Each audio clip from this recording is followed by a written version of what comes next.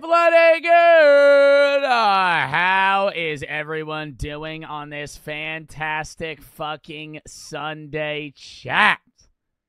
My irregular Nick, Seattle Teal Evil J22 for the sub, Dominator for the 5. Since today's my birthday, happy birthday. Chat, it's a goddamn react day today.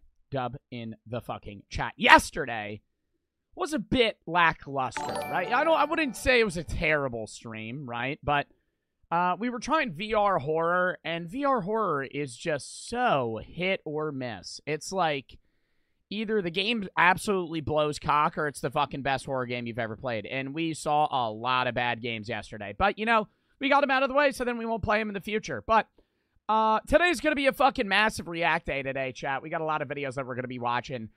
Tomorrow's going to be an MC modded horror stream. We're done our modded world, but we're going to be doing like a stream or two where we play a horror mod pack with a bunch of like scary animals and creatures and shit.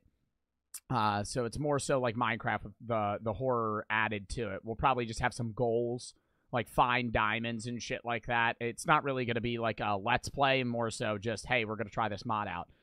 We're also going to do Switch Sports tomorrow. Haven't done Switch games in a while. Tuesday is the South Park Snow Day drop, so we're going to play it then. Wednesday is going to be Reveal or Revel. We're going to play that game. We'll probably play that basically the entire stream unless it sucks. Thursday is going to be Fortnite, maybe on bans, but if not on bans, we'll probably end up doing some games with other streamers like Huphobia. Friday's going to be Reacts, and next Saturday is going to be a Block Wars tourney where my team has to get drunk because that is our calling card or some shit. It's like a new game mode in Block Wars. Not a new game mode. It's called a Chaos event, and each team has to have like a shtick, and our shtick is that we're all going to be hammered. So that'll be funny, but that'll be next Saturday. Anyways, chat, it's a fucking React day today. I'm excited. I hope you guys are excited. We got a lot of videos that you guys sent in that I'm pretty excited to watch. And some that I found myself. You know, today's going to be probably a 2/3 regular React, 1/3 philosophy React at the end. A lot of people have been asking me to do some philosophy React, so I added some on the end. We'll go through what we're going to be watching today, though. Mallard for the sub, Whisper for the fucking 1,000, but he's going to Turkey tomorrow. Have fun, man. W stream, W React stream. Thank you. His for the sub, Darren for the sub, the Uncooked for the 3. Do you eat your boogers? No. I mean, I have in the past, but no. No, I mean, not in the recent future. Or the recent present or past. So, like, no, I don't remember eating. When was the last time I ate a booger of mine? I don't know, man. Probably like one time 5 years ago. Like, I don't have, it's not like a in my mind type of thing, you know? Like, the last time I ate a booger, I don't really think I actively thought, like, hey, man, wow, I just ate a fucking booger, dude. Ew, nasty. Bro, I mean, like, one time, dude, they're a delicacy. Okay, that's wild. I remember the taste of a booger, though. They're just salty. They're, like, salty and also kind of gross. And so I don't know what's the obsession with people eating all of their boogers. I would say I haven't eaten one in at least 5 years. Floating for the 3. Good morning, chat. It's 4 a.m. A fact of the day, 21. The total length of your blood vessels could circle the globe more than twice. Really? Endo for the sub, Alan and Element for the sub, Don Maya for the sub. I feel like that can't be true. Jay and Little for the sub, N Gates, 7-inch, Kendrick, and Skizzer for the sub. BDW for the 3. Went to Mass today because it was Palm Sunday and somebody lit a palm leaf on fire and we had to evacuate the whole church. Salt for the sub. Did they do it purposefully? Also, little rundown of the reacts that we're watching today. Starting out, we have engaged couples decide who wins or who leaves with $1,000. So that'll be interesting. We did the high school couples choose who wins $1,000 last Sunday. Now this Sunday we're doing engaged couples. Then we have top 4 funnies police got body cam moments caught on body cam. I read that wrong. Who gives a fuck? The cruelest episode of Deal or No Deal. This was supposed to be in last React Day, but we didn't get to it. Gym class was traumatizing, banned and controversial foods. We test different execution methods with ballistic dummies. Then we have 3 Joe Bartolozzi Out of Context videos from this one channel called Mr. Bear. The Paradox of the Infinite Universe. This is where we get into the philosophy shit. How boredom leads to greatness, and did the future already happen? Oh, does that sound good? Chat! Endgates for the sub, Ravello for the 4. Honestly, we might have, it seems like a lot of videos, but most of the videos are very short. Usually we have like 1 or 2 videos that are like fucking 20, 30 minutes long. And so we might be able to add more videos today, but I didn't want to just add even more because we already have like 10 fucking videos lined up, just in case. New MrBeast video? Is there a new MrBeast video out? Oh, wait, no, I added it. Oh my god, I forgot there was one. I added it to my watch later. Oh, it's the lie. Yeah, it's the lie detector one. Do we want to watch that today too? I'll throw that into the loop if we want to. It's a 7-minute video. It's on a second channel, so I don't know how I don't know how interesting the video is going to be, but I mean, it has 10 million views. Yeah, we'll throw it in. BDW for the 3. No, they set it down on the candle. Oh. It's Puff for the sub, Lemon for the sub, it's 97 for the sub, Chris for the 3. Been watching for 1, 2, 3 years. What does that even mean? I think you mean 2.5 to 3 years. Now you've helped me through some of my depression and shit. Now my question is, are you ever going to be in Ocean City this summer? My friends saw you last summer that one time. I didn't go with them. I was pissed. I will probably never be spotted in Ocean City, New Jersey ever again in my entire life. Nothing against your friends. It's not them, but the last time I went to Ocean City, about 150 people walked up to me, and it was the most stressful shit I've ever had to deal with in my entire life. So I will probably never be there, never be on the boardwalk again. So yeah, that'll be a definite no. I was trying to go mini golfing, and then it was like, we didn't even go, we didn't even really go mini golfing. It just ended up, it was like one group of people walked up to me, and then it was like, dude, I didn't even think that many people knew me. Like, I know that I have a following on social media, chat, but, like, maybe if I go in public, like, 1 to 2 people walk up to me. When I was in Ocean City, it was, like, fucking, like, 35 people fucking swarmed me. And at one point, I didn't want to be rude, but I was like, bro, I gotta go. I was like, I'm not talking to y'all. I'm sorry. I was like, I'm trying to have a fucking fun time right now. I was like, you know, I took a picture with half of y'all. I was like, holy shit. I didn't even know what to say. It was like, normally it's like 1 to 2 people, maybe 4 people walk up to me. Dude, it was like a group of 5, then a group of 20, then a group of 10. I was like, holy shit. Micah and Lulu for the sub. Yeah. Somebody said ungrateful. Ungrateful. How is me saying that's stressful ungrateful? And you said ungrateful too. You fucking spelled it wrong. Has that ungrateful, chat? I don't think that's ungrateful. I think that's me just kind of getting swarmed by a bunch of people. I don't think that's ungrateful at all. I think that's stressful for anybody in any scenario. Especially considering I was just, like, not even expecting anybody to really recognize me. and then out of nowhere, fucking, like, 20 people are like, Joe Bart? I'm like, oh, fuck. I don't think I was rude. And I'm not ungrateful. I'm happy that those people like my content. But it's like, dude, I pulled up to Ocean City to go mini golfing with my friends, and it ended up becoming like a 2-hour adventure of like taking photos with people. I'm not upset about that, but it's like I didn't expect I knew that was gonna happen, it would have been different. Larry and Joe for the sub, Lulu for the sub. All right, let's lock in for the videos here.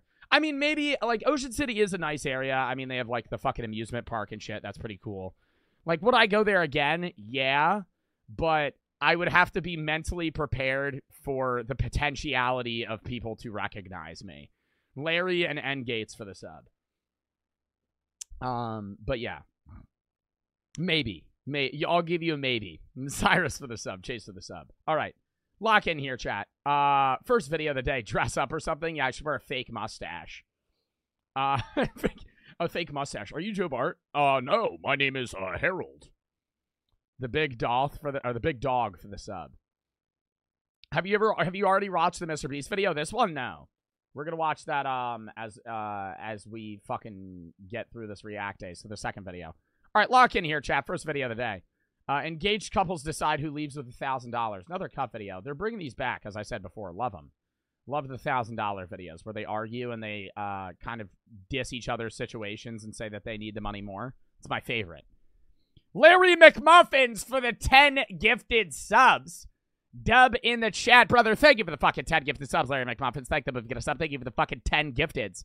Larry McMuffin 5. You fucking goddamn goat. Thank you for the fucking subs. Lock in. Best wedding night sex position. Bro, is this going to be like a button video combined with this? Show us your best wedding night sex position. Why is it called 1,000 to 1? Is it because the $1,000 goes to one person? Doesn't really make sense now, does it? Because it's $1,000 going to two people. Maybe rename the game there, Cut. LMAO Katie for the 25 fucking subs. Holy shit. Thank you for the fucking 25 subs, LMAO Katie. Thank them if you got a sub. Thank you for the fucking 25 subs. My God. Katie popping out with the fucking gifteds. Thank you. Brayden for the 3. How's your tattoo? How was your tattoo? How's your day going? I'm at work right now. Tired. Have a great stream. Thank you. My tattoo was good. I actually took off the fucking Sanoderm today. I got Aquaphor all over it. It's all fucking... Dude, all the sticky shit. I can't get it off. But it's healing. It should be fine in like a week or so, hopefully. Fuck. Oh my God, when it touches my shirt, it hurts. Or it just feels weird. LMAO Katie, though. Thank you for the fucking 25 subs. Milfs in your area, J-Dre for the sub. Joss for the sub. All right, next. MrBeast video. It's like 7 minutes, though. It's a fucking second account. I paid a lie detector to investigate my friends. This is my friend Chandler. He's currently hooked up to a lie detector test. And don't lie detectors not work, though? Like that one guy that is the lie detector dude for every video. It's just like not... Like, doesn't take way long? It's not like instantaneous results, and it's not as accurate as they were. It's like a slightly better educated guess, but there's still like a very high chance that a lie detector is wrong, which is why they don't use them in court. If a lie detector was 100% accurate, they would just never even need court. You would just ask if they did it, and then they would just say, yeah or no. And then it would be, did you murder them? No. Okay, he's telling the truth. It's like, you could just fucking, if it's that accurate, then we would just use them in legitimate scenarios. Not, do you think Jimmy's ugly? Yes or no? And all our other friends are in a different room across the warehouse and are going to ask whatever they want. I'm other friends. We're going to find the truth. We're going to embarrass him. But he isn't the only one we're going to embarrass. I can't do this, bro. Damn, I hate this. I hate this. You can't ask that. Well, we do. And not everyone is honest. And that is a lie. And after I find out the truth about all my friends, they put me in the hot seat and ask the question that everyone wants to know. Have you ever faked a video? And before I let the gang go crazy, Chandler, the first question is, do you like the taste of our new Feastable bars?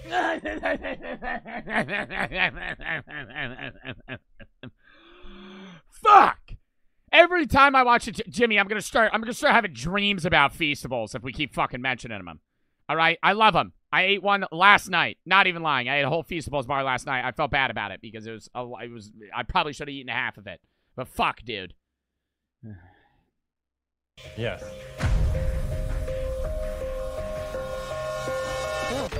Oh.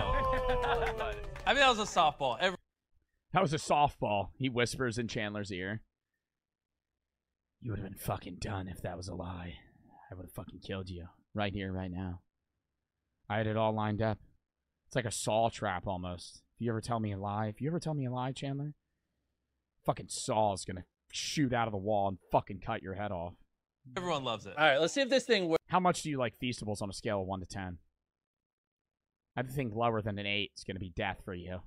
Works. Is your name Chandler? Yes or no? Yes. True. Yeah, it works. It does work. Do you think Tariq's stand-up is funny? Yes. Hey, that was quick. That is true. Let's go. Oh, boy. Here's an easy one for you. Do you think you're funnier than Nolan? Yes. He didn't even hesitate. Not even a second. That is a lie.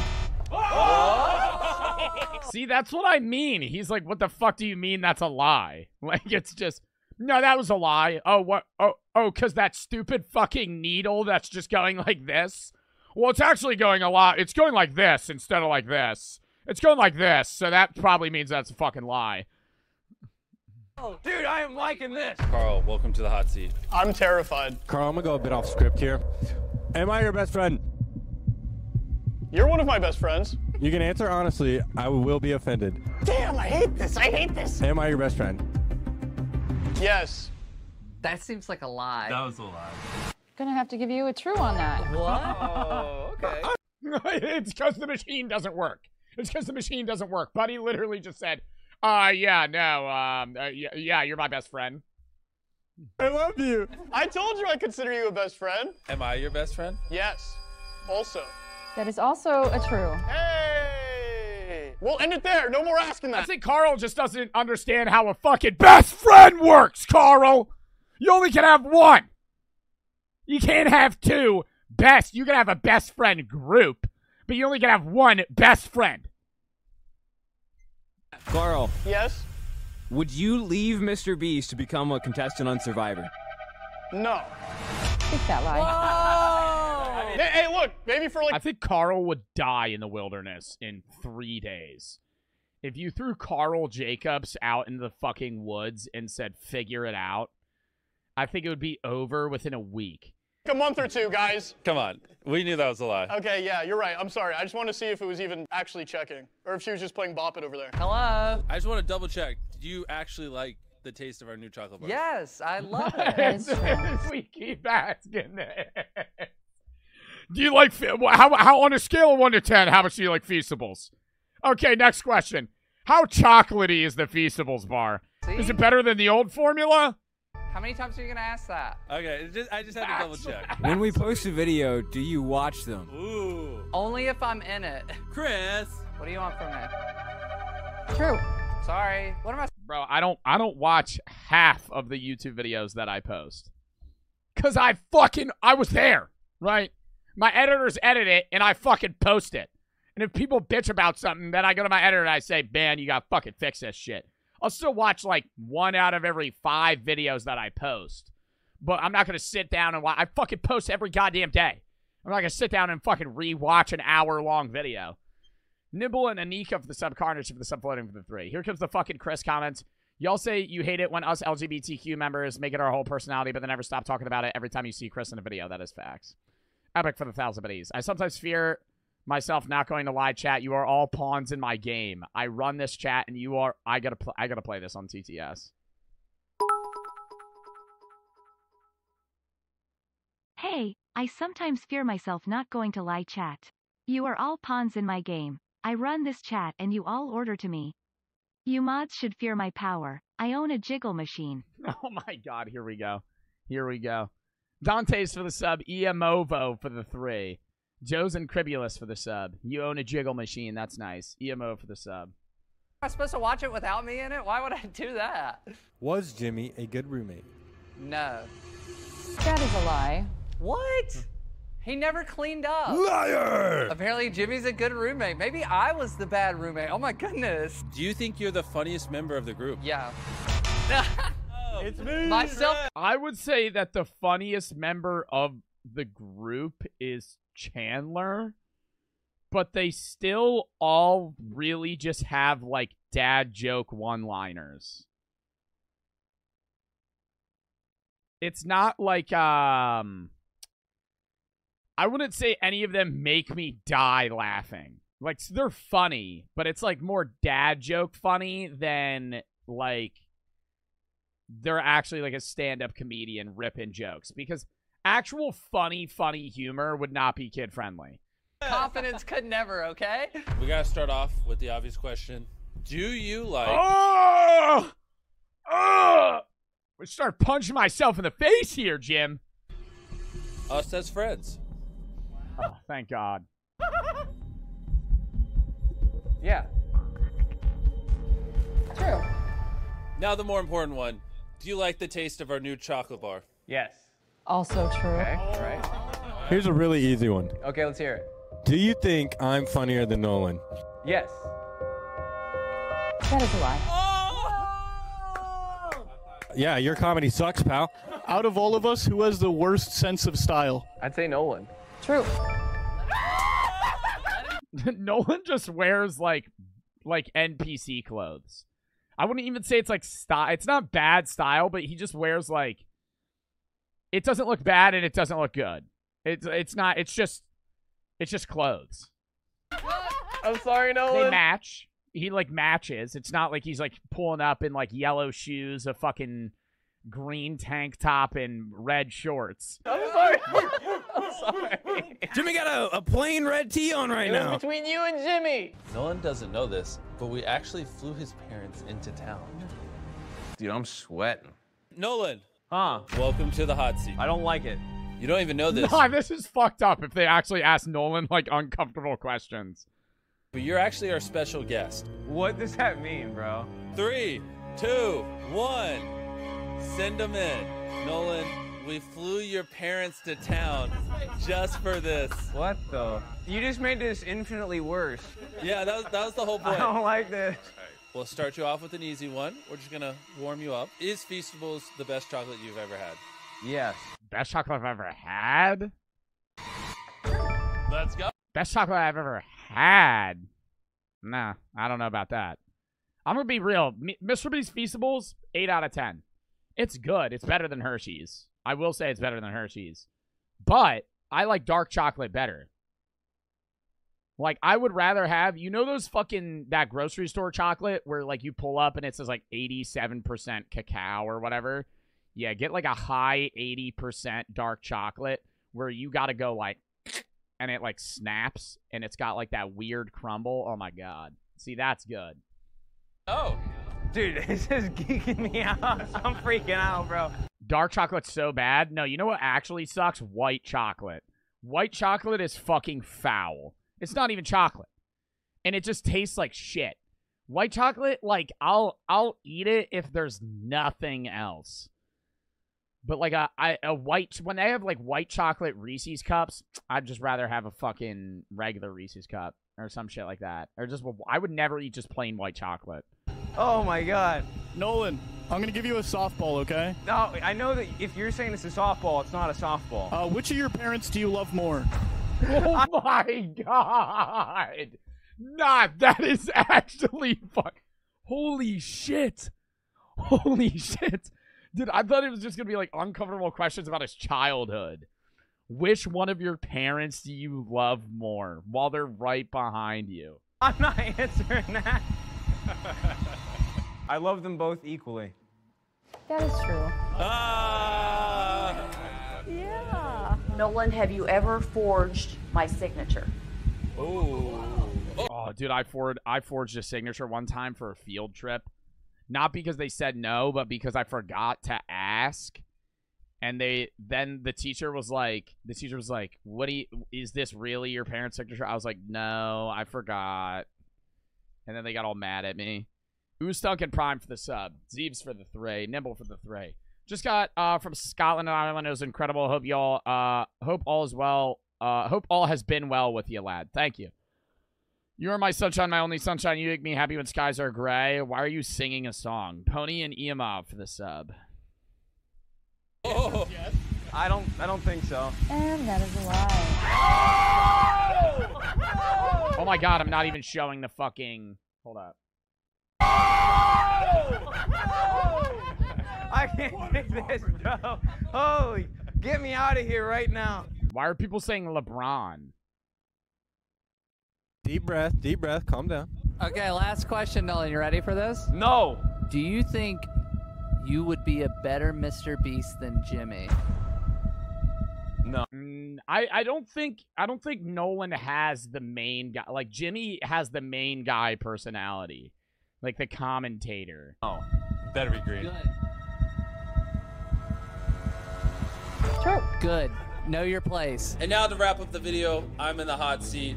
Boys, you ready?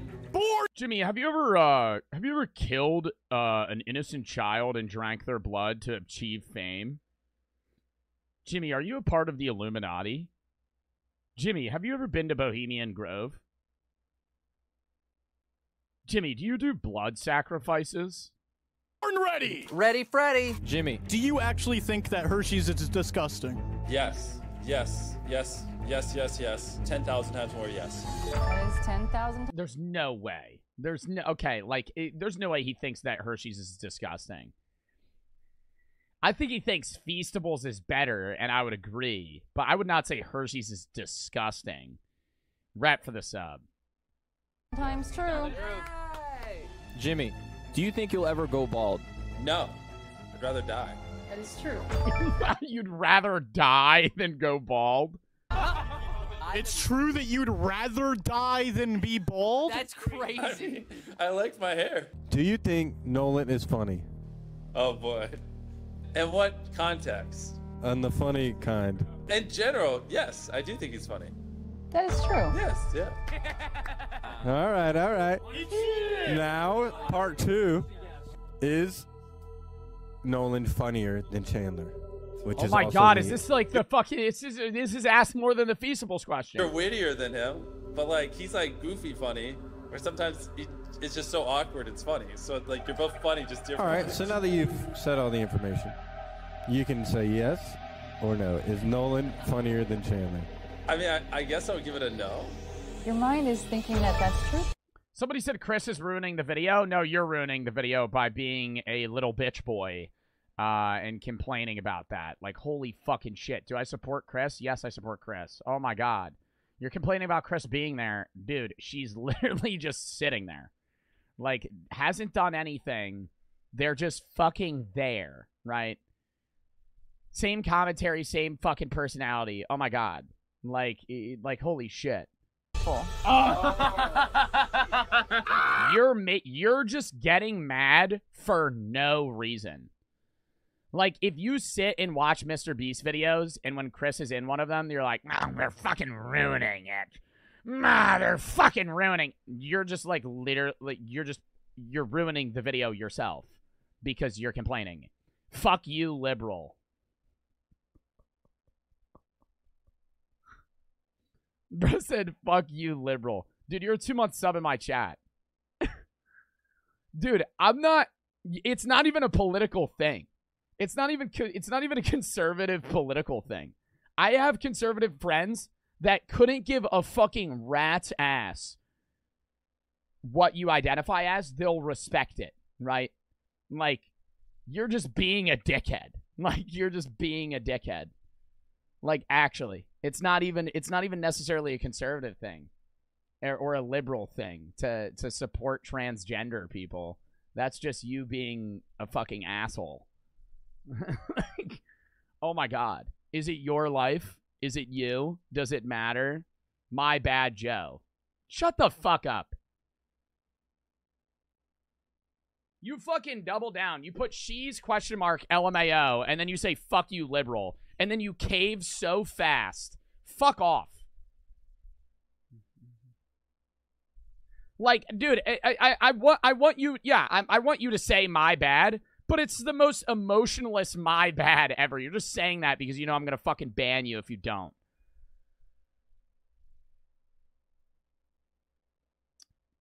W Chris because I am Chris, but with a K. Jack for the sub. Rabbit for the 3. Active mod for Nolan stream. Wanted to say hi. Hello. Red for the sub. Nibble for the 3. Bro, like, I don't want to say it would be better if you doubled down because it wouldn't, but it's like, damn, dude. Like, motherfuckers come in my chat. They say, like, oh, every time we watch a MrBeast video. That's why I'm getting mad about it. Every time we watch a MrBeast video and Chris is on the screen. I'm fucking ruining the video, man. Fucking you, dude, what are you, a toddler? Oh, my God. Oh, my God. What are you, a fucking toddler? Just watch the fucking video, dude. Oh, my God. Chris is in the fucking camera. Oh, my God. Get over it.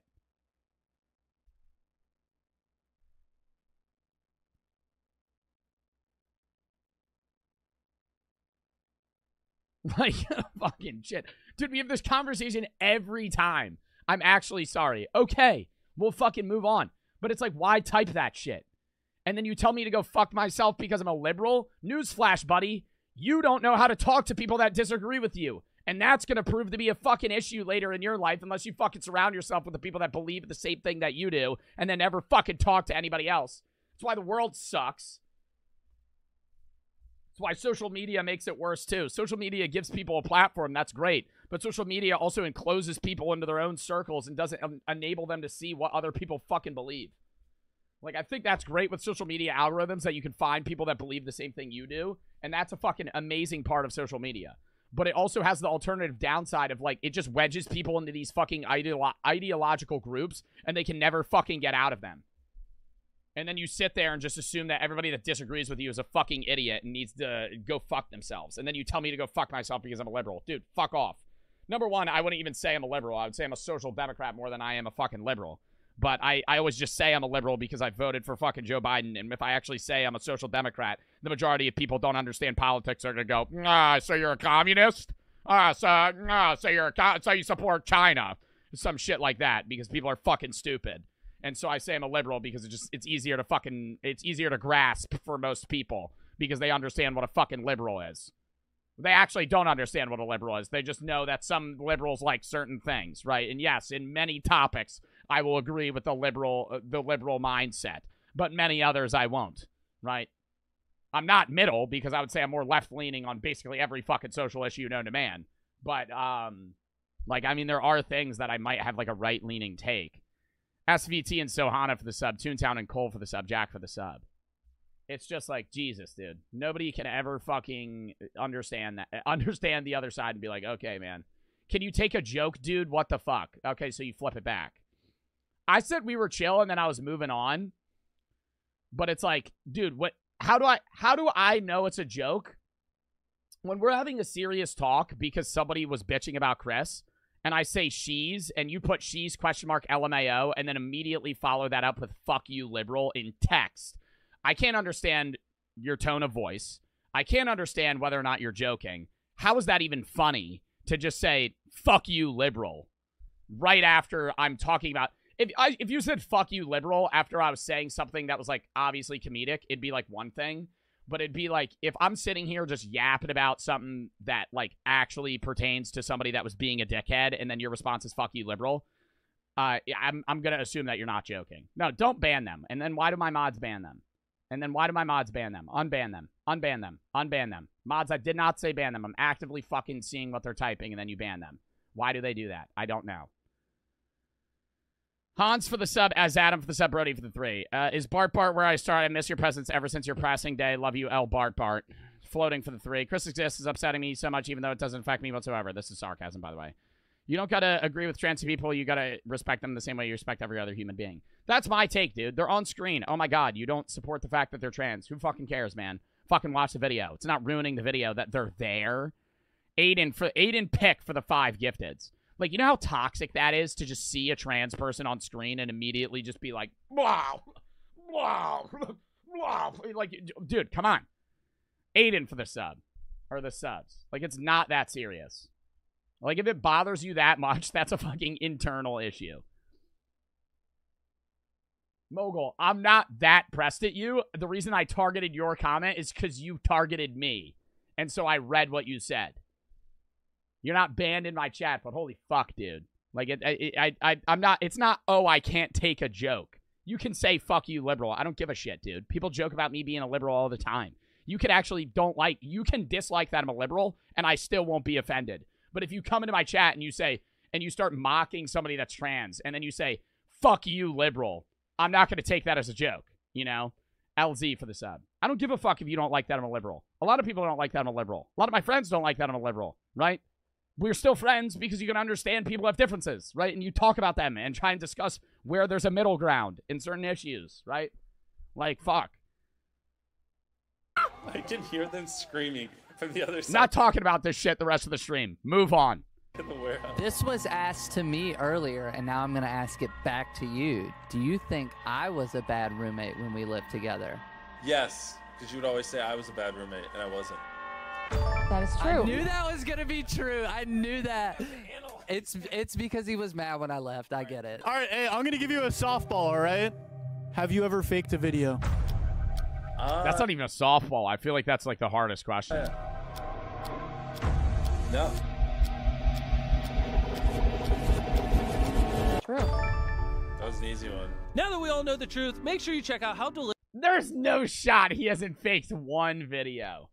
I'm not even saying faked like the whole video. He has to have faked a portion of a video. You know? Like, maybe one little cut was like, okay, this would be better if this happened. And so they just did that. I think that's why, I think he said no. I don't think he's ever faked a whole video, but I think that, like, a 30-second clip in, like, a video might have been not scripted, but, like, redone or something. Joe fakes his reactions. Yeah, I fake all my reactions. I'm actually just monotone all the time. Top 4 funniest moments caught on Bodycam. Next video. No beef. I'm just trying to go home and enjoy myself. I'm trying to go home. See that? But I've been here for hours. Yeah, it happens. I've been here for hours. Yeah, bad weather. Gotta do something, right? I don't know what we're gonna blame it on, but Oh, watch out. Yeah. Are they sitting on their suitcase? Is that like a fucking is that a mobility thing? Something, right? I don't know what we're gonna blame it on, but Oh, watch out. Yeah, unfortunately, it's their policy. You just can't be that intoxicated when you fly in a plane, okay? I'm not that intoxicated. We need you to go to the terminal, see? Suck my I do want to say it bothers me that if you're like drunk at an airport, they'll get mad at you. Yet every 15 feet, there's a fucking bar. Obviously, if you're like obnoxiously drunk, that's one thing. But even if you're just like really intoxicated and like a peaceful, like happy drunk, they'll still be mad at you, even though they're trying to sell you alcohol and every possible fucking shot they can. There are so many bars at airports, it's obscene. Not even just bars. Dude, the fucking Burger King sold draft beer. The Burger King that I went to at the bar, or not at the bar, at the airport, sold fucking Yangling. Draft, not even bottle. Does this count as drunk driving? I don't think this counts as drunk driving. No, but even one gate, like, or not even one gate. Like, say you're at, like, E-Terminal, and there's, like, 30 fucking gates. There will be, like, 10 bars. suck my Oh, I can suck my Okay, see, now that's obnoxious drunk. That, she shouldn't be allowed on a plane. Okay, Chelsea. Just go to the terminal. Yo, I don't give a where I'm at. Okay. I'll help see her out. You guys are good. Oh, man, that thing kind of goes fast. I think I'm fast. Where do you go? Dude, what do you do if you get kicked off a plane because you're too drunk? Do you think you have to leave the airport, or they let you stay there until you sober up and get on a different flight? I'm gonna have a bike pursuing a suitcase in a minute. Why does bro have a bike in an airport? It's gonna be crazy. I know. Totally normal, right? I would much rather opt for a Segway like Paul Blart. That would be so much cooler.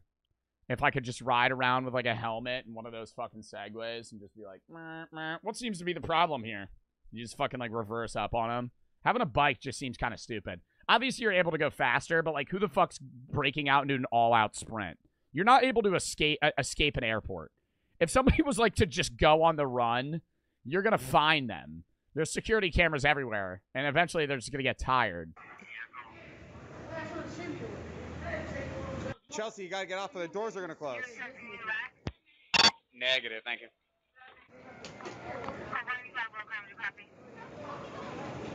Chelsea, can you do me a favor? Can you roll with me? How do you get that drunk at an airport, though? You know how expensive airport drinks are? Fuck. Like a beer is probably like fucking $12. To the main terminal, you can't hang out here. It's a secured area. I will just leave you alone. Yeah, follow me. Follow me, Chelsea. We'll roll out together. He's trying to be so peaceful. This guy's like, this is not what I signed up for. When they said I could be an airport cop, I thought it would be way easier than this. Now I'm dealing with drunk people. Chelsea, I'll race you.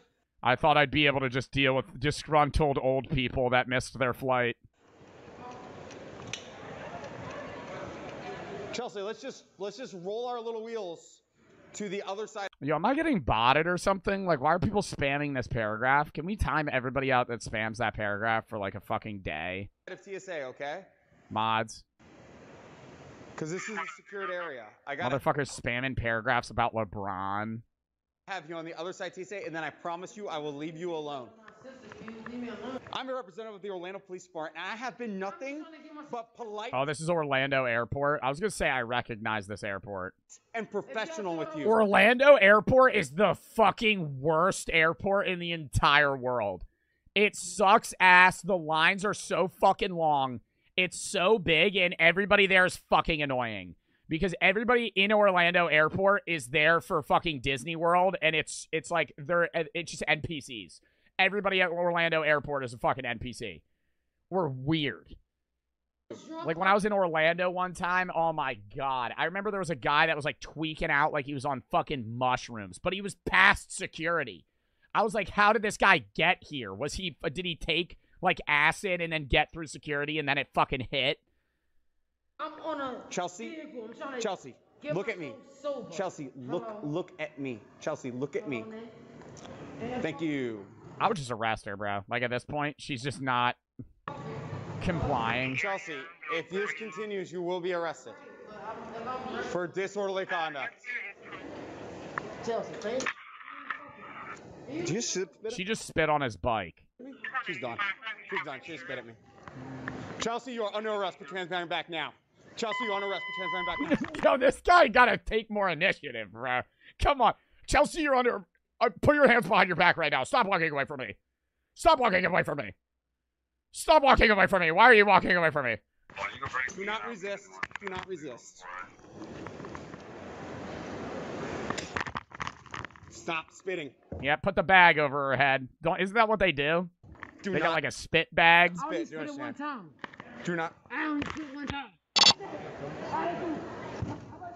Is she hitting her head? Nope. Nope. Stop. Stop. Only in court? Nah, they'll do it. They'll do it. If you keep spitting on people, they'll do it just out if you're detained. Stop. Chelsea, stop. Chelsea, you need to stop this nonsense. You need to improve your behavior. Dude, he was really just going to let her be drunk in the airport until she sobered up, though. Like, he was going to let her go. And then she could just probably book another flight. Chelsea, stop this. Chelsea, stand up. Chelsea, stand up. All right, reverse, reverse.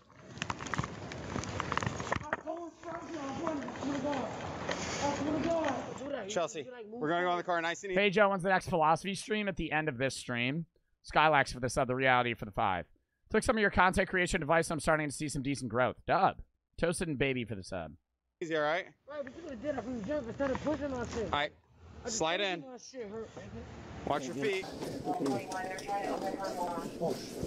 is this the next video? Oh, this is the deer video. I remember this. We've seen that. You don't have any dope on. No. Me, so what I'm gonna do? What is he doing? What happened? What the fuck happened? There we go. Oh, he had a fucking lizard on him? You forgot about it. You got to yell at her no. Next time, let her know, okay? I did try to. I am so Oh, is that a snake? sorry. Terry, you gave me a heart attack. That is not okay. I am so sorry. Would have been worse if it was the acorn guy. He's got an attacking lizard. Shoot him! Any other creepy critters in your pockets? No. That's last time. He trained the lizard to attack people. Kill it! Terry, that was not cool. That was not cool. Well, Terry, unfortunately, you can't keep the lizard. He ran off, and he's going to be... Terry. Return Boy, back to you the wild. gave me a fright. That was not okay. Yeah. You're just laughing away, though. I am not going to laugh at that, and I won't ever tell anyone. Hey, go home. Go home. Go home. Go. Hey. Cops are actually responsible for getting rid of Turkey. No, that's not. Hey, go home. Go home. Go home. Go. Hey. I'd be scared, dude. Oh, they start... No, you can't back up like that. Oh, he's about to start fucking swinging at him. Imagine being at your house, looking at your front window, and this guy's just fucking beefing with Turkey. They start fucking chasing him. He's getting, like, really beat up. They start pecking his skin and shit. He just pulls out a gun and fucking kills all of them. Throws him in the back of the car and leaves. Hey.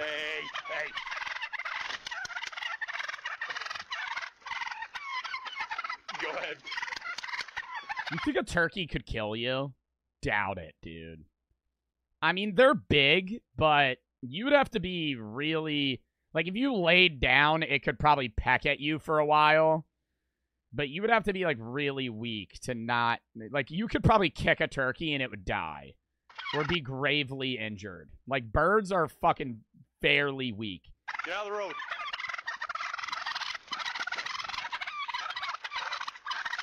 Their claws? Yeah, and if a fucking turkey claws me, I'm gonna grab his neck and go... Flail him around a little bit. An ostrich could kill you. Okay, an ostrich is also 8 feet tall and 400 fucking pounds. Chat, we still need to do a tier list of animals that I could beat in a fight. If somebody wants to make a tier list of a bunch of images of different animals and tiers on how I would beat them, hey, I'll do the tier list. You know, I'll shout you out because I'm kind of lazy. If you want to make me a tier list for that, I'll fucking make it. Make it like 50 animals, 50 cool animals. Hooligan for the sub. You know the basics, other ones. I think I'll be okay. Oh, you already made one? Floating, you already made one? A dragon? That's not a real animal. Hey, get back. If they rushed me, I'd swing at one.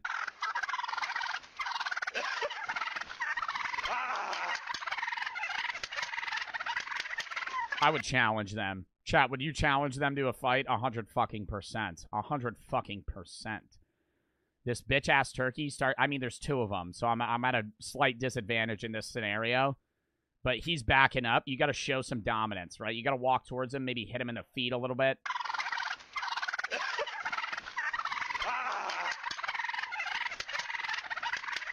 He gets a little scared, riled up. He just takes out his gun, starts shooting it into the air. Bang, bang, bang, bang! I'm not fucking joking.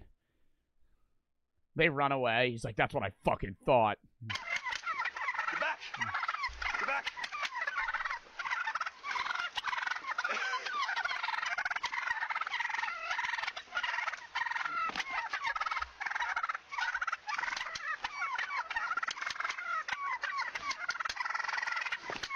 Why is he doing that? Is that even working?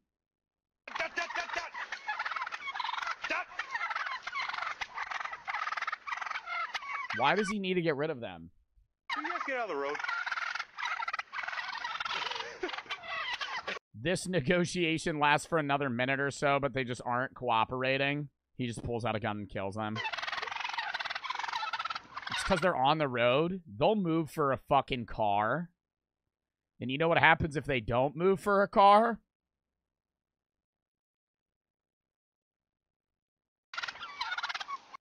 Another free turkey.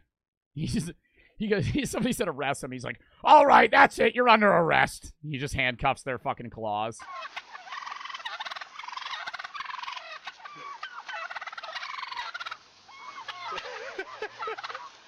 If you honked your horn at them, I'm sure they'd get scared. Nah, I stopped the car and they decided to trap them, so now they're trying to give me cuddles. Hey, take it easy, brother. Hey, get back. Get back. Come on. Get out of the road. Meanwhile, on the other part of town, there's a shootout happening. This is probably just a boring city. This is probably the most he does in a day. On the other side of town, there's actively just like a robbery going on. Cops are like fucking pinned against a car calling for backup. This guy's just on the side of the road fucking fanning turkeys. Down the road. They jump in his car. Come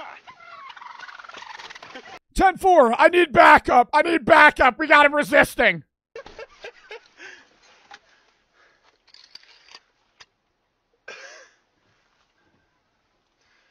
Guys are angry. What the fuck? Dude, oh my god, bro. That was almost TOS. Holy shit. This is another video that one of you guys sent. 7-year-old, we're not watching this today. 7-year-old says he was in a 9/11 plane crash. The ghosts inside my child. It's like an interview from a kid that describes 9/11 before anybody's even like talked to him about it. That was a naked baby. Well, there's no genitals showing, but it was a fucking newborn infant. I might add, is horrid and looks like Schmeagol. Whenever somebody has a child and they're like, hold up, I gotta blow my nose. Whenever somebody has a child and they're like, oh, look how cute. No. No. No. No. Romper for the 3. When's the next Val stream? No idea. Hooligan for the sub. Poomer for the 3. Are you going to do R6 anytime soon? Not this upcoming Thursday. Next Thursday, we're doing R6 and Doki Doki, as promised. Iman for the sub. Skylax for the sub. And the 12th of April is our next charity stream. We are doing World Wildlife Fund as the next one, which should be a dub. It's part of an event with them. The Cruelest episode of Deal or No Deal. Today, yeah, but it'll be next, not this Thursday. Next Thursday, we're going to do Doki Doki and Rainbow. Tomorrow is an MC Horror mod. Then Switch Sports. Tuesday, South Park Snow Day. Wednesday, we're doing Reveal. Thursday is going to be Fortnite, maybe Val. If not Val, we're probably going to do games with other streamers. Friday's Reacts. Next Saturday is going to be Block Wars. Or this Saturday is going to be Block Wars. Next Sunday's Reacts. Next Monday, probably more South Park Snow Day. Because I doubt we're going to beat it in one day. Most South Park games. How long were the other South Park games?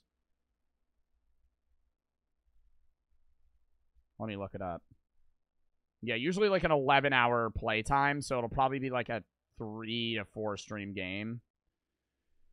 If the other one's the same. South Park Snow Day game length. I don't know if they're going to have that. Like an estimated game time. It's supposed to be around 10 hours.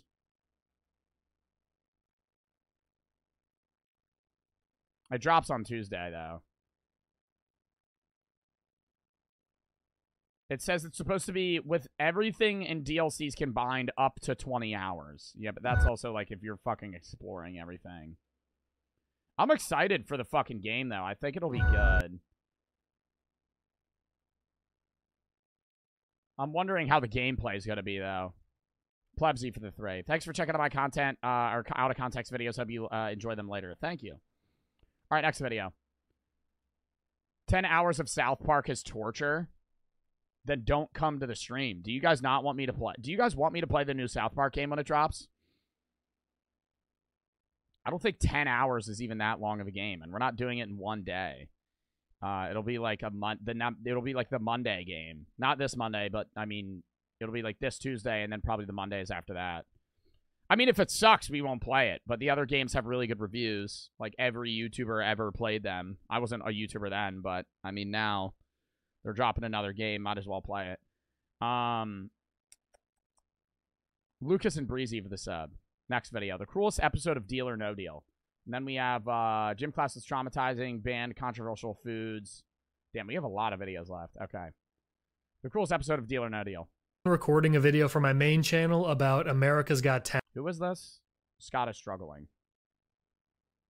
I just got done recording a video for my main channel about America's Got Talent, and at the end of the video, spoiler alert, I said that I think the time when that show became so emotional and pulled at your heartstrings so much, that aligned very closely with when Howie Mandel joined the show. To me, Howie Mandel on America's Got Talent is this really sappy guy, this really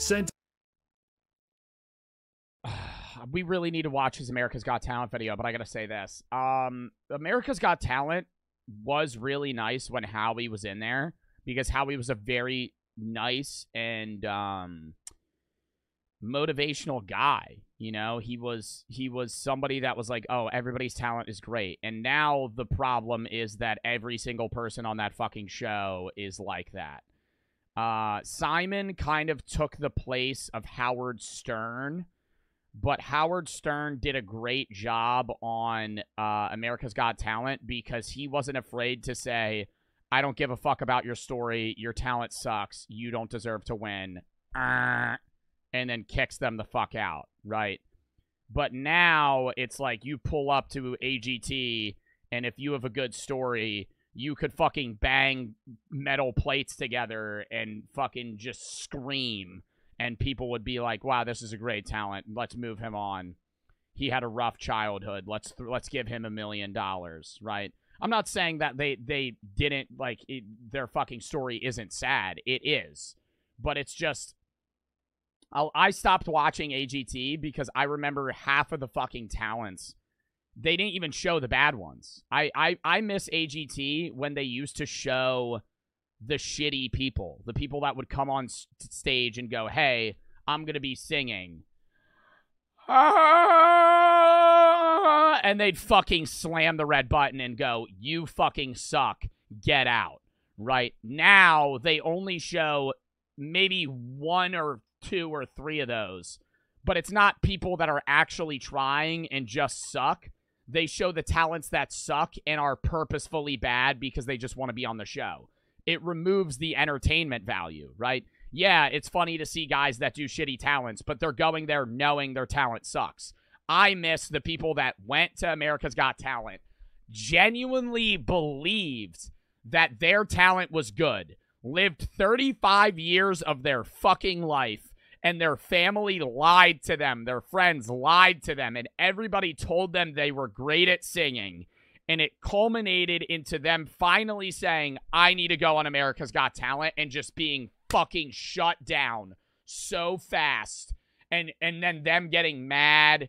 It was entertaining, right? Was it kind of sad and being like, oh my God, how has nobody ever told them that their fucking music sucked? Yeah, but that was the entertainment value. Now it's like, you don't see shitty talents on America's Got Talent. You see the really good ones, the ones that are fucking identical to each other, and it's just like people fucking singing or doing magic or something like that. And then you see, you know, people that come in and go, I went through this, and this. This is my talent. And it's not bad, but it's also kind of a mediocre talent that you would see at, like, a college theater class, right? But since they have a sad story, they get pushed through, right? Sentimental dude. He's always so sweet to everybody. He's always so encouraging. And that got me thinking about this episode of Deal or No Deal from, I don't even know what year it's from. It's from season 4, where he was not so much like that, but it's, you know, it's not Howie's fault. We'll talk about it. Back. Deal or No Deal is a brutal watch 90% of the time, because the people they bring on just don't understand statistics ever. If you don't know what Deal or No Deal is, it's basically a bunch of cases, and they range from like a penny to $1 million. I don't know how many cases there are. How many cases are there, chat? Like 30 something? And it'll scale. It'll go like a penny, $1, $10, $100, $1,000, $10,000, and it'll just keep going up, right? 10, 20, 30, 40, 50K, and it'll just like be a lot of different incremental values of money. And you pick a case initially, and then you have to pick cases to eliminate, and it gets rid of different amounts of money. In between those cycles of getting rid of cases, you get offers to stop, right? And you can stop the game there, take a certain amount of money, and leave. And a lot of the time, people will have like a good start, and they'll have like a $500,000 case left and a $200,000 case left. But then 7 cases that suck, like $1, $100, $500, $1,000. And the guy will offer them like $100,000 to just quit. And instead of saying, hey, statistically, I'm going to lose, this makes the most sense to take $100,000, they're going to go, no deal.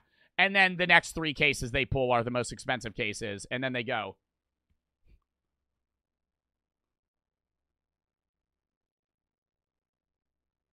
And they start crying, right? And they always talk to a family member in the audience. And we'll see this in this guy's video probably. But they always talk to a family member in the audience. And the family member is always like the grandma or the grandpa that actually has life experience and goes, you should probably take the $100,000. That's a fucking lot of money. You know, $100,000. That's, you know, you got a lot of fucking pennies up there. I don't think you want to win those. And they go, yeah, thanks, Gam. No deal. And then they pull the $500,000 case and fucking shit themselves and cry. In whatever year it was, 2018, when I was going through the audition process and like doing the interviews to be on Deal or No Deal, my family every now and then would turn the show on, turn on the old reruns. And my mom recorded this one episode because it was just so bizarre and cruel. And I'm not laughing because it's funny. I'm laughing because I just can't believe they did it. So here we are. This man, his name is Tommy. And yo, you already know Tommy's got a penny. Tommy picked 18. Tommy's got a fucking penny in that case. And he's going. And I've seen ones where it's like $1 million is left. And then the other case is $10. And then they get offered $400,000. right? Instead of having to 50, basically getting nothing or a mil, and the guy goes, no deal. And then they fucking rip the penny.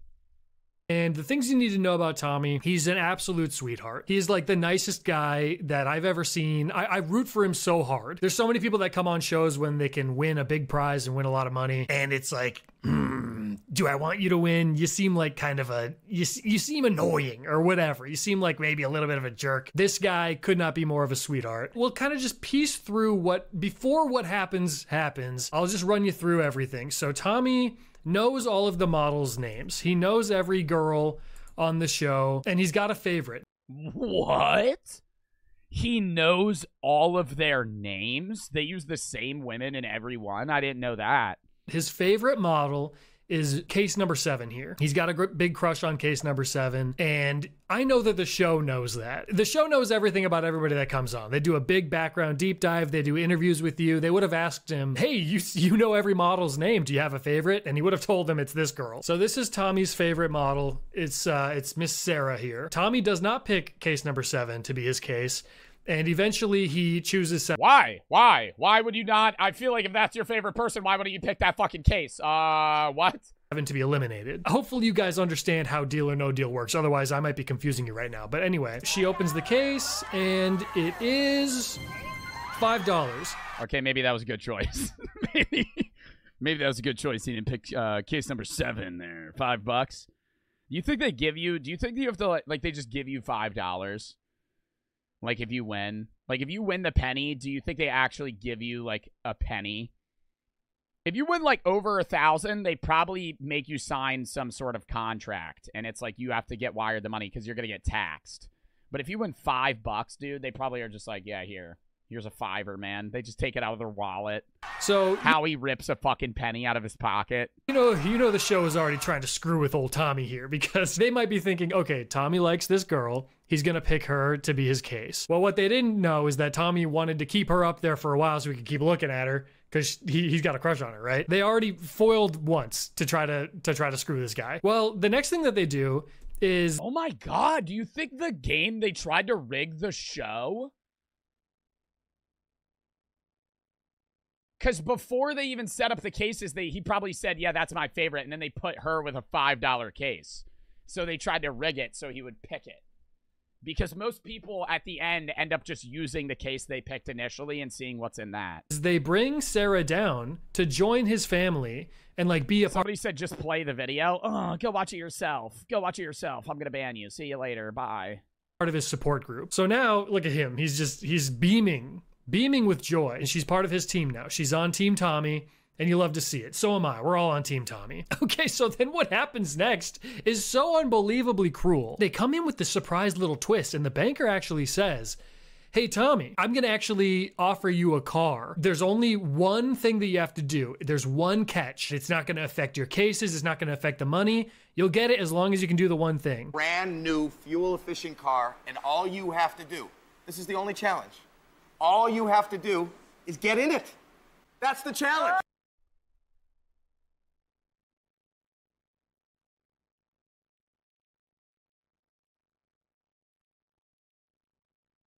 Oh my God, that is so much worse than... Dude, chat, what was running through my head?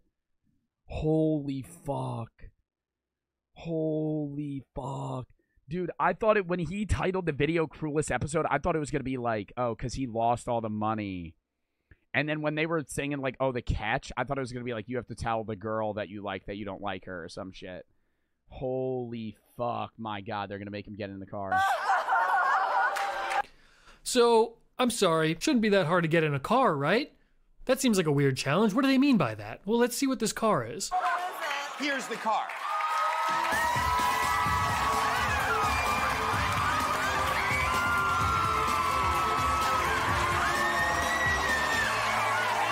Hey, Tommy, you're a big guy, right? You'll get this car, all you gotta do is squeeze your body in there. Just stuff yourself in that little car for all of us to watch. We all... Dude, is that a Kia Soul?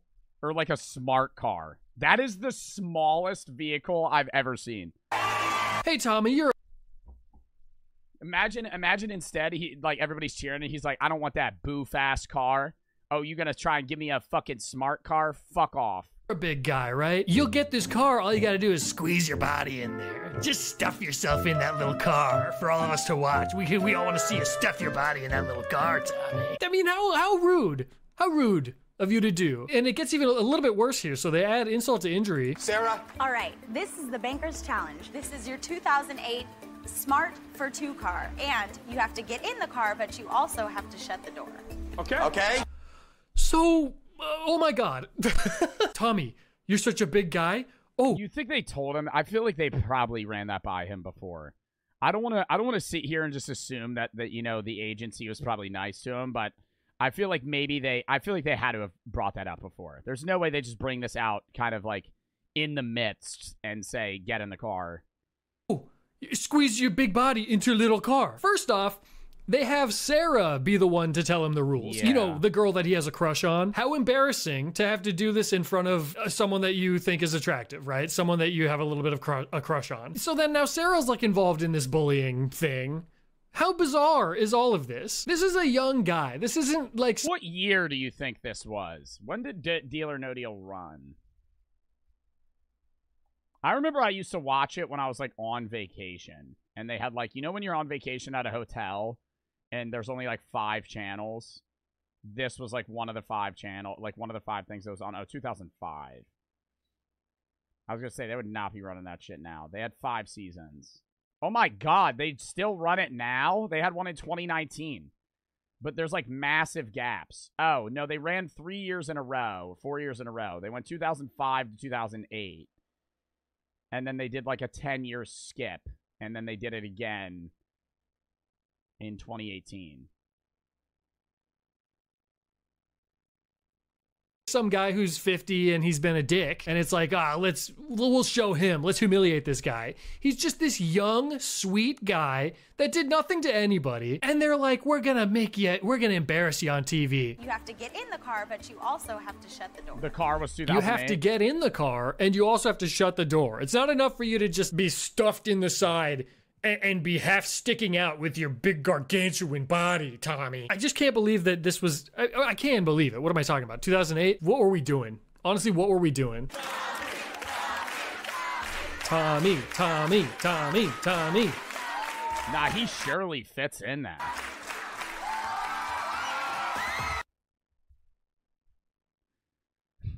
You know, the producer's in the back like, fuck! Fuck! God, the guy in the back's like, what are you freaking out about? He's like, that's my fucking car. That's my car. It's my fucking car. Oh, my God. I didn't think he'd be able to fit in it. My fucking shit. Ah, my God. Can you take me home? I'm not going to be able to get home tonight. He's fucking sitting there like, dude, I didn't think you would get in it. You show that. I knew we should have gotten a 1-seater. Tommy. You show that son of a bitch banker. How dare he do that to you, Tommy? You didn't deserve that, and I love to see how supportive everybody is. This crowd, they passed the vibe check. They sure did. They absolutely passed.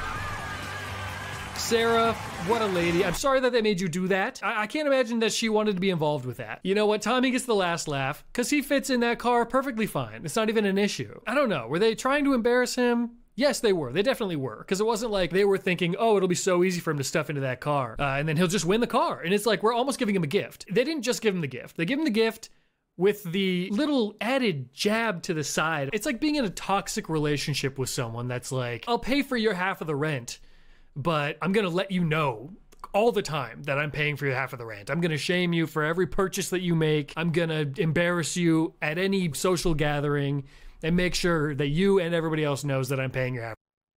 Oh, paying your half of the rent like you don't even live with them. For the rent. It's that type of vibe, you know? But Tommy wins in the end. Oh, get in there nice and tight with your girl. See, this is what you love to see. That's what you love. Oh, look at all the space. Look at how much room there is. Tommy, why don't you lean those seats back? You know what I'm talking about?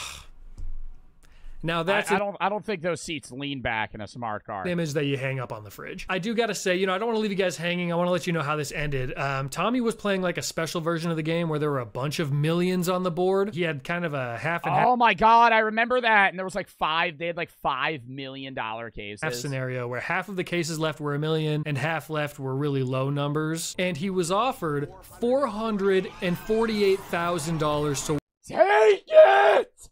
Oh my god, chat, look at the board. Look at the board. Look at the board here. Okay, everybody look at the fucking board here. You have $200, you have $1,000, and then $1 million. And you get offered, the most you can win is $1 million. You get offered $448K. There's a 50-50 shot that you get either 200 or 1,000.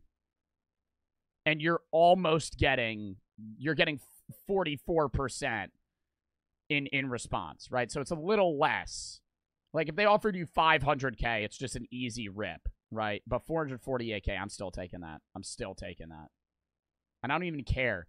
People don't take it because they're then every time, say you do take the bank offer, they always make you do this. They always say, and let's see what you missed out on. And they show the case that you have. I don't want to see the case that I have, right? I don't want to know in that scenario, right? If I'm playing poker or something, yeah, I want to know what the fuck I folded on. But if I'm in Deal or No Deal and I take 448K, I don't want to fucking know if that was $1 million or not. And then they always show it. And then like half of the time it was $1 million. And then it motivates people to go, okay, maybe I should just always keep my case. Vamp and Islord for the sub. Loga and Winners for the sub. Psycho for the sub. Nevia for the 3. Dysnetic for the sub. Floating for the 3. I made a tier list a while ago. I can send it in the mod after school if you want. If you want to send it to a mod, let me know, and then I'll check it out. Whisper for the 5. Little Picker for the 3. Can you stream COD Modern Warfare 3 at least one day or poll chat to see if they would want it? Chat, would you want me to play COD one day? Aaron for the 3. I feel like MW3 is just a fucking dead game. Like, I want to play Rainbow, and I like shooter games, but I just think that COD is, like, fucking dead. Like, at that point, I could just play, like, Val or CS or Rainbow. Other games still with voice chat and still just more entertaining. Heard of a Game of Prey? Send it in the Game Sesh tab, dude. Lucas and Breezy for the sub. If you have any videos you want me to watch or games you want me to play, exclamation point Discord. Mod spin the Discord link. It's how I find most of the videos that I watch and the games that I play. I have a video session tab, Game Sesh tab. You can send videos in video session tab, games in the Game Session tab. Be very much appreciated. Plebsy for the 3. Already read that. Walk away. He did accept that offer. Thank fuck, dude. Genius guy. W Tommy, I've seen too many Deal or No Deals where they go, no deal, and they don't take it. Tommy's a fucking smart man. Tommy just walking out now with a fucking smart car that's probably worth about $300 total in sheet metal, and then a AA battery that's going to power it. But also, he's walking away with fucking $448,000 pre-tax. So he's actually going to be walking away, depending on what state he's playing in, with maybe high 2s. Huge win for Tommy. Absolute huge win. $500,000 and a new car and a new girlfriend. It is unfortunate because if you accept a deal on Deal or No Deal, they make you play out the rest of the game. Oh, it's so annoying. What you would have done. And with the choices that he would he would have won the mill. He would have won $1 million. So just one more little jab. But it's a jab, but you can't know that, right? And so it's the same thing with like when you're playing poker. If you start out with a shitty hand and you fucking fold, and then the cards come out that you need, yeah, you're gonna be mad. But it's also like you did the right thing statistically. Jab at him that he lost out on $500,000. Because you know how bad I would rather have 448K and lose out on $1 million than have nothing and lose out on 448K. Right? I'd rather lose more marginal money, but at least have something. You know what? You love to see Tommy win. Like, imagine walking home that night with $0 because you didn't take the deal. Oh my God, you would never live that down. Yeah, you walk out with 448K. You might be thinking about how you missed out on $1 million for like a week, maybe a month. But if you walked out with nothing, oh my God, that's gonna be on your mind for the rest of your life. I love to see Tommy win. I know that you love to see Tommy winning. Deal or No Deal. It's not retirement money, but it's like $500K. You win $500,000. That's gonna fucking change your life. Maybe not to the point where you're gonna be able to retire, but like you fucking use that wisely. What the hell were you doing? Wow, I'm getting a lot of people saying, can you ban this person? Hold up, let me look.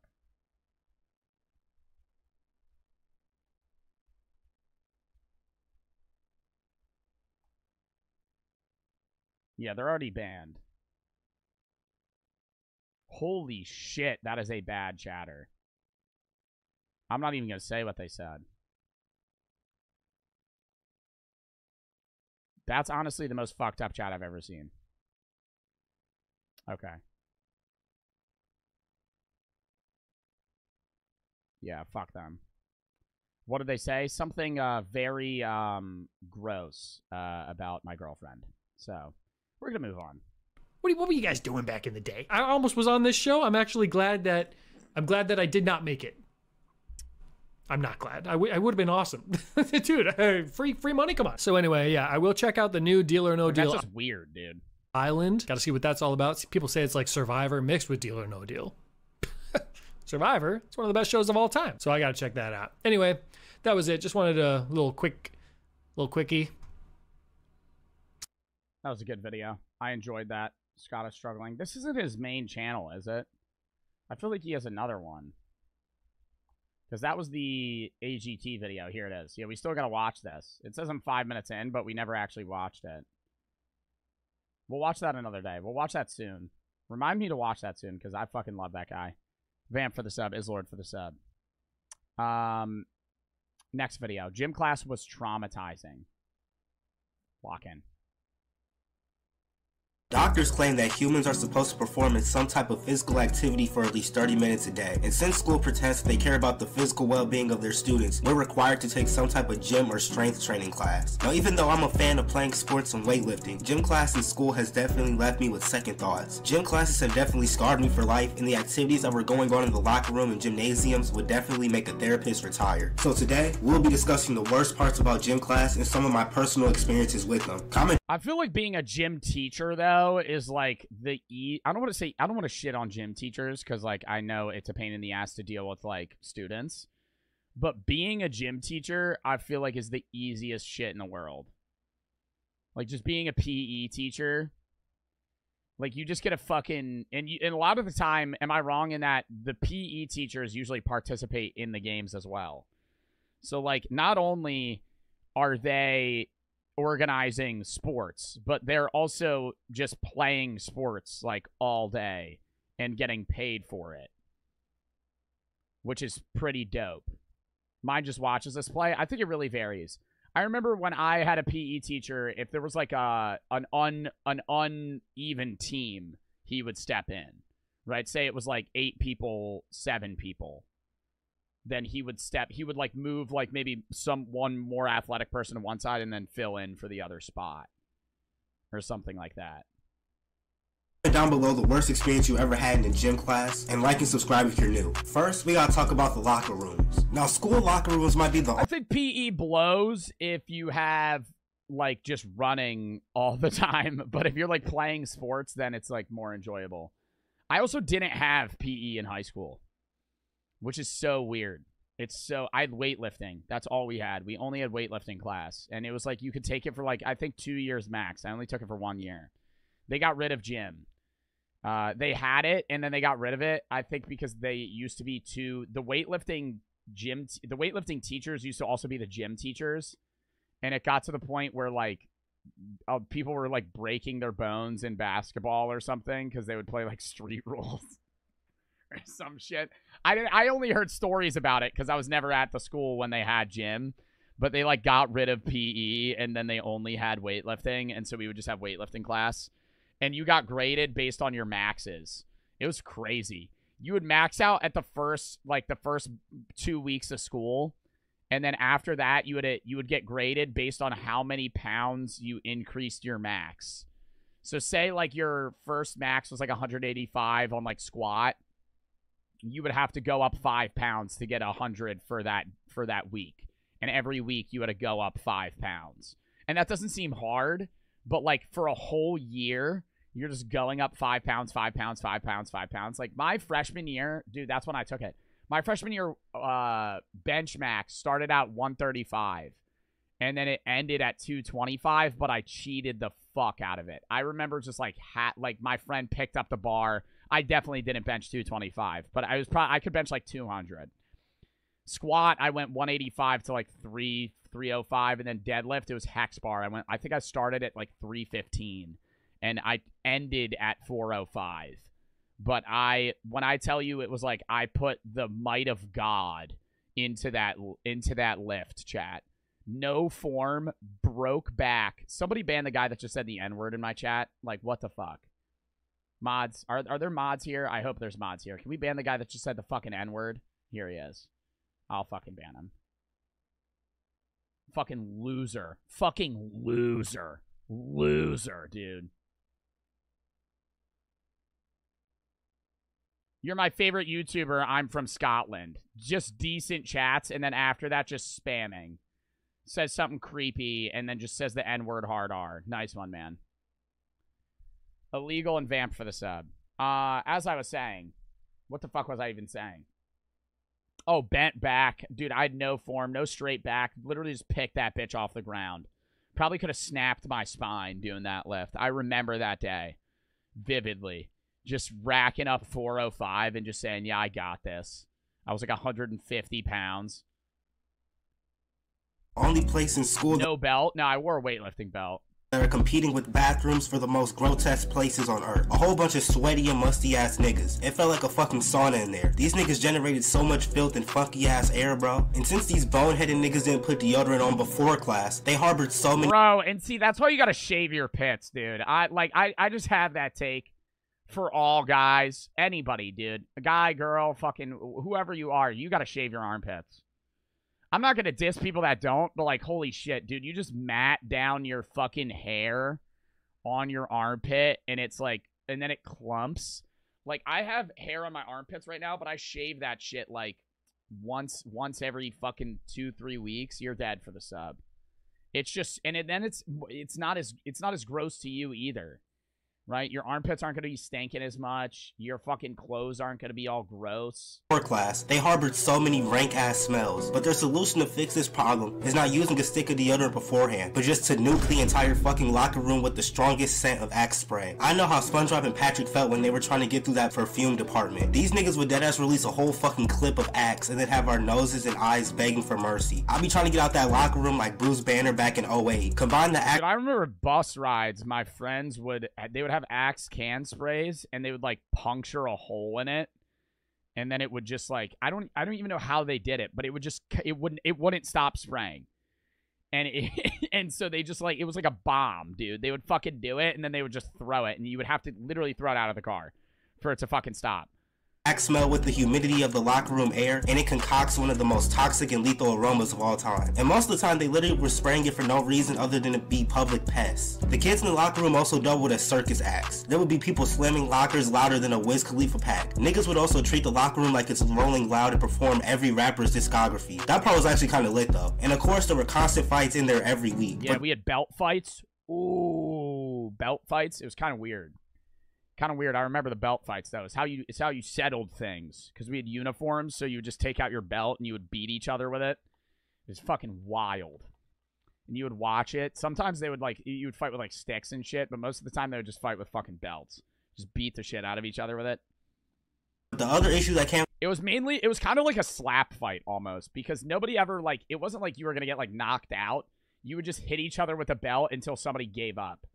The locker room was trying to change clothes. In my high school, there were hella kids that would change in the stalls. And honestly, I can't blame them niggas, because the weirdos in the locker room made that shit damn near an impossible feat. There were so many peeping toms too. You really had to watch your surroundings when it was time to change. I remember once me and my friend were changing after class, and we caught this deranged individual lacking. He was creeping out the corner of the locker. Luckily, we caught him before we actually started changing and pressed his ass. We also did our best 6ix9ine impression and told the gym team— Nah, you ever taken a shit in a public bathroom at school, or just anywhere for that matter? Somebody walks by, and you know how there's those little cracks? Editor, throw this up. You know how there's little cracks in between the stalls?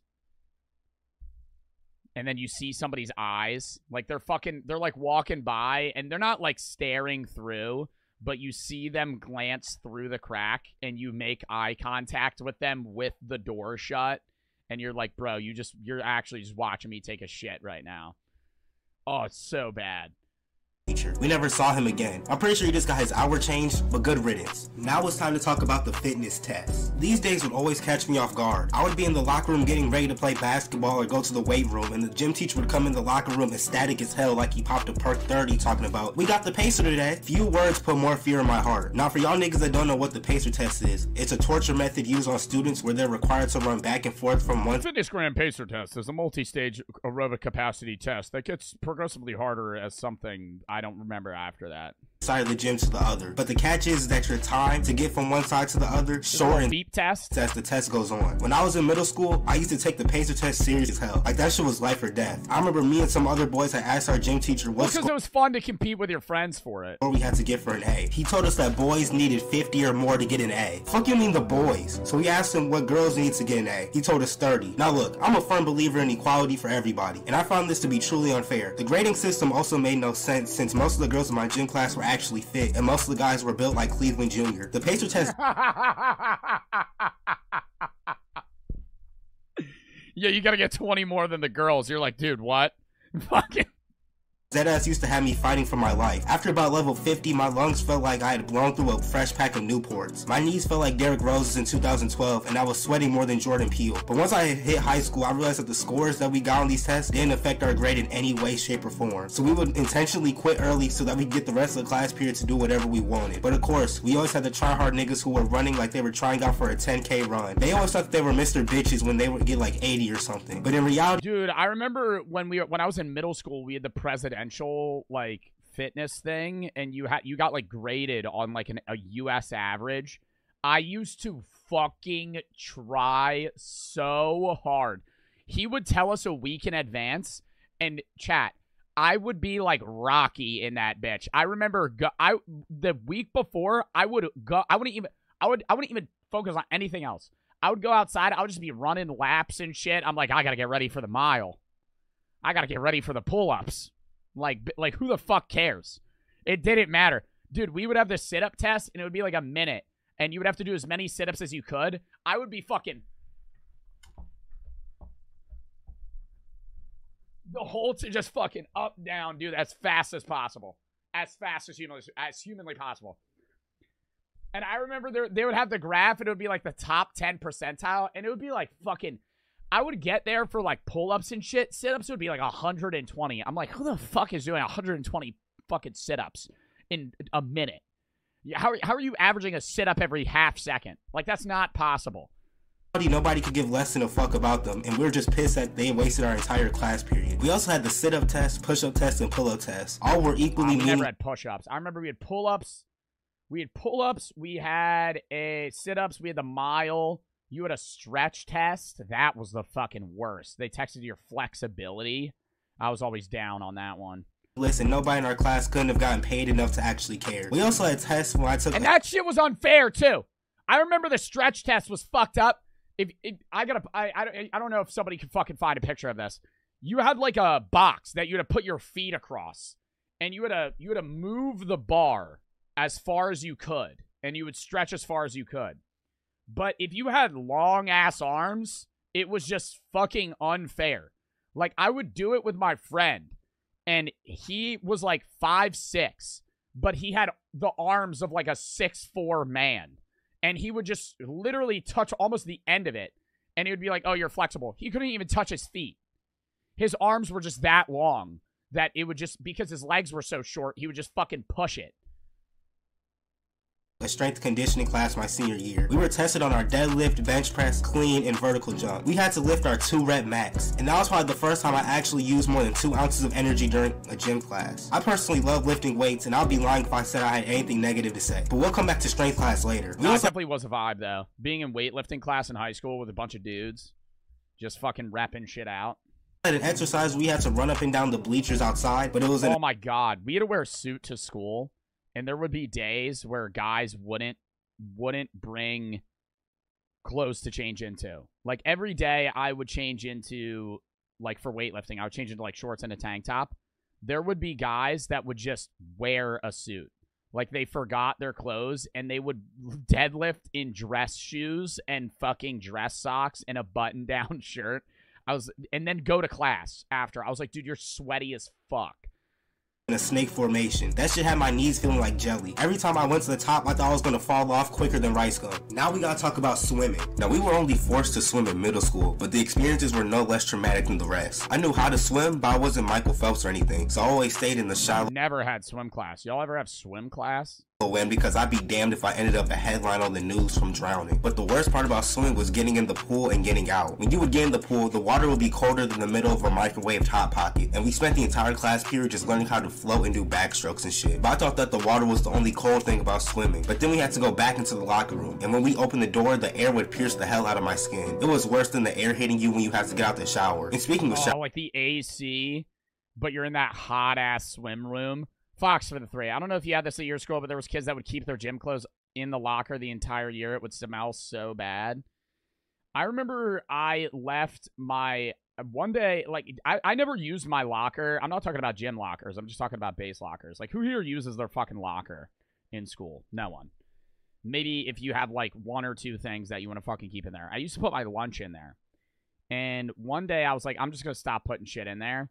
And I left, like, whatever I had left over, like, snacks from lunch, and I forgot about them. And then they, like, slowly rotted for, like, a month. And then one day I was like, oh, my God, I fucking left that half-eaten apple in there or some shit. Ended up taking it out. Fucking reeked. You couldn't smell it, though. It wasn't that bad. But, yeah, no, I know what you're talking about. Kids would leave their leftover clothes and shit, or just jam, like, gym clothes in there. In their base locker, you pass it. You could you would, like, it was like a sniff test. You could use your fucking, you could use your scent to smell which locker was the fucking culprit. Christian for the sub. Showers. We had to shower after swimming too. The showers were straight out of a fucking penitentiary, but that part was actually decent. Dude, musty gym clothes smelled so bad. Nothing smelled worse than gym time pennies.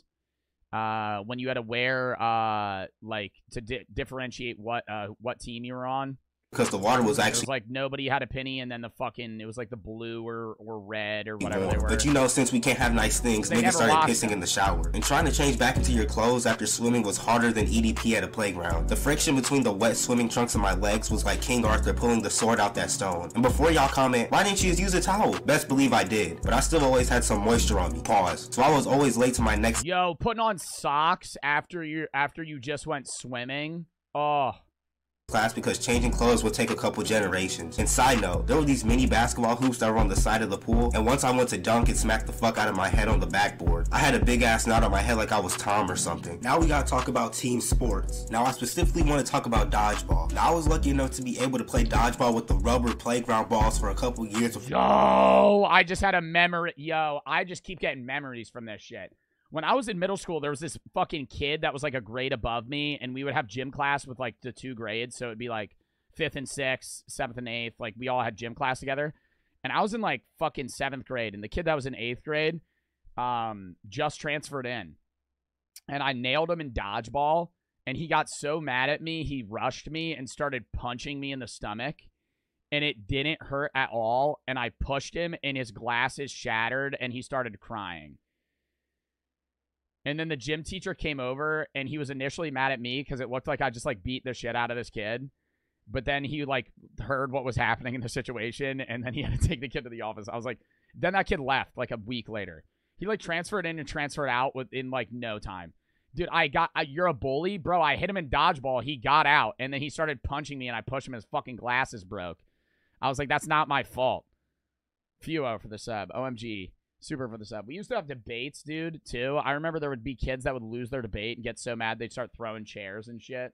For our school pussy down and changed them to these memory foam ass balls. But I'll come back to those in a moment. But the dodgeball experience was legendary. There was always the dodgeball's banned in some schools because it's too dangerous. Dude, that's so stupid. Kid who played baseball or softball that had a go-go gadget arm and would whip them hoes at 90 miles per hour. You already know if you... It was always funny. Okay, this is gonna sound fucked up. It was always funny when the kid that really sucked at dodgeball was the last one left, and the other team had like 5 people all with dodgeballs. And you just saw, it was like a deer in headlights, dude. The kid on the other the kid on the other team was just like, fucking like worried as hell.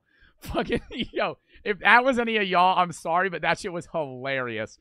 When there would be one kid left and they wouldn't get him out, and he would just be standing there and he's like holding the one ball, like ready to block. And then everybody just pelts him in the face. If you had him on your team, then it was a guaranteed dub. There was also the kid who got decked across the face. This happened so much at our school that headshots didn't count, even if it wasn't intentional. And since I hated when headshots wouldn't count. I was like, that shit should be an instant fucking KO. You nail somebody in the head with a dodgeball, they should be out for the rest of the game. You shouldn't be able to get them back in. So small back then, I was dodging shit like the Matrix. I was a decent thrower, but my catching made up for it, which I consider kind of impressive because if you ever played dodgeball, you already know those rubber balls are damn near impossible to catch. But back to those memory foam balls that our school eventually switched to. Bro, the memory foam ones fucking sucked. But you could throw them shits like they were piss missiles. Oh my god. Yo, you hand me one of those, I swear to god I could kill a toddler with one of those things. If you fucking, not the ones that were like the rubber hurt more, but you couldn't throw them hard. Whereas like the harder foam ones, dude, if you lined me up, if I threw one as like a fastball, I think I'd kill somebody. They were so fucking light and wind resistant that even if you use every cell in your body to throw the ball, it was going 2 feet in front of you. Now we got that's just not true. I hard disagree with that. Those ones you could grip so hard and just fucking wind it. On your body to throw the ball, it was going 2 feet in front of you. Now we gotta talk about the gym teachers. It was so ironic how my gym teachers were always the chunkiest niggas on planet Earth. But they had the nerve to be telling us that we're not trying hard enough, knowing damn well if they tried to do one push-up, they would go into cardiac arrest. It was the worst when you would have gym. I loved when we played kickball inside, and you could just rip it so hard that it would hit the ceiling, and you would try and break the... I used to do that. Where I didn't care if I got out, so I would kick it as hard as I could towards the ceiling and just try and break the fucking, like, the foam ceiling tiles. They would come falling down. Dude, by the end of the year, there'd be, like, 17 of them missing. In one of your first 2 or 3 periods. My nigga, it's 8 in the morning. I'm not doing 100 burpees in a minute. My gym teachers were so lazy, bro, but it felt like these niggas had a JBL speaker built into their vocal cords. Every time they would talk, it would shake the room. And they always had the nerve to sound so... In my school, if you hit the ceiling, you're instantly out. Oh, yeah, no, that was the same with mine. If you hit the ceiling, you're out.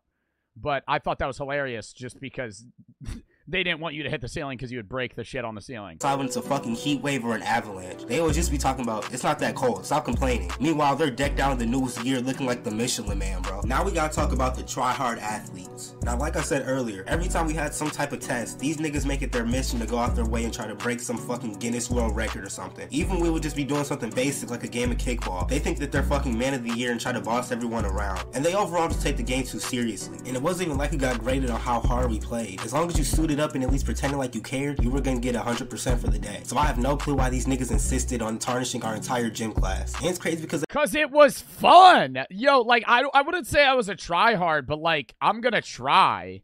If you get me in a soccer game, am I just gonna fucking sit there and mope around like I'm bored? Like, no. I'm gonna try and fucking get a few goals, right? You get a hat trick, then you talk about it. They don't even be the niggas that are on the sports teams. I'm understanding you actually played sports for the school, but still, most of the time the people that are on the sports teams be chilling when it comes to gym class. Tryhards are truly their own breed and archetype, and it would get worse when we would be lifting weights. Every day was some new bullshit. One of the main problems were ego lifters. They always thought that they could bench like 400 pounds but would struggle with 130. The amount of these types of people in my class was insane. They spend more time talking and trying to brag than they do actually trying to improve and get stronger. And then they wonder why they're always hurt and have more injuries than Anthony Davis. If you don't get no icy how to humble yourself, my nigga, stop ego lifting 2023, man. Let's make it happen. But I think that's gonna cover everything for this video. Thank you all for watching. Thank you for all the love that y'all been showing me, man. It's really crazy, but you know. Fucking W video. Dude, I love this guy. Shrek for the sub. Fox for the 3. In my junior year of high school, the board voted against dodgeball and it was removed from all gym curriculum.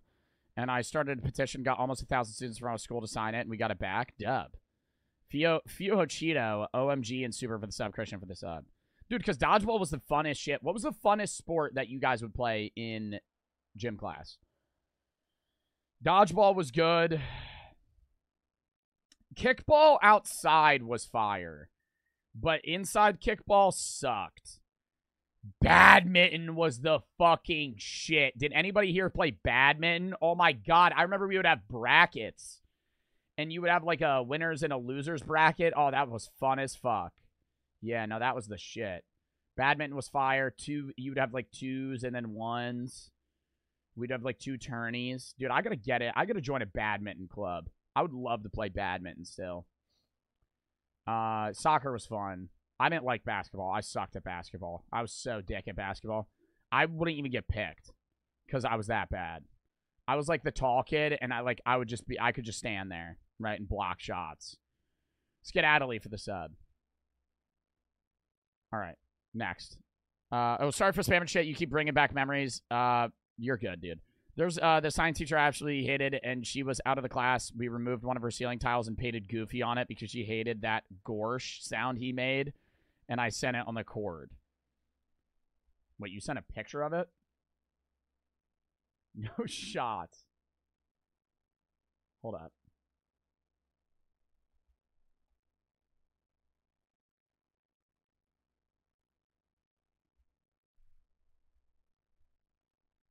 Goofy time gorsh. Did they get rid of it? How did you paint it that fast? All right, next video. Deadly for the sub. Banned and controversial foods. And then we have... We'll actually probably do the out of context clips after that, and then we'll do this. All right, lock in. Banned and controversial foods. Ragmad for the sub.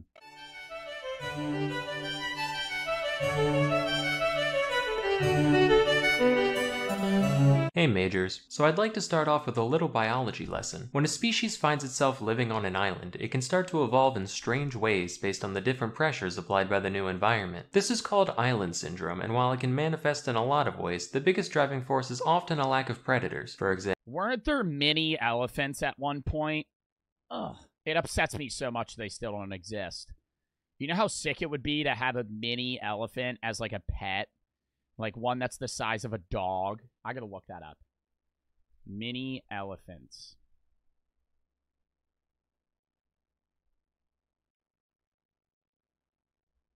History. Where were they? Yeah, dude. They had elephants that were smaller than humans. What the fuck? Imagine owning an elephant that's like the size of like a pig. That's so sick. Lemon and 69 for the sub. Example, the dodo lost its ability to fly since there was nothing to flee from. The Saint killed a field mouse got twice as big since it no longer had to hide. And with no one around to bully them, the Sardinians started putting maggots in their cheese. Meet kazumarzu, literal translation, rotten cheese. It's made by taking a perfectly good wheel of pecorino and letting a special type of fly lay eggs in it. The fly babies then work to partially digest the cheese, rendering it goopy and wet and maybe quite tasty and worm-filled. Now, cheese and they sell that? This as a concept is already quite suspect. It's clotted milk that you fill with... Haven't we seen this? This shit came out 19 hours ago. ...bacteria and mold and let sit for a while. But cheese is safe and delicious. Cheese is my... Dude, whenever I see fucking stupid TikToks of like moldy ass fucking cheese, and it's always some fucking jerk off that has like a cheese fetish or some shit. And he's always like, oh, let's just check the cross sections here. And he opens it up. And it's just green. It's just all green. And he's like, oh, this is a good cheese. This is good aged cheese. Buddy, that's mold. You're eating mold. It's mold with some cheese. It's not even recognizably dairy anymore. It's at this point it's another growth of its own. I don't know, you might get superpowers if you eat that shit. It might kill you instantly. I don't know. Show C for the 3. Best YouTuber and streamer, keep it up. Thank you. My friend, I trust cheese, so my guard would be down around kazumarzu. I've learned to look past a cheese's childhood. Strange upbringings are what give them their character. But it turns out, those maggots are still alive, and if you don't chew well enough, they can cause enteric myiasis, which is a fancy term for Wait, you eat them with the maggots still in it? Fly larvae living in your intestines. Symptoms are similar to food poisoning, except with the added psychic pain of knowing that, again, your bowels are full of squiggly new friends. It's for this reason that kazumarzu is banned in the EU and elsewhere. A black market still exists, which is wild, and it's not a small one. In 2019, how do you get rid of them? How do you get rid of them if you have maggots in your system? Drink a bunch of alcohol, maybe? Nah, that probably wouldn't help, because that's not going to go to your intestines. How do you get rid of maggots? I don't know. How do you poop them out? Yeah, but they're going to keep birthing and living in you.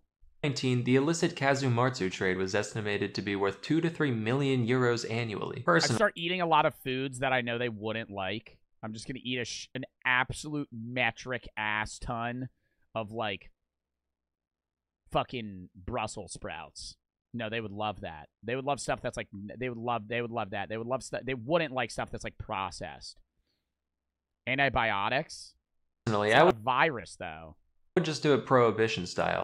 I'd eat a shitload of Twinkies. Yeah, maybe a bunch of Takis, some spicy shit.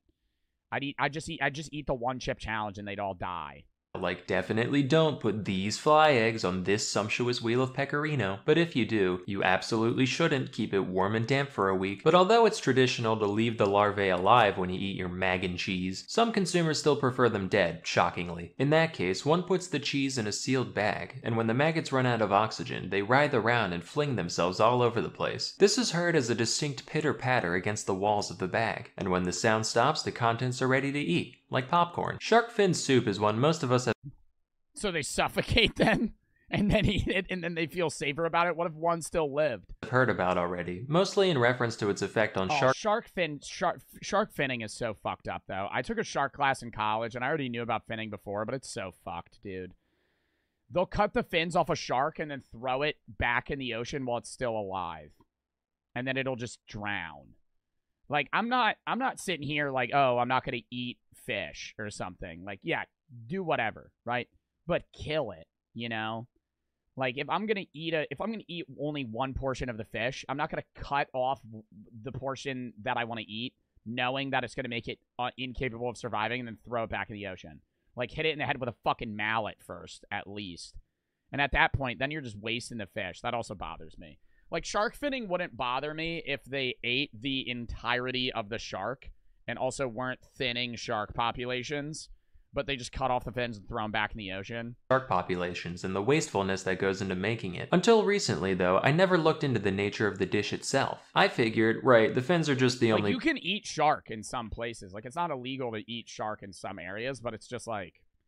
Finning is definitely illegal. Part of the shark worth eating. Big whoop. It's probably not much different from, like, swordfish. Apparently, though, I had it backwards. Shark fins aren't even meat. They're made almost entirely of cartilage and collagen. They are the last part we should be eating. That's why it's only made into soup, because without being soaked in broth, it has zero flavor or nutritional value on its own. Their only redeeming quality is their unique mouthfeel due to how stringily the collagen grows, in structures called ceratotrichia. The texture has been described as somewhere between chewy and crunchy, which I find... That would bother me. I would not like that. I would not like that. I want chewy or crunchy. I don't want a somewhere in between. Describes most things, actually. Other adjectives present on Wikipedia include snappy, gelatinous, and sinewy. The exact sensation of eating this substance remains a mystery to me, and the unintended It looks like a wet potato chip. Side effect of all this research is that I now really want to try it. Like, it's a big trade. I've got to be the one that's wrong. There is imitation shark fin soup available, but I've already decided that it's not nearly as good. So I've come up with a compromise to this controversy. Everyone on Earth gets just one bite. Say there's 10 bites to a fin, 4 fins to a shark, 200 million sharks die, sure, a necessary casualty, but then we can end the practice forever. All done. You can finally... Yeah, but then I feel like sharks are just gonna be fucking gone. How many sharks are even in the world? Not that many. How many... Well, what sharks are shark fin soup? Because it's probably a type of shark. Oh, hammerhead mako, blue, and soup. Yeah, it's usually not great whites. It's hammerhead makos and the blue shark, whatever the hell that is. Taupe and soup fin. How many sharks are in the world? Oh, 1 billion. An average of 1 billion, if we had a guess. How many great whites? How many great whites? I saw a hammerhead shark one time when I went fishing, and I thought it was the coolest thing in the fucking world. There's only 5,000 great white sharks in the world. What? What? How many hammerhead sharks? How are there 1 billion sharks then?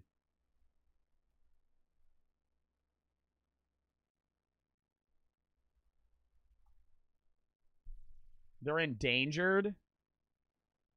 How many hammerheads are left?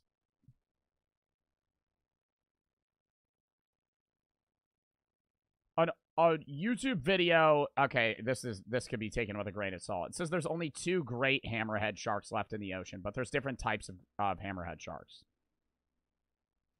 Yo, what if I saw one of the fucking only great hammerheads? That would have been sick. How are there that many sharks? What sharks are that many? Oh, like bull sharks? How many bull sharks are there? Probably a fucking ass load.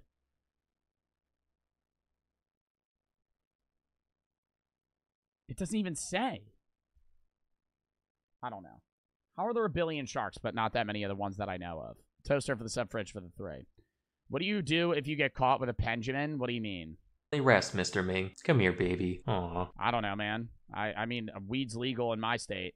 Aki. What? Aki. Where? Aki. The aki is a fruit originally from West Africa, which is most commonly associated with Jamaican cuisine, where it appears in such dishes as aki and saltfish. These alien kidneys here are called the arils, and they're the only part of the fruit that's actually eaten. The flavor is on the savory side, being described as kinda nutty or bean-like. What makes the aki controversial, though, is the effects it can cause when prepared improperly. If the arils are allowed to completely ripen, they're harmless, but if you eat them too early, or don't thoroughly clean off all the non-aril stuff, they can cause Jamaican vomiting sickness. This disease doesn't sound real. It sounds like it belongs next to I wouldn't want to fucking... Why would I chance that, though? Eastern sweats and Tangerian bone grindings, but that's actually an... It's the same thing with, like, the... What's that one fish that's really poisonous that people eat? I don't think it's puffer fish. It's some fish. Maybe not lion... I don't know. Lionfish, some shit like that. There's a bunch of fish that are poisonous that you have to fucking prepare right. And if they don't, like, you can die. It might be a puffer fish. But, I'd try it if I went to a really good restaurant, but I'm not...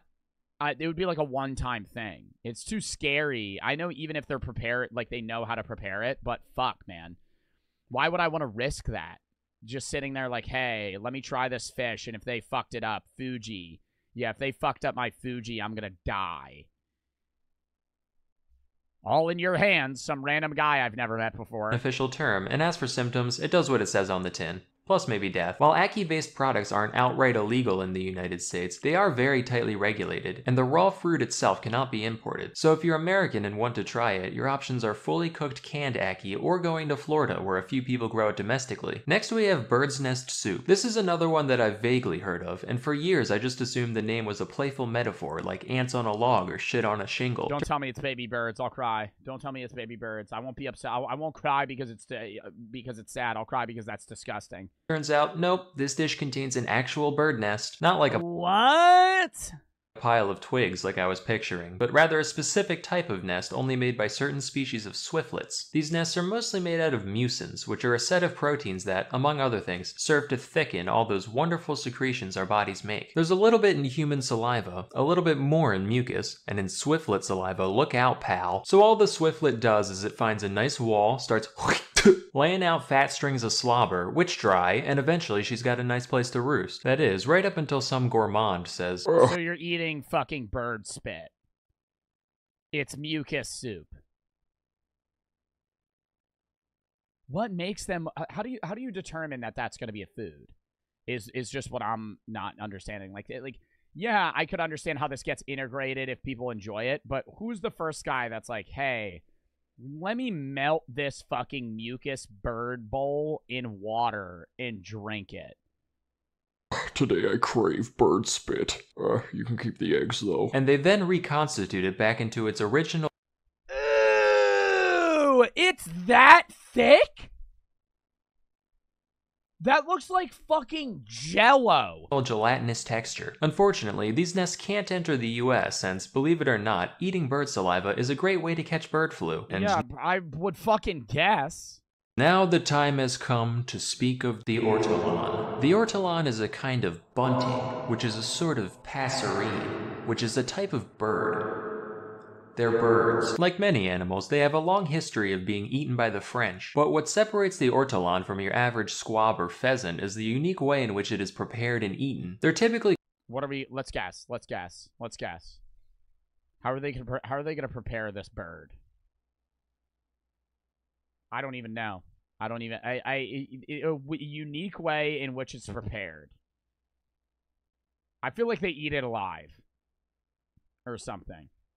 It's gotta be like, they eat it raw. Or something. Drown. No, it's like they either kill it in a weird-ass way, or they're just eating it while it's living. Freezing it. I've seen this. It's horrifying. like somebody said boil, but I mean like that's gross. Like you wouldn't want to boil chicken, but that's not like, oh, you're boiling a bird. Like that's not gonna make me cringe. It's gonna be something disgusting.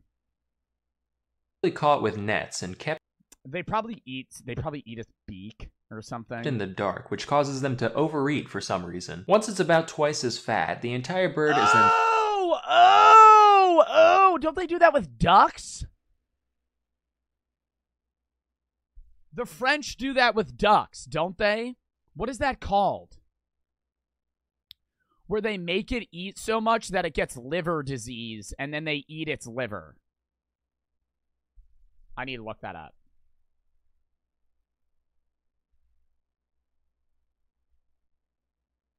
Foie gras? Foie gras. Foie gras. Foie gras. What is it? It's a French cuisine that's rich and flavorful. Made from the liver of a duck. How do they make it?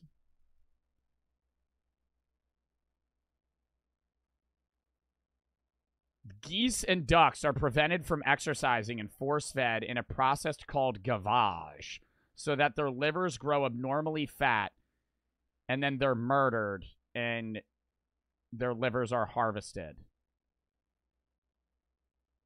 Okay, so they're doing something similar. This, it looks like they're soaking it in wine.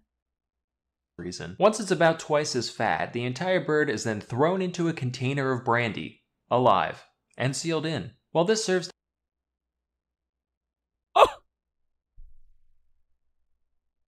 And it drowns?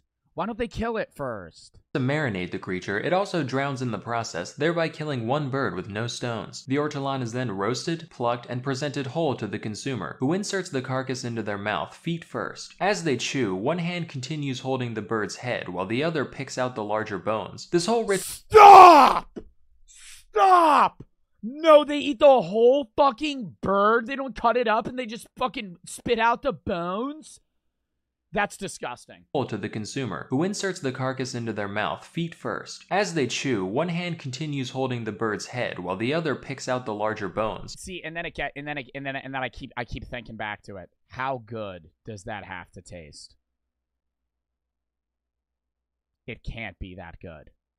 For you to go, yeah, let's just, let's get this bird, we're gonna fatten him up, we're gonna drown him in brandy, and then I'm gonna fucking eat him whole.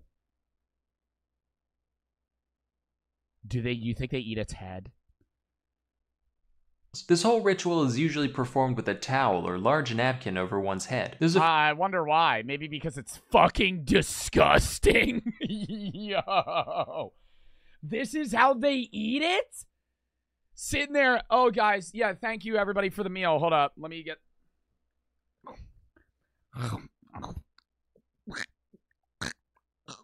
Just fucking chowing on that. Ugh. A few explanations for the purpose of the towel. Some say it's just there to keep the aromas in, while others say it's there to, quote, shield from God's eyes the shame of such a decadent and disgraceful act. Yeah, this one I'm okay with not. Oh, that's what it looks like? I don't think I could eat that whole. Chad, how much does somebody have to pay you to eat that thing? And you gotta eat it how they eat it. 50 grand. 50 grand, maybe more. It'd be a lot. That's disgusting. I would throw up. Are their organs? Are their organs still intact? Like, am I eating their organs?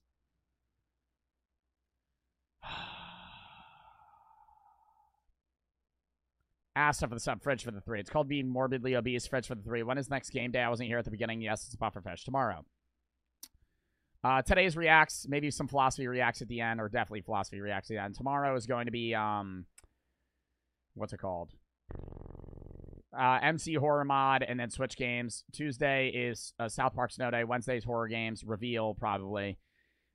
Thursday is going to be Fort, and then maybe some games with other streamers. Friday's Reacts. Saturday's Block Wars 20, and Sunday's Reacts. Next Monday is more South Park. Ben for the 5. Would you ever play any Resident Evil? I played Resident Evil 7. Toaster for the sub, Shoesy for the 3. Best YouTuber and streamer, keep it up. Thank you. Lemon69 Ragmad for the sub. Hornet for the sub. trying, actually. Notable fans of this dish include, not joking, Bill Cosby and the guy who invented the lobotomy. To be part of that social club. Our mission is to eat birds whole and then make people not remember things. Killing ortolans was banned across the EU in 2007, not for any ethical reason, but because French people did this so much that the entire ortolan population was threatened. Thankfully, as of 2018, their conservation status is under least concern, so hopefully the French can get back to it soon. Anyway, that's all I have for today. Till next time, I'm Salmonella, and thank you. That was a fucking great video. Oh my god. Alright, next. I gotta piss real quick, and then we'll get into it, chat. Count me down 30 fucking seconds, chat. I'll play a different song. I've been playing that one too much. And we'll play this.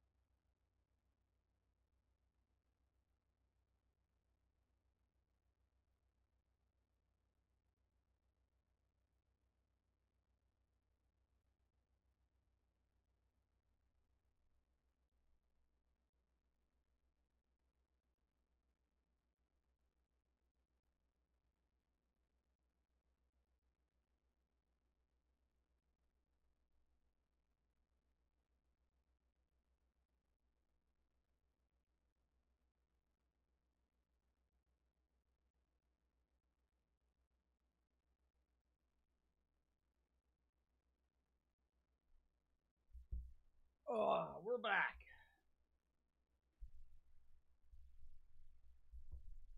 My god. Chat, are y'all on spring break this week? I feel like a lot of people already had their spring break. I feel like this is the last week that people would have it.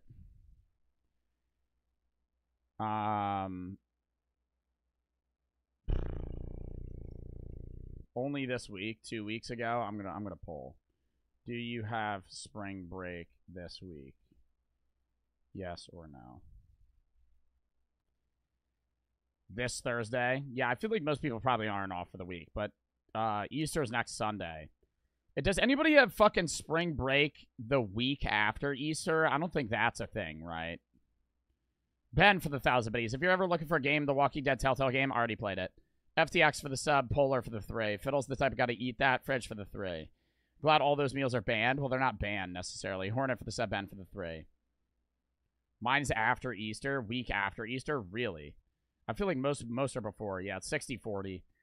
I mean, I'm probably, chat, are y'all fine if I still stream regular time this week? On Easter itself, I'll probably stream at like noon. Like, I'll stream early, but I was going to stream regular time. Like, I know a lot of y'all are off, but it's not enough people to where I'm going to stream earlier. I mean, I might go live like a half hour early some days this week and next week, but for the most part, I'll probably stream same time just because unless like 80% of my chat's off, there's no point in me streaming early, you know? On weekdays, at least. On weekends, it doesn't really matter. I can stream whenever. But, all right. We have fucking 3 short out of context videos that we're going to watch. And then we may watch this one or skip it and then go to the fucking philosophy videos. I don't know for sure. Lock in here, though, Chad. Giovard out of context number 4. Oh, I should move. Should I move? Yeah, I got to move. Can't have 2 of me here. Stud for the sub, the noodles for the fucking 3. What's the craziest chat you've ever seen? I don't know, man. I get a lot of crazy chats every day. Lock in. Don't move. Stay put. When did we kill Jack Adams? I have kids at home. Element I don't of give talk. a fuck. We have. These are gonna be brutal watches. I already know it. I already fucking know it. Fish sperm for sale. Okay. Nah, see, I was doing fish sperm for sale about a video about somebody buying fish sperm. Ah, dude, I should start selling my snot. Let me try it. Oh shit. When they added twerking into Minecraft. Dude. Oh god. Chat, what do we think about our odds? Why am I doing that? See, like, a lot of these clips, I remember doing this. Don't remember that. What am I doing? Y'all done yet?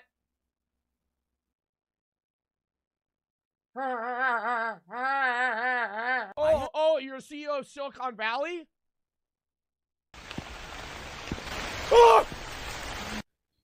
Dude, let me just flash forward 20 years for you. She's gonna be divorced, broke, 4 kids. Oh, God. Hating her life. Oh, the beard was not it, dude. The beard was not it. I think if I let it go for another, like, 2-3 weeks, it would have gotten better. It was in that weird stage. Time. See, kill the kid. Yes. Yes. Don't salmon, like... Dude, they should kill somebody in the new Despicable Me movie.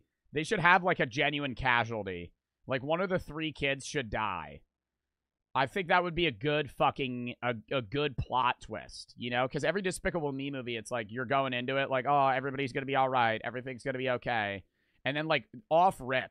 Dude, imagine Despicable Me, whatever we're on. Despicable Me 4. Despicable Me 4, they're like, we got to do this last heist, guys. And they're like, okay, you know, well, fucking all right. And then off rip, they walk in. The littlest one, what's the littlest one's name? Steps on a booby trap and gets her head cut off. Just fucking decapitated. Blood just fucking squirting out of her neck. Just, and then, like, he picks up her head. Agnes gets her fucking head ripped off. Or some shit. Or, like, not even that. Like, the new Despicable Me movie, they, like, break into this thing, and Agnes gets into, like, the fucking bear room of this rich guy, right? And let me pan it out. This is what Despicable Me would do. She goes into the bear room. It's all dangerous. But Agnes is so nice and happy that the bear doesn't kill her, right? And the bear's like, oh, and just, like, ends up, like, playing catch with her or some shit, right?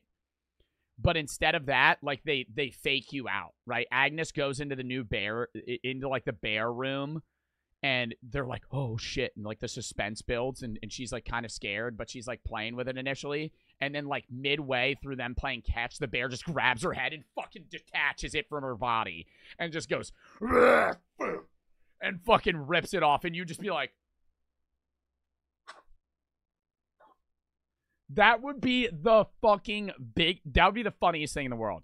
That would be the biggest plot twist I've ever seen in my entire life. You're just watching, like, an Illumination entertainment video, just expecting it to be the same as every other film. 30 minutes in, kid walks into the bear room, just fucking rips her head off.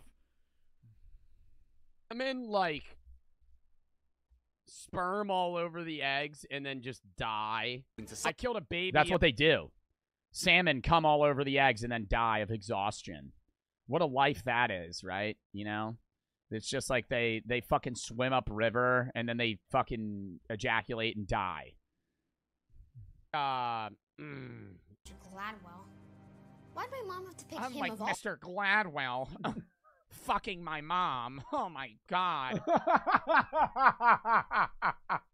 I hear them at night and it's just like constant noise. It's like he's just going at it all night. They age restricted the fuck out of that YouTube video. That one got age restricted so fast. And I appealed it. I was like, dude, it's a Darman video. They get back. They're like, dude, you cursed like every 5 seconds. And there's like a whole bit where I'm just talking about like him getting his fucking mom railed by his teacher. You guys want some sushi? I wouldn't say yes. Well, fuck you! You worked for me! Yo, the intro to this song is fire, though.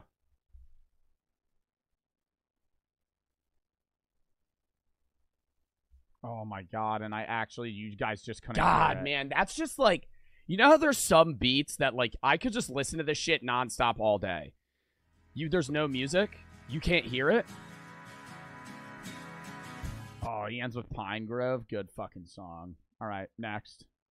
Oh, no, that's next. On Pokemon. Fridge for the 3. Fridge for the 1,000 VODs. I wanted to do tie because I was almost at 5,000 badge. What does that even mean? I wanted to do tie. What? Stud for the sub. The nude for the 3. Oh, no, that's next on Pokemon. Oh, let me. You guys know I'm the Pokemon expert. What is this in reference to? Oh my god, the fucking royalty family. Because they're so overhype about everything. That's how they literally act in their fucking video.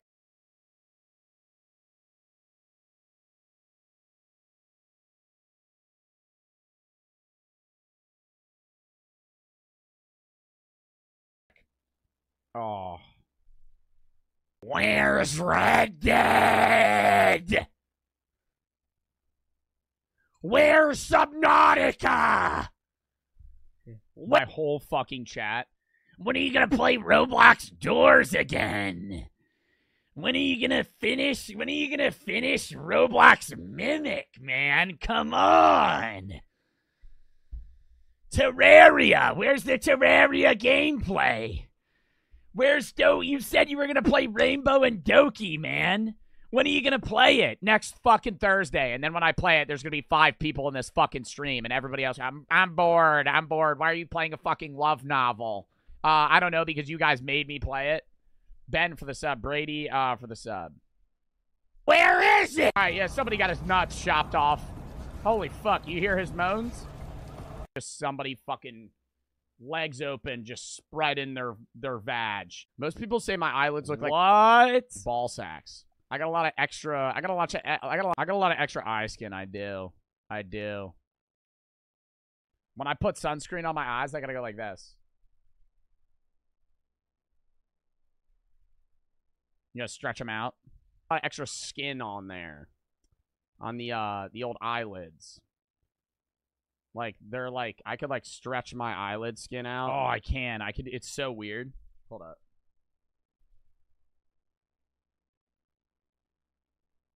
And I can still blink normally. Like, it feels more normal like this. Like, there's too much skin on my eyelid. Like, sometimes it annoys me and they get, like, the skin folds get stuck to each other. Like, pretty far, actually. I can stretch most of my skin pretty far. I'm just petting it. Like, I know I have a few family members that have cockapoos, and I'll just be like, oh, this is a nice dog. I turn around, it's just fucking my knee. Dude, every time though. Every time around a cockapoo, they start fucking me. It's annoying. It's like you start petting them. The second you lose fucking eye contact with that thing, that red rocket comes out. Just starts going to town, dude, on my fucking shin. Live nude hamsters. Let me in. Oh, are you friendly? You told me the real Italian doesn't eat fucking pasta. Oh, next you're gonna tell me you don't like fucking garlic bread. Okay? Oh, you're not gonna order the mozzarella. You're not gonna order the mozzarella. You tell me you're going to Applebee's and you're saying, hi, can I have the mozzarella sticks and the boneless wings? You guys say, oh, can I have the boneless wings and the mozzarella? Could I get the mozzarella? I know this is a real Italian establishment. Could I have the mozzarella? Thank you. Oh, next you're gonna tell me you say mozzarella, not mozz. It's mozzarella. Oh, that fucking comedian just, it makes me want to fucking, I just want to start punching walls and shit. I gotta find him. It's mutz, not motz. Oh, I get so mad when I see their videos. What is their name, chat? It's like a short comedian, and they yap about it's fagioli. It's not fagioli. It's a fagioli. Shut the fuck up. It's not Matt Rife. And he has slicked back hair. TikTok ranting about mozzarella pronunciation.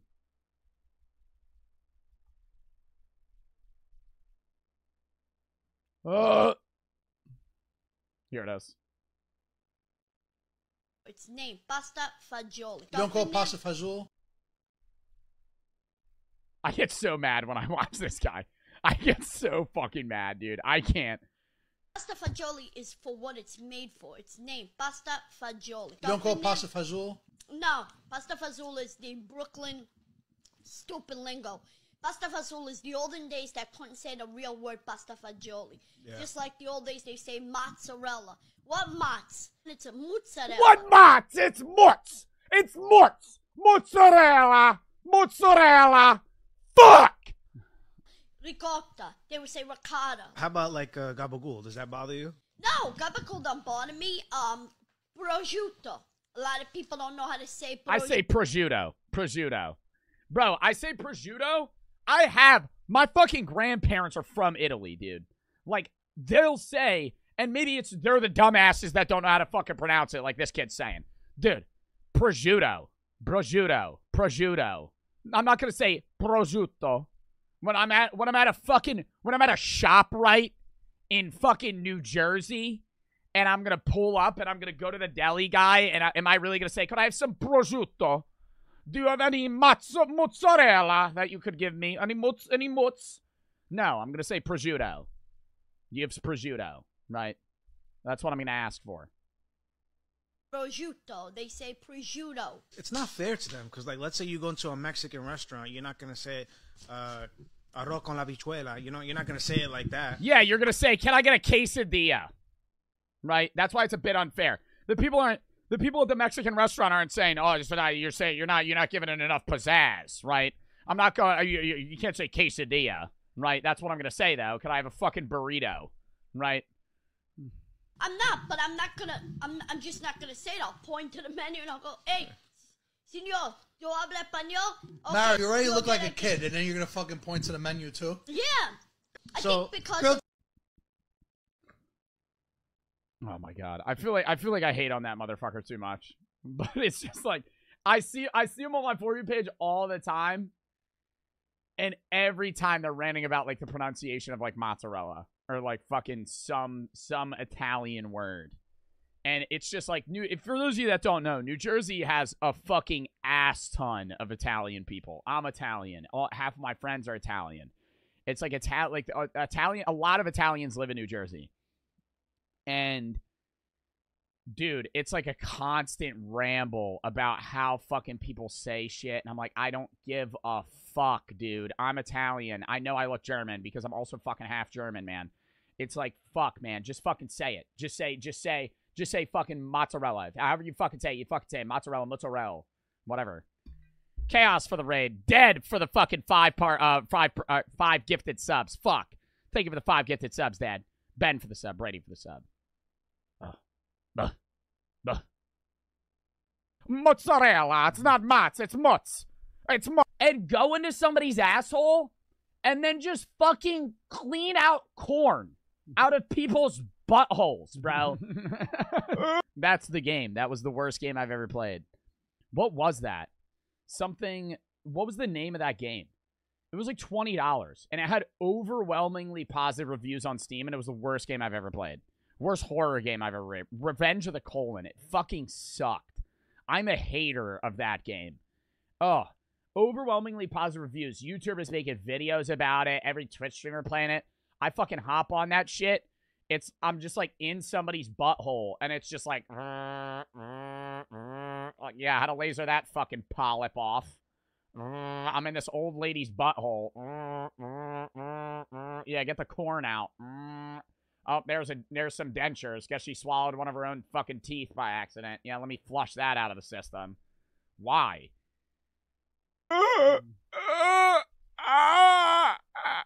Help! Welcome to Alpha Data Kappa Pi.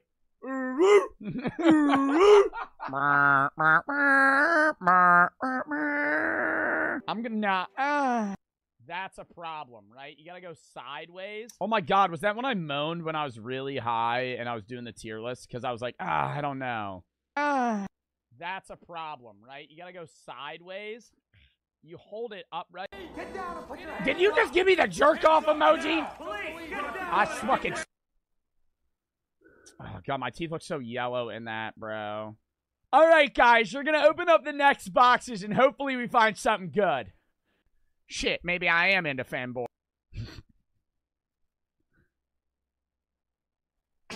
That's not even an out of context. I sneeze like once every other stream. That's like pretty lax. All right, last one.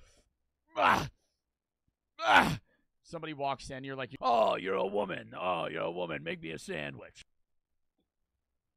Boogie bomb. Not blinking. Oh!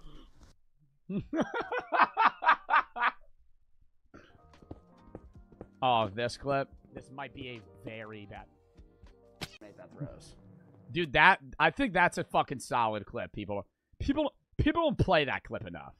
Right? As I was saying, oh, maybe this is a bad idea. I immediately die. This might be a very bad. Make that throws. You're gonna die? No, I'm not. I still haven't done scan. Don't kill me. Don't kill me. Don't kill.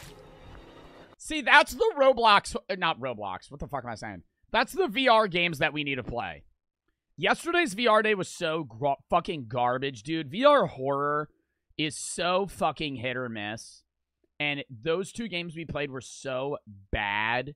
Like, VR games, I think VR games that are able to be VR, like VR Among Us, or like Beat Saber, and those games where it really makes sense for it to be a VR game, I love those. But whenever they make horror games, I feel like a lot of them are just PC horror games that they're like, hey, this isn't good enough to be a PC horror game, so we're just going to make it a VR game. It's like that craze in the 2010s when really shitty movies just went 3D to get people to like them. Like, anybody remember, like, in the, 2010 through, 2015, like, every movie that was coming out was, in 3D, and it was, a whole craze, and it, made up for the fact that the movies themselves fucking sucked. It's the same thing where it's, VR horror. It's like, yeah, we'll make this VR so it's playable, but then it actually just ends up sucking. Kiki for the sub. If you guys have any good VR games you want me to play, !Discord, game suggestion tab. I also have a video suggestion app for React days, but it's like VR games. I love doing VR days, but I don't do them often just because, the games are a lot of the time just hit or miss. Kiki and Ben for the sub. It's harder to gauge whether or not they're going to be good.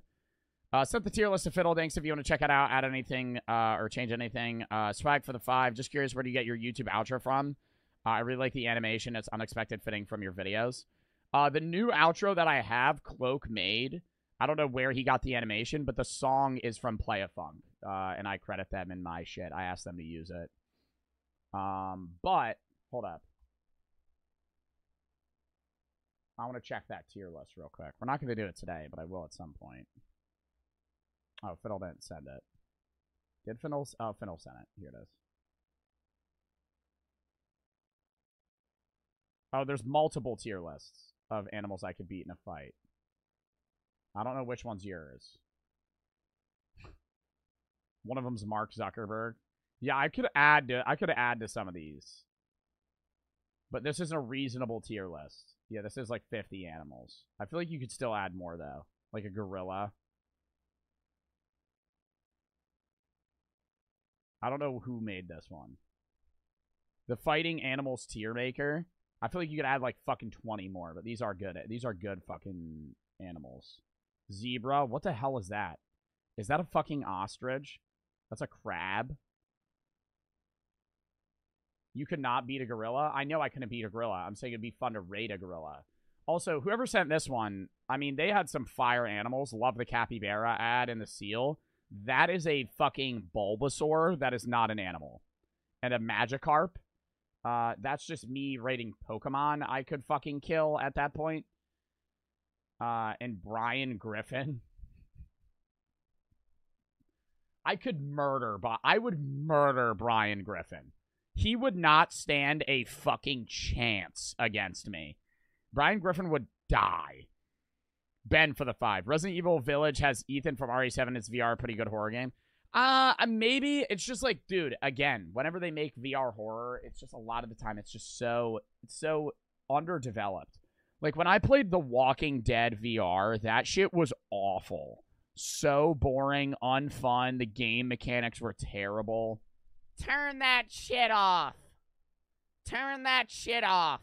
Ass pussy. Beat it up, nigga. Catch a charge. Extra large and extra hard. Shut your bitch ass up, Jeffrey, you fucking loser. Go play Crash Bandicoot on the PS2, you fucking bitch. Fuck you! Get out of my chat, bitch! That's not gonna fix it! I'm laying on the damn ground! I can't move! Oh my god! How is everyone doing on this fan-fucking-tastic Wednesday chat?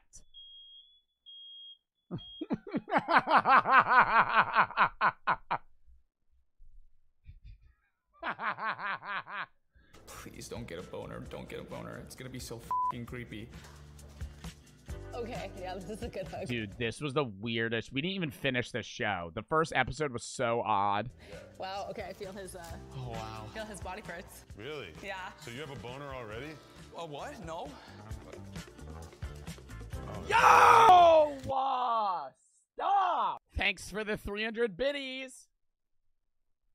Oh my god. Somebody sell me crack. Somebody. Where? I've a minute and a half since I've opened my mouth. Oh! Oh my god! What? There's a big ass bug. I'm so serious. There's a fucking wasp in here or some shit. Did you see that? No. Ah! Cringe, but I don't give a fuck. What's up, guys? We're watching the Game Awards for 2023 live right now. Oh, I forgot we watched the Game Awards, and then I didn't watch the Streamer Awards. When's the next big award show that we could watch? I gotta plan that shit out. When I shouted out the fucking stream. Ugh, that's not even out of context. That's just cringe. On Joe_Bartolozzi on Twitch, come watch. Yeah, facts. Come watch Joe Bartolozzi, Joe_Bartolozzi on Twitch. Those were W videos, though. Floating for the 3. So should I add like 20 or so more animals? Do you think you'll use another tier list? Because I want to know if make a storage file or not. Yeah. I mean, I would use yours. Just make one that's like a little bit longer. I don't know which one was yours.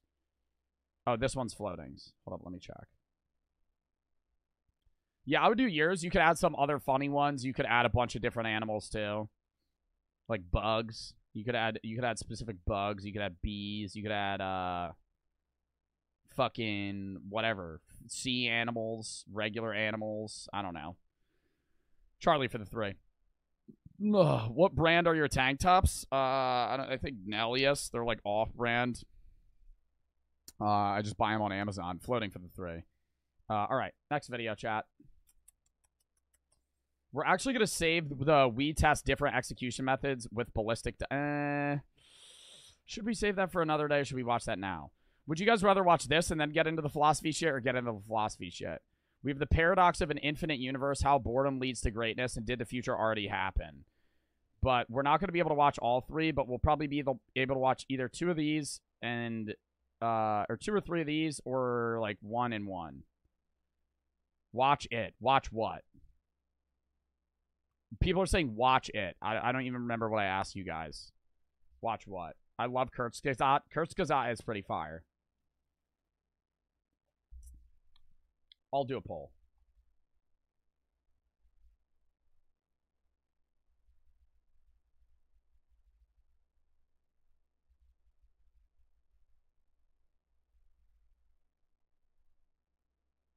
All right, vote on that. I have very bad grammar, but vote on that. Original for the sub. Watch I snuck into Bohemian Grove. We already did on Friday. And if you have any videos or games you want me to watch, exclamation point Discord, mods in the Discord link.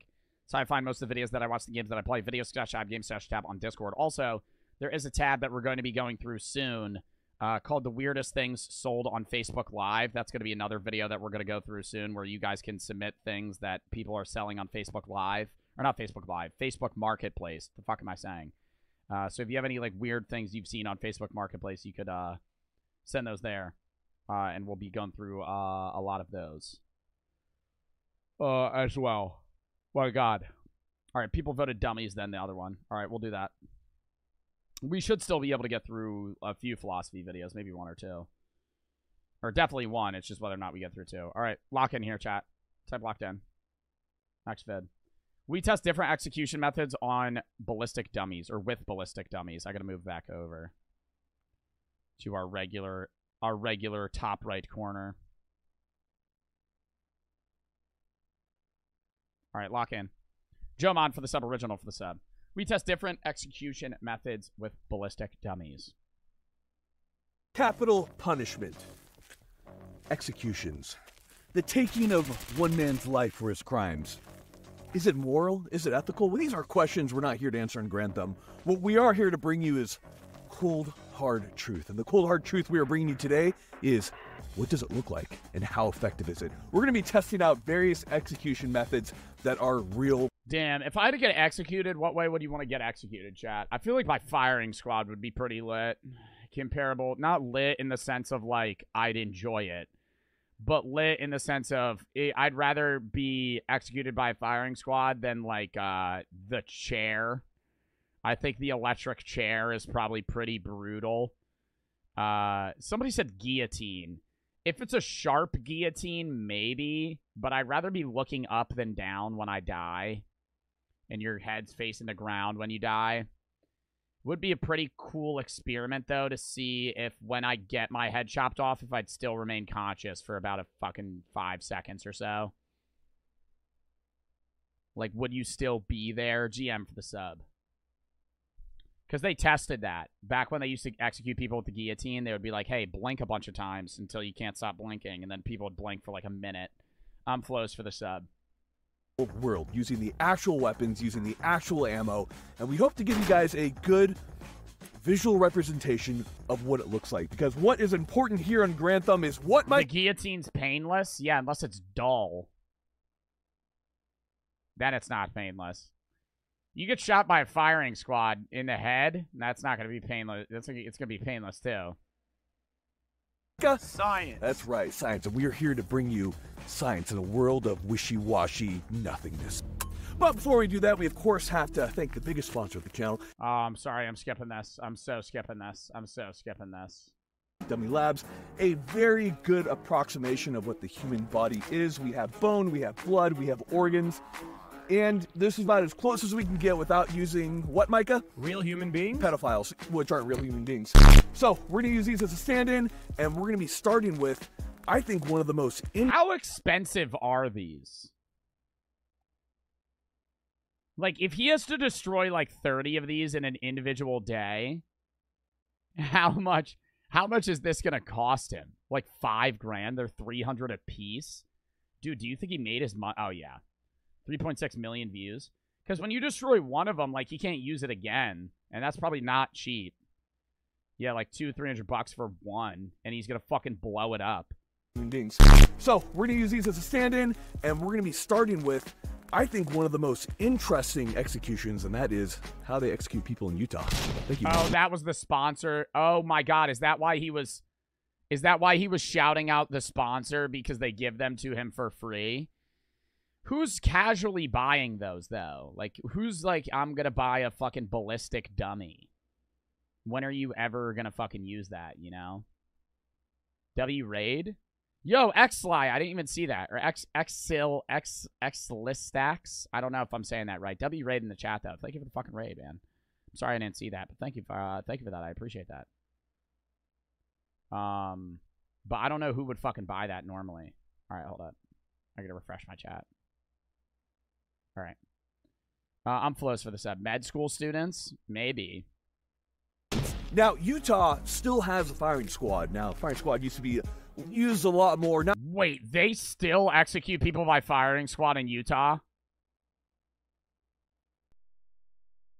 I thought it was only lethal injection.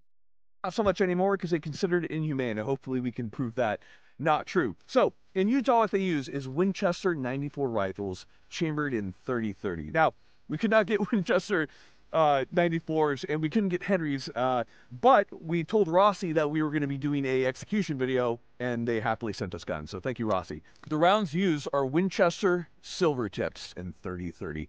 This is a fairly old ammunition, and as much as we could tell from our insider source, these are the actual rounds that are used, and they were very hard to source. So, But am I wrong that does a firing squad all shoot at once? I thought one person uses the real bullet and everybody else uses blanks to remove the guilt or something. I remember being told that, like, if 5 people are lined up and they're about to shoot one guy, only one person has a real bullet and the other 4 have blanks, and they're not told who has real and who has fake. So they're all just kind of, it like removes you from being like, yeah, I murdered someone. Every bullet is real except for one. That makes no sense. So then you have 5 guys lined up and one of the guys is shooting a blank. What the fuck is that logic? What the fuck? It's not murder. I know it's not murder. It's an execution, but still. That makes no sense. I'm saying the guy who killed. My bad. Somebody who killed somebody else. Not murder. But, I mean, that's what murder technically is. It's not murder, though, because they're executed. But still, 4 real, 1 blank. Why? The 709, thank you for the 2 subs. In Utah, they use 5 30-30 rifles, and one of those rifles has a wax slug in it. That way... Fuck. I thought he was going to say one of the bullets was real. If any of the guys, you know, are very sad about shooting somebody, then they can, you know... play mental gymnastics. Yeah, be like, oh, maybe I had the wax slug, because apparently it feels very much... Oh my god, the guy was right in my chat. What the fuck? Why would they ever do that? Why the fuck would they ever do that? That makes no sense. Why wouldn't we have... They have 4 real... So they have 4... Wow, that guy just ratioed me. They have 4 real bullets and 1 fake. So then, oh, they're like, maybe it wasn't me. But that's like a 1 in 5. I feel like they should have 4 fake bullets and 1 real. And then you would be like, okay, well, it probably wasn't me. Oh, but then what if the 1 bullet didn't kill him? And then you might be able to know, you know? Like, if you're the guy standing here and the other guy's over there and your bullet's real, you're going to be able to tell that you shot him. So, like, real recoil. So, in any case, only 4 of the rifles are actually firing a slug. So, we have 4 shooters, each firing 1 round of Winchester 30-30 silver tip into the chest of the dummy. And we'll be doing our first execution video. So, enough talk, let's get on with it. Just gonna make sure our guy right here feel a little calm. We have a little bit of nicotine, calm him down. This is pretty intense. So with all that being said, let's kill him. All right, Pretty intense. I don't think anything's calming you down in this scenario. You're about to get fucking murdered. Here we have our posse. We have Stockpile Defense, Boise, Idaho, and then of course, who are you representing, Pat? Pyramid Tattoos. All right, cool. Boise, So we have these vagrants. We're gonna be putting this guy out of his misery. 4 rounds of 30-30. Mike, are you ready? I am. 3, 2, 1. Holy shit.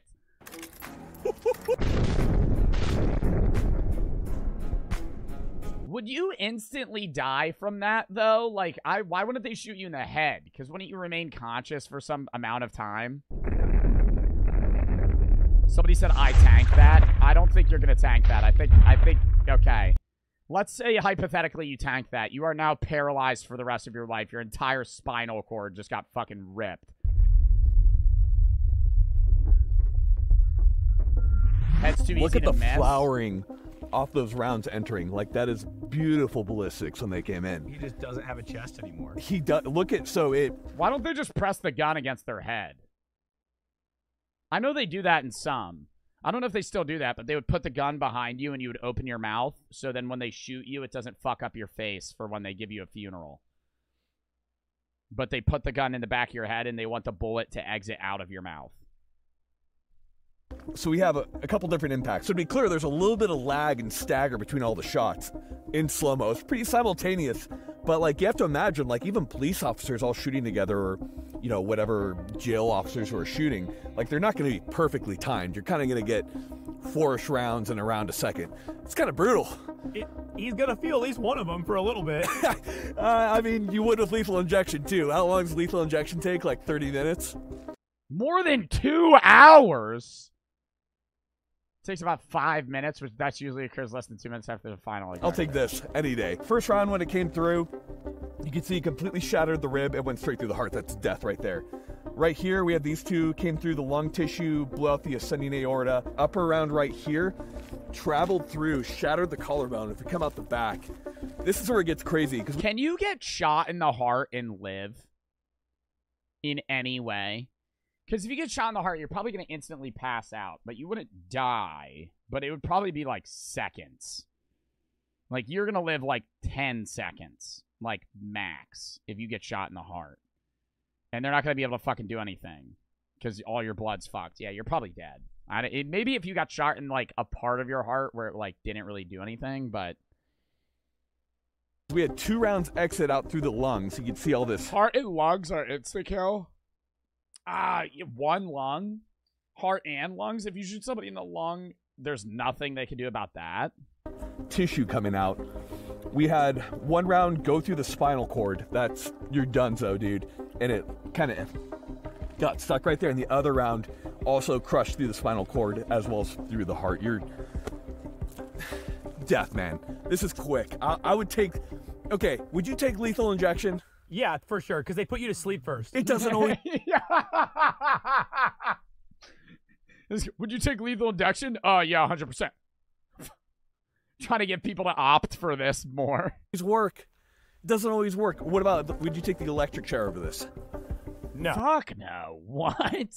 The electric chair's painful, and it takes a while. Hanging. No. You'd rather get shot first? Yes, absolutely. I would get shot, 100%. Now, we've tried an American execution method, but what about some other countries throughout the world? Let's do some of those. So, Micah, we're going to be doing the Soviet/the Russian execution method. You know what that is?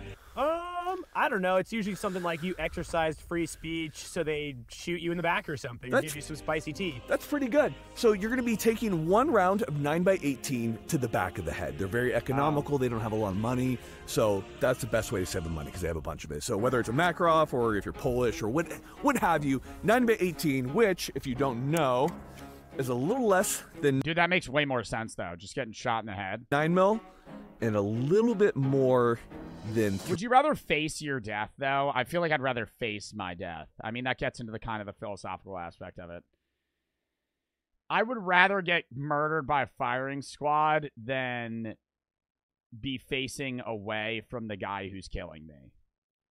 Just because I think when you're lined up, the last moments, wouldn't be better, it'd be scarier, but it would also be like you're facing your death rather than somebody's pointing a gun to the back of your head.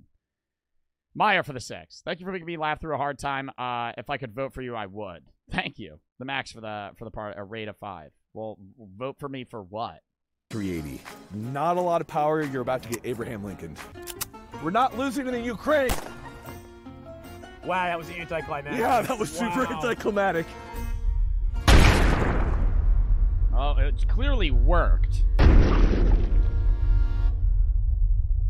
It's just not that much. It's like they wanted to suffer a little bit. Yeah, okay, but come take a look at this right here. So it did straight up, star pattern in the back of the head, and you have all that gunpowder that's burnt into there. And we did have a piece of looks like, of the jacket that exited out through the nose and penetrated through the skull. So certainly you're going to die.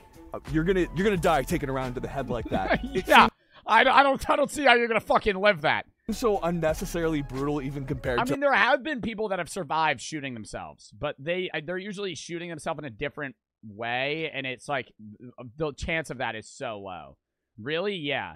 There was some guy that shot himself, and it, like, got rid of his depression or some shit. I don't know. Guy who shot himself and lived. And and it got rid of his depression. I feel like maybe this is like a folk tale. A gunshot to his right temple took the sight in his right eye, but otherwise he was left unharmed. Against all odds, not only did he survive, but he emerged with a new sense of purpose and gratitude for life. Robinson wanted to share his experience. He was a former MLB player. Oh, there's a guy in the 1980s who shot himself with severe OCD. He shot himself in the head in an attempt to commit suicide. Instead of killing him, the bullet destroyed the part of his brain that was responsible for OCD, and he went on to become a straight-A college student 5 years later. Yeah, but don't attempt that shit because 99.99999% of people that'll fucking shoot themselves will die. Yeah, that's insane. I don't know if that's true, though. But there's a few people that have tried to shoot themselves and lived. To like the 30-30. Just don't get executed in Russia, dude. Jesus. Next up, we have Thailand. Now, the question is, how would Thailand execute somebody? It's actually quite interesting. So what we have here is we have the person we executed is tied up against a post, and their back is facing towards the shooter, which is a machine gun that is clamped into a vise. We then have a sheet that is between the accused and the shooter so that they don't have to watch the person getting shot. Now, originally they used an older submachine gun that was quite loud, and they would fire a burst of 15 rounds of FMJ into their back until they hopefully died. They wouldn't always die. But apparently that really scared the prisoners because they could hear the automatic gunfire, so they switched over to an MP5 SD, which is very, very quiet. As you know, the SD stands for super duper quiet. So the execution method for Thailand is 15 rounds from a submachine gun into the back through a sheet. That's so it's so, well, I understand the sheet so you don't have to see the guy that you're killing, but like you're still killing the guy. You're just not gonna fucking see it. Now they paint a target on. Imagine if they had one where it was like, all right, the next execution, we actually just put a grenade in this guy's hands live. We tie him to a chair and throw a grenade in his lap. The sheet to ensure that they're hitting the person correctly. Now we don't have an MP5 SD, so what we are using is an MP5 with a suppressor, firing subsonics. We're gonna get the exact same ballistic effects. So let's get shooting. Schrodinger's execution with that sheet. I don't think it's Schrodinger's. Schrodinger's cat, yeah, for those of you that don't know. If you put a cat in a box and like something with poison and there's like a percentage chance that it activates or whatever, you don't know if they're alive or dead until you open the box because they're simultaneously alive and dead at the same time. It's like an experiment. It also kind of relates to like quantum physics and how like things are known on whether or not you look at it or not. Anyways. I explained that very poorly, but that is not Schrodinger's cat, because Schrodinger's cat, there's a chance that it's dead and there's a chance that it's alive.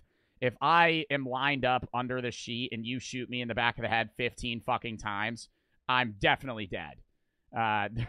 There's no part of me that would be alive unless I weaved the bullet, maybe.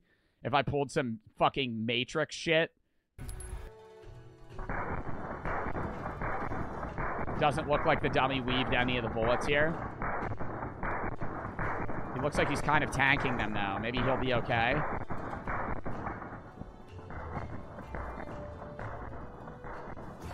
Looks like he's just getting slapped in the back there. Oh, something went through his front part of his body.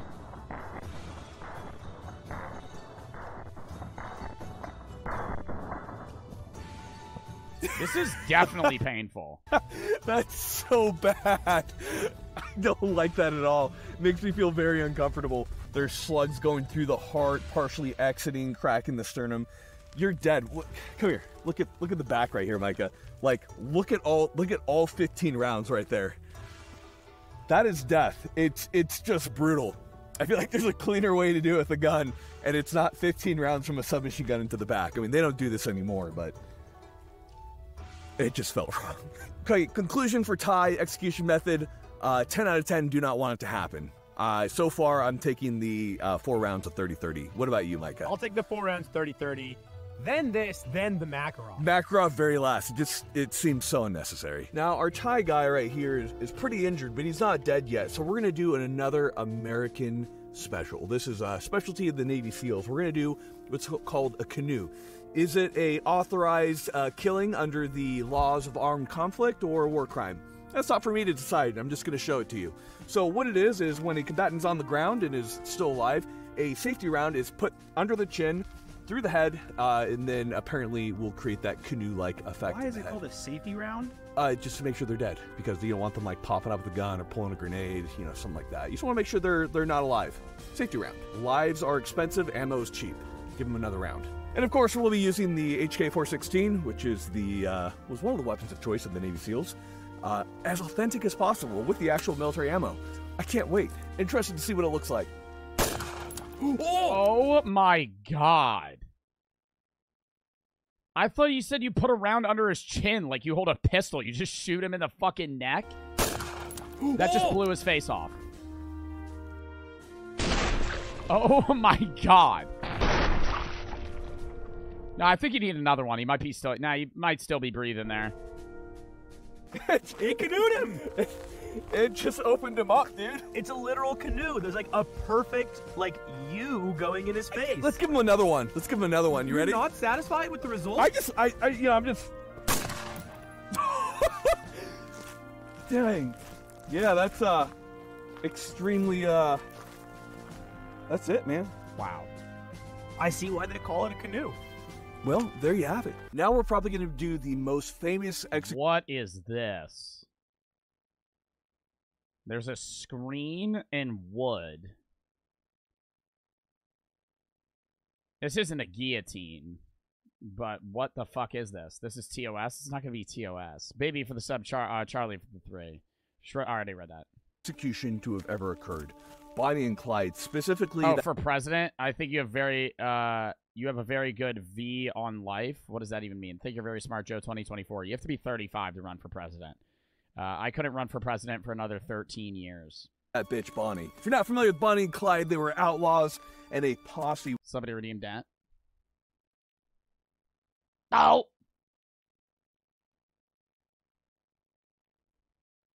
Was sent down after them, led by Frank Hammer. What a badass name. Now, we do know from varying accounts, or we believe, that when the posse ambushed Bonnie and Clyde, that Bonnie, one of the posse members, stepped out and put a round through his brain immediately. There's good evidence to suggest that Ted Hinton, then with his Colt monitor, unloaded about 20 rounds from his magazine into poor old Bonnie right here. Now, this is a representation of Bonnie. She's a little bit smaller. So what we have right here is we do have the Ford V8 glass. This is a really quality reproduction. We do have the dummy behind it. And, of course, more importantly, we have the Colt monitor. So if you're not familiar with the Colt monitor, it is basically a BAR that has been tricked out. It was called the FBI's fighting rifle. You have a large brake to stabilize it. It is Dude, that gun is fucking massive. Horrifically loud, and it is firing 30-06. Very interested to see the damage. In the post-mortems on Bonnie, it very much so shredded her body and shot off her hand and stuff. So it was pretty brutal. Now, of course, she was shot with other rounds, but let's see what it looked like from the Colt monitor. Holy shit. You don't even need to see this. Dude, their body's going to be unrecognizable.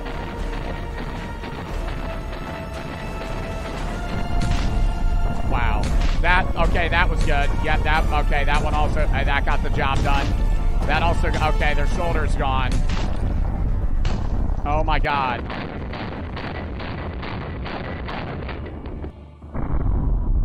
Yeah, I think they're dead.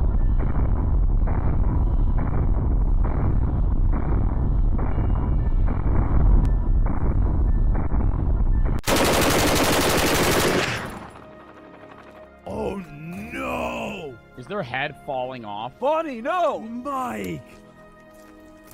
Bonnie! Oh! Bonnie, I'm sorry. So we're gonna pop up a couple photos right here. Here's what's really interesting to me, and that's that I'm really happy about this. That was the actual car with Bonnie and Clyde. Glass behaved just like it did in the photos, and the actual car is still on display. So I think it's really interesting that we see kind of the same pattern and the same bullet size from the 30 cal from the Colt monitor.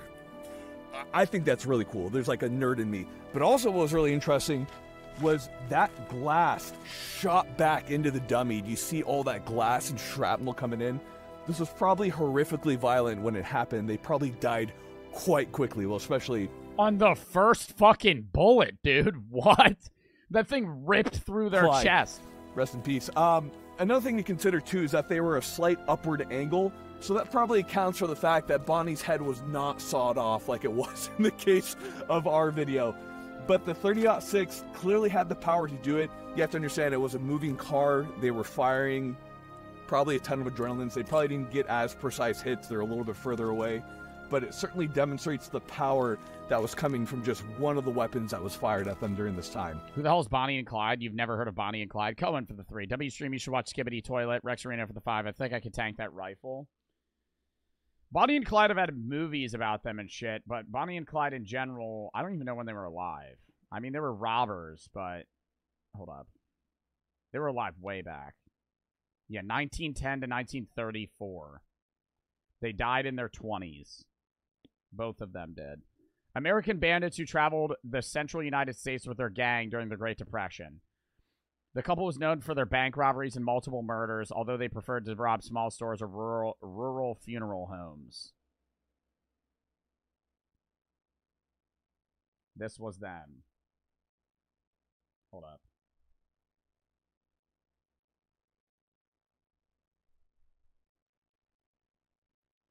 They robbed banks and killed people and then got fucking murdered.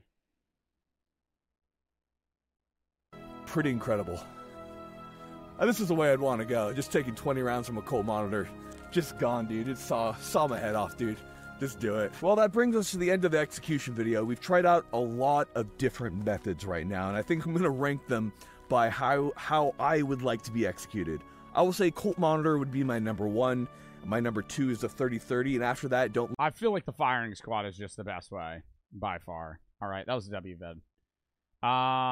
Next one, chat. Now we're into the fucking philosophy shit. Not necessarily I would say it's more so philosophy.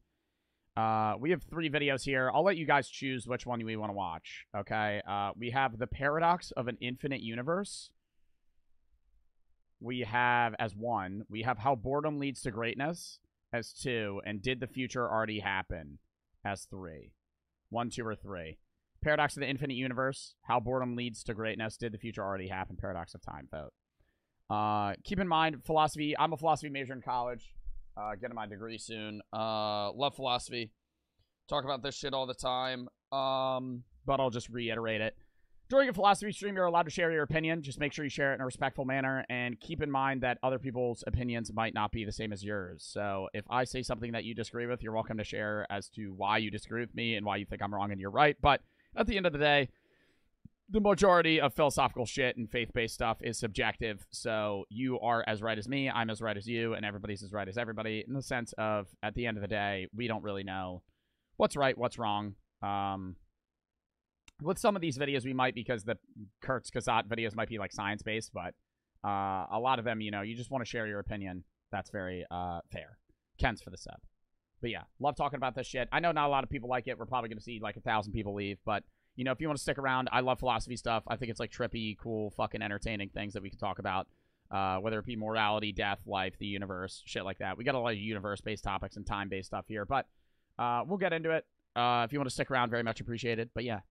We'll be posting on YouTube later today, too. 1-1, so we'll do the Paradox of the Infinite Universe. Cohen for the 7. You should watch Skibbity Toilet. Stop asking me that. Paradox of an Infinite Universe. Lock in here, chat. The Afterlife tier list is a good video. A lot of people have been sending that. I would watch that one day. Is the universe infinite? Does it have an edge? And if so... And if so, is that universe edging? What would you see if you went there? Today, we know that the universe had a beginning 14 billion years ago, and that it's been expanding ever since. But something that's expanding should also have an edge, right? Well, it sort of does. Information. Yeah, that never made sense to me when I was a kid. The idea of a universe always being expanding, but also not having an edge, because something to be expanding means it has to have an edge.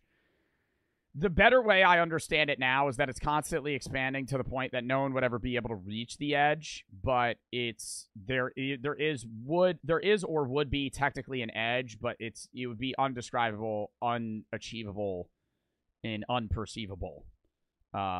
it's getting bigger, but you would never see it. Can't travel faster than light. That means that we can only see parts of the universe whose light has had time to reach us in the last 14 billion years.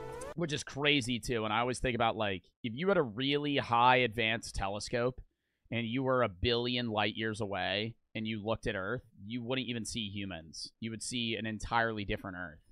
Because the light that would be hitting you was from 1 billion years ago. And it would always be from 1 billion years ago. Like, the planets we look at that are really far away, or the stars we see that are really far away, is light that's hitting us that's hundreds of thousands, if not millions of years old. Like, light travels at a specific speed, right? And things are so far away in the universe. Somebody said explain, so I'm going to explain. Things are so far away in the universe. Like, the moon, you're obviously seeing, and it's, like, going to be fairly fucking quick in how the light reaches your eye. I think it's, like, minutes. Or the sun that reaches you, I think it's minutes. Like, if the sun randomly went out, you wouldn't notice, right? Immediately. It would take a few minutes for it to fucking hit you, right?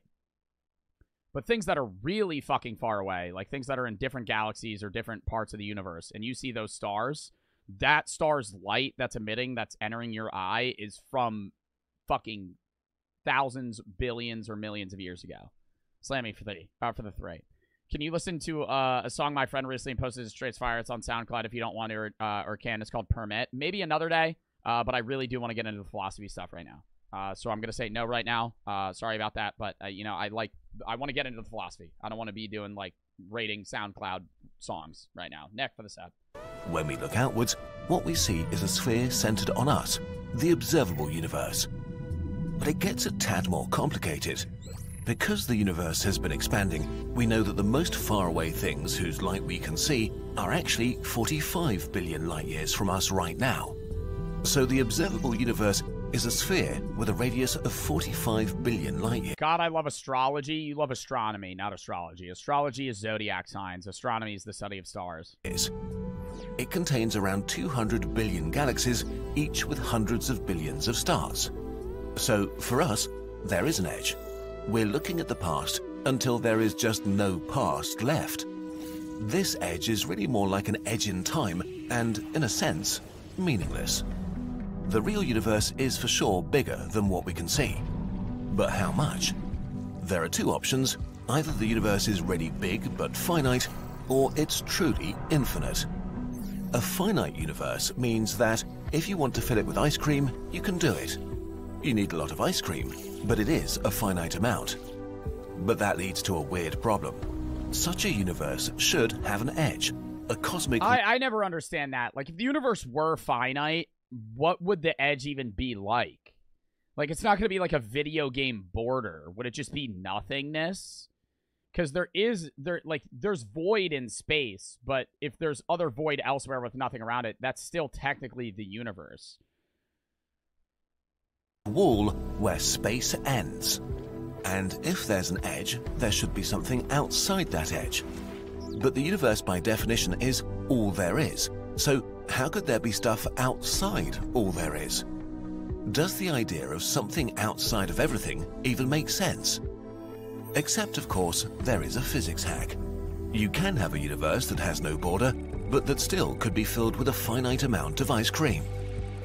What if the universe is truly finite? Well, that's more understandable in the sense that, like, oh yeah, matter can't be created or destroyed, only transformed. You could have a finite amount of energy and a finite amount of planets and stuff, but there would still be an endless amount of void, right? Like, there could be an infinite amount of space between me and another planet, and that wouldn't change. Nick for the 3. The Andromeda Galaxy is 2.5 million light years away, and on a super clear night with little to no light pollution, it would be roughly the size of the moon in the sky. I've seen it myself a few times. It's cool yet scary. Yeah. Especially if you're out, like, if you live somewhere where you're not in, like, a big city, you can see the stars so much better. Imagine an orange... No light pollution. ...and a really tiny ant. The ant can only see a small piece of the skin, just as you can only see a small chunk of the universe. But if the ant starts walking, it will eventually walk around the whole orange and be back to its starting point. So the skin of an orange is not infinite, but it doesn't have a border. The universe is not like the skin of an orange, but it could be very similar. Instead of a sphere, it could be a hypersphere, where 3D space is curled on itself, which is impossible for your brain to visualize, unfortunately. But the point is, no borders, no outside of the hypersphere. From our human ant perspective, our whole 3D space is like the peel of the orange. If you were aboard a spaceship flying in a straight line, you would eventually come back to Earth. Somebody said the Earth is flat. Oh my god, I would just leave the stream right now, dude. I'm not gonna. I know I said I value everybody right before I did a whole PSA of like I value everybody's opinion and all that shit, and I do. But you saying the Earth is flat, that's not even a philosophical opinion. That's just you being a fucking idiot. How does any of this make sense?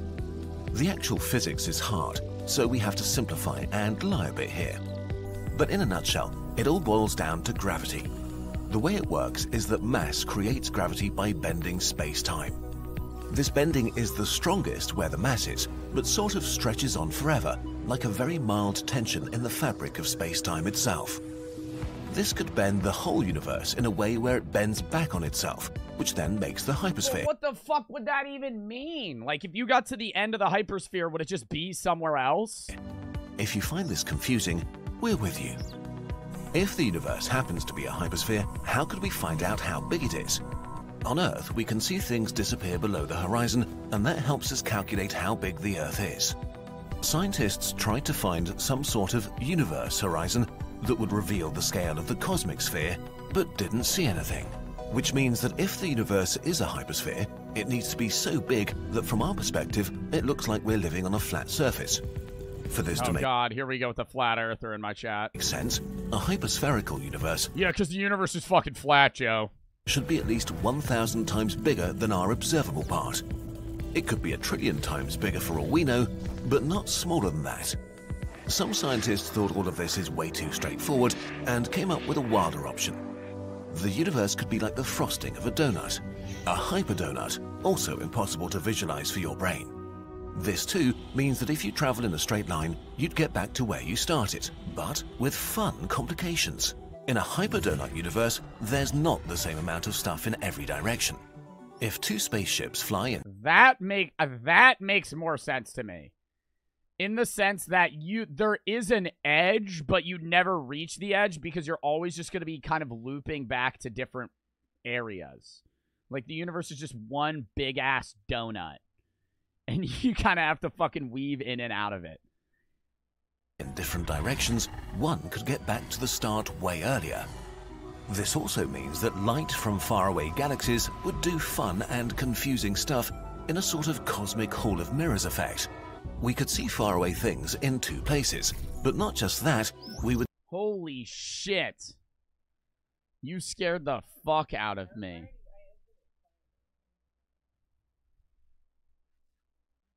I'm about to be done stream. Are you, I'm not about to be done stream, but done stream soon. I thought you were dipping. Are you staying? Hello? Yes, I feel how cold your hands are. Oh, you're dipping now? Do you want to say bye to chat, or are you just going to wave? Yeah. Yeah, I know. They're saying hello, Brooke.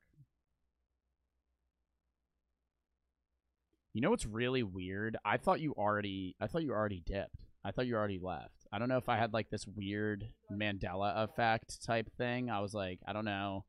I was like, oh yeah, you already dipped. But you didn't. No, I don't know. I need to get back to the React here. Oh, you're stealing more of my gum. Yeah, I know. It's really good gum. That's why I keep it up here, because it's kind of for me. But, it's all right. You can have some, I guess.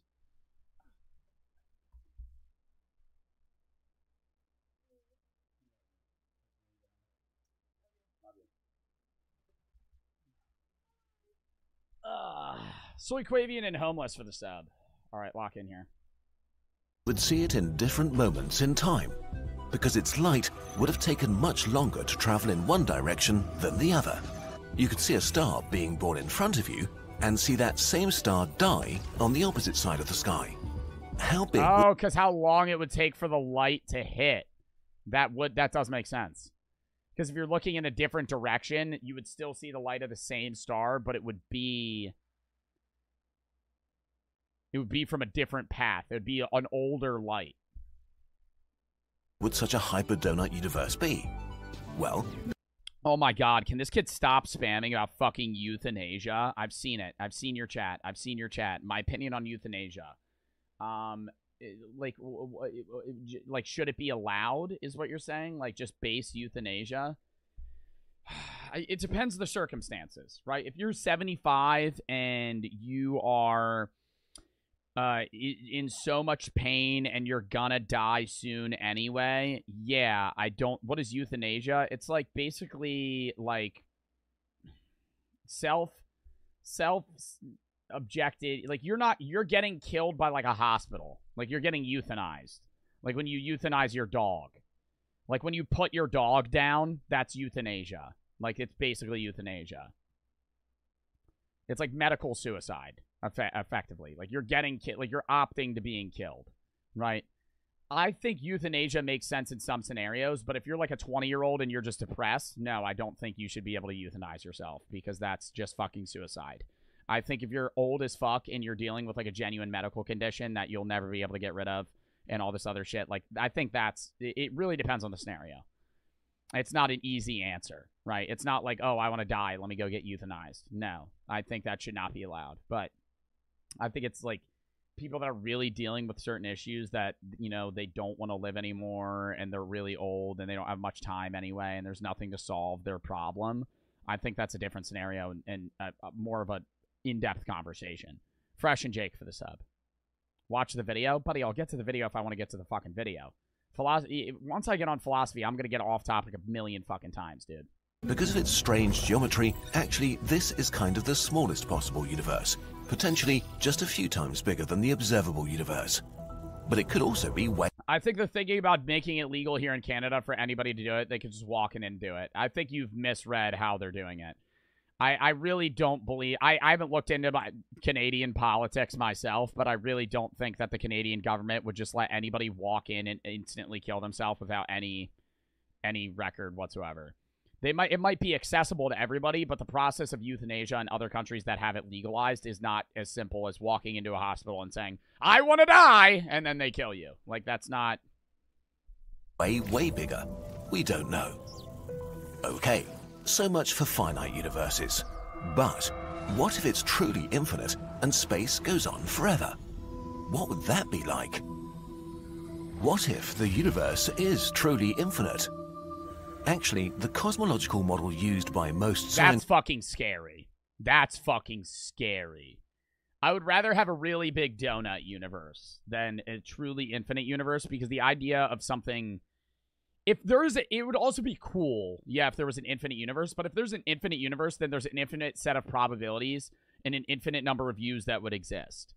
And that's horrifying. Because that means that there are other yous, and that's what I always think about. Every time I look up at the stars, I'm like, damn, man, what if there's another me in another universe that's also looking up at the stars right now? It's fucking freaky, dude. Just because if the universe is truly infinite, yeah, there's going to be a so much space where you don't exist, and then there's going to be the you now, but there's also going to be another Earth. Like, if an infinite universe exists, there's an infinite number of suns, there's an infinite number of moons, stars, planets, galaxies, Earths, yous, everybody that's ever existed. How is it infinite, though? Why would it not be infinite? I think a lot of people have their mind set on, like... the finite Earth, right? Earth is a ball, we live on a ball, and you can only go a certain amount of places without leaving. But if you remove that, right, and you leave Earth and you go into the actual fucking universe, that's the majority of everything, right? It's endless. Like, or it's at least perceivably endless. Why would it not be endless? There's no reason why it shouldn't be. Outside of the idea of, oh, well, there's not an infinite amount of energy that could be given. Right, Jake for the sub. Play Siege with Jinxie? I would love to one day. Scientist describes an infinite Would you want to meet yourself from another universe? Yeah. universe. We mostly... Oh, I'd fucking love to meet a me from another universe. That'd be freaky, dude. To see another you that went down a different path. Because that's really the idea of it, is that there's an infinite number... I mean, that's a whole multiverse theory, but there's theories that, like, there's a different...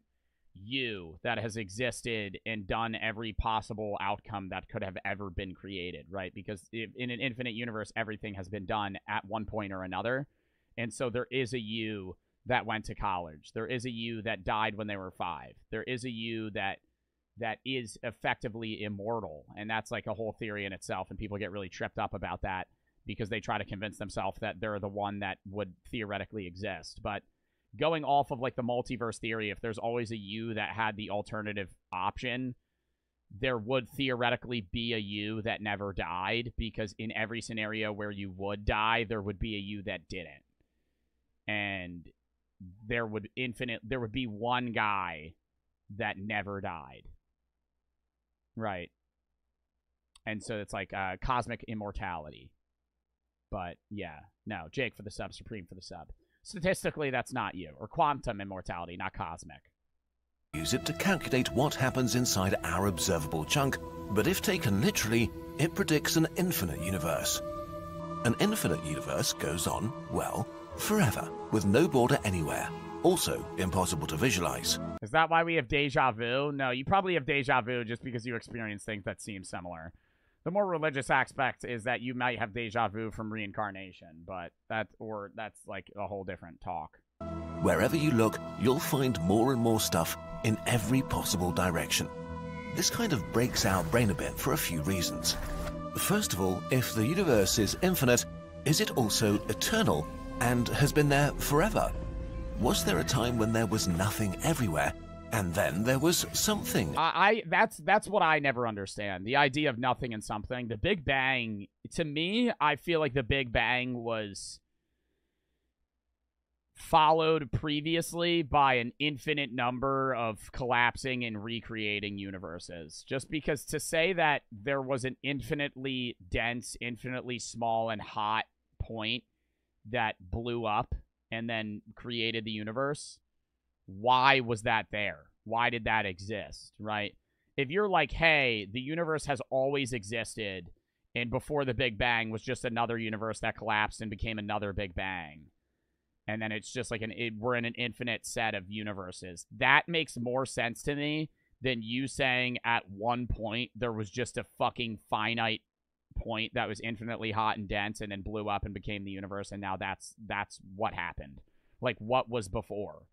But that's also just our concept of time. We are human, and a lot of people are going to say God, and yeah, you could say that as your answer. But I just think we have a very faulty concept of time, not just in the sense of, okay, we're three-dimensional beings that live in a world where we can understand the past, present, and future, but also just we're so mitigated to our human perception and understanding, right? How we perceive the universe is entirely based on our eyesight, visuals, touch, sense, smell, all that shit. If we had any other senses, we would perceive the universe in a drastically different way. Even on our own Earth, there are animals that have senses that we don't, like dolphins or fucking bugs and shit like that. You could go into that stuff. It's just creepy, man. And on top of that, just even how we have time set up. Time itself has literally no value. You can't value time. We have to derive a value to time. You can't, like, if I'm looking at 2 items, I obviously could say there is 1, 2. I can count them. I'm not assigning them. I'm assigning them a number, but I'm not assigning them a value. Their value is their unit, right?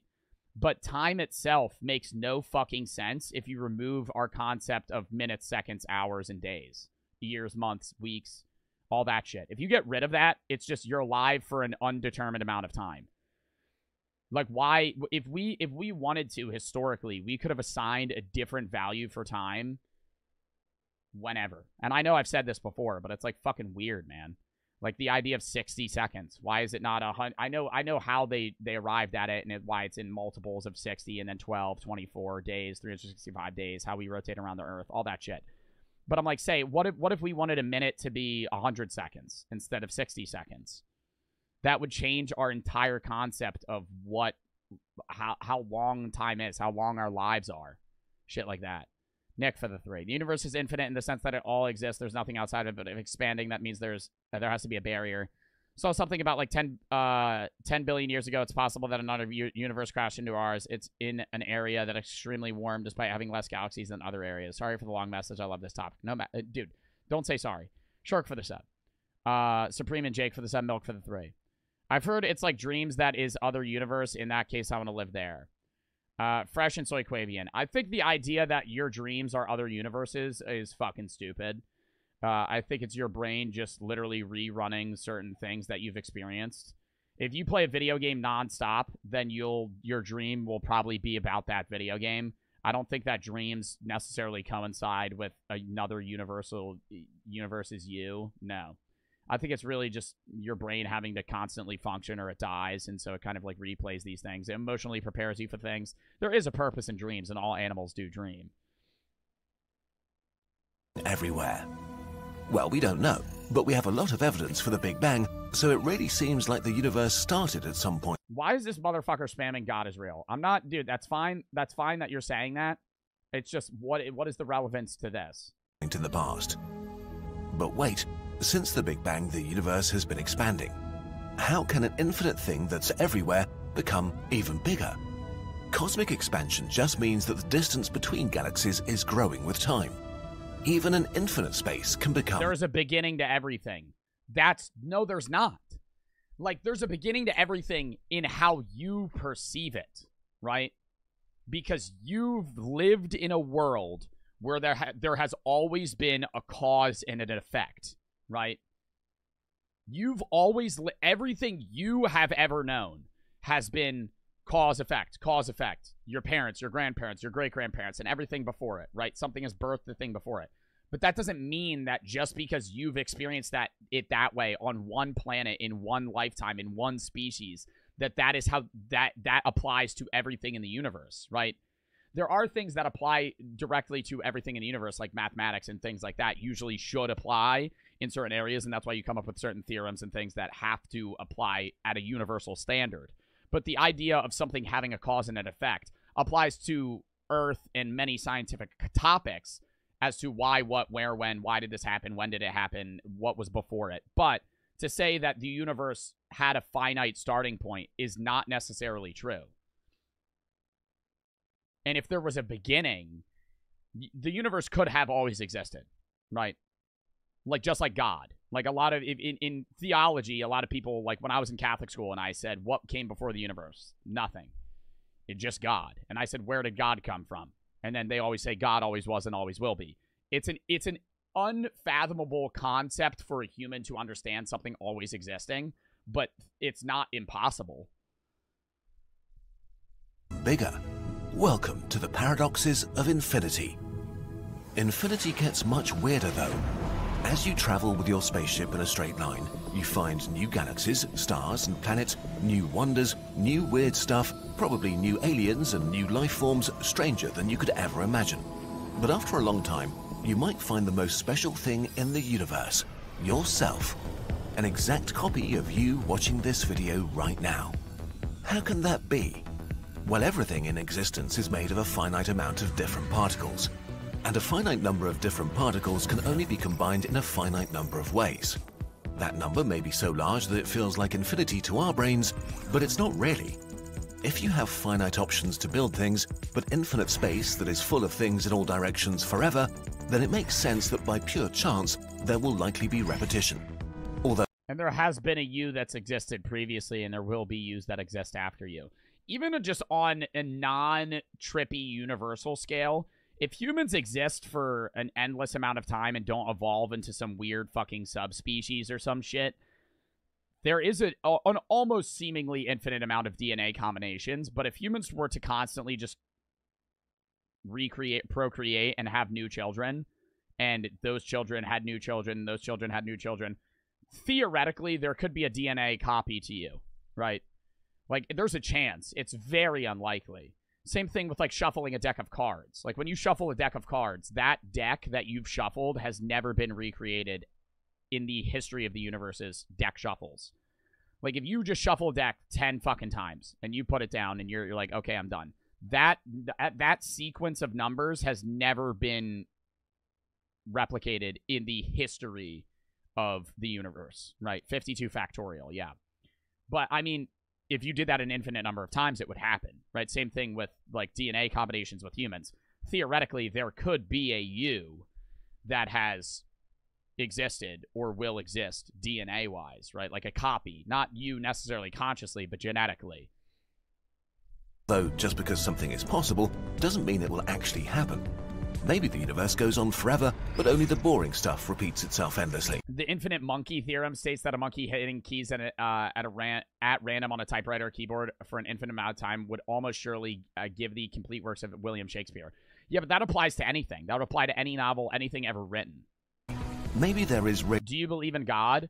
I believe that if there is a God, I would perceive it more as the universe. I think that God could encompass... God would be the universe.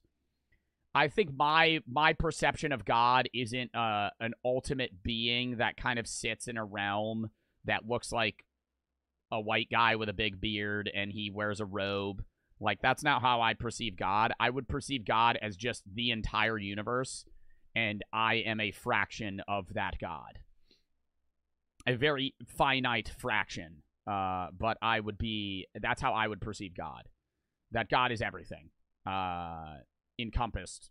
Good, bad, matter, non-matter. Everything that's ever existed would be God. I would say that alternatively, when I say I believe in that sense of God, I do not believe in heaven and hell. I do not think that when I die, I will go to the pearly gates or the depths of demons. I think that it will be likely nothing. Dark for the 3.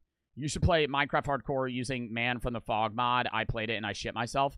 I'm doing Minecraft, I'm doing a Minecraft scary mod tomorrow. I don't know what mods are in it, but it's a big mod pack that I made with Cloak. And we'll see. But it is a bunch of scary mods put together. 10 tacos for the 3.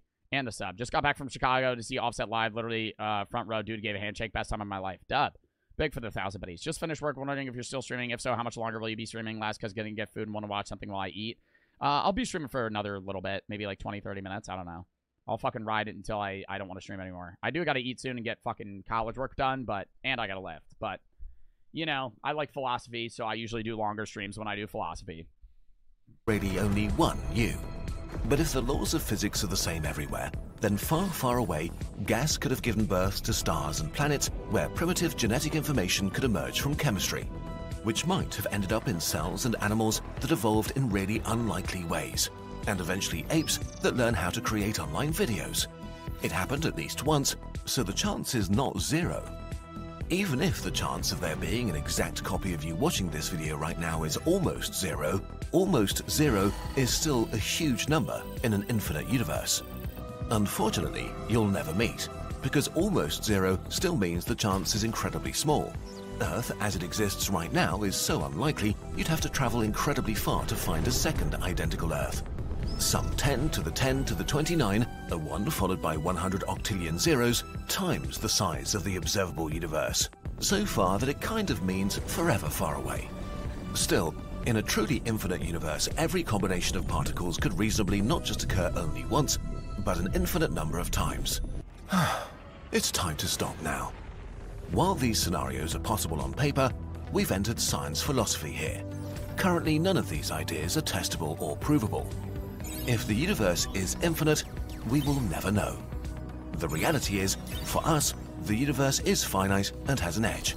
Dude, I just can't get over the fact that it's fucking weird that I'm here and alive right now. Like, whenever I watch philosophy shit, I'm just, like, always tripped out by the fact that, like, I'm alive right now. And that's, like, freaky to me. Like, obviously, when I'm dead, I won't have a consciousness, and so I'll just be fucking nothing. But it's always like, dude, I didn't exist 100 years ago. I didn't exist 22 years and 2 months ago. But, like, fucking, oh my god. Are you okay? You look super tired. I'm not tired, Dark.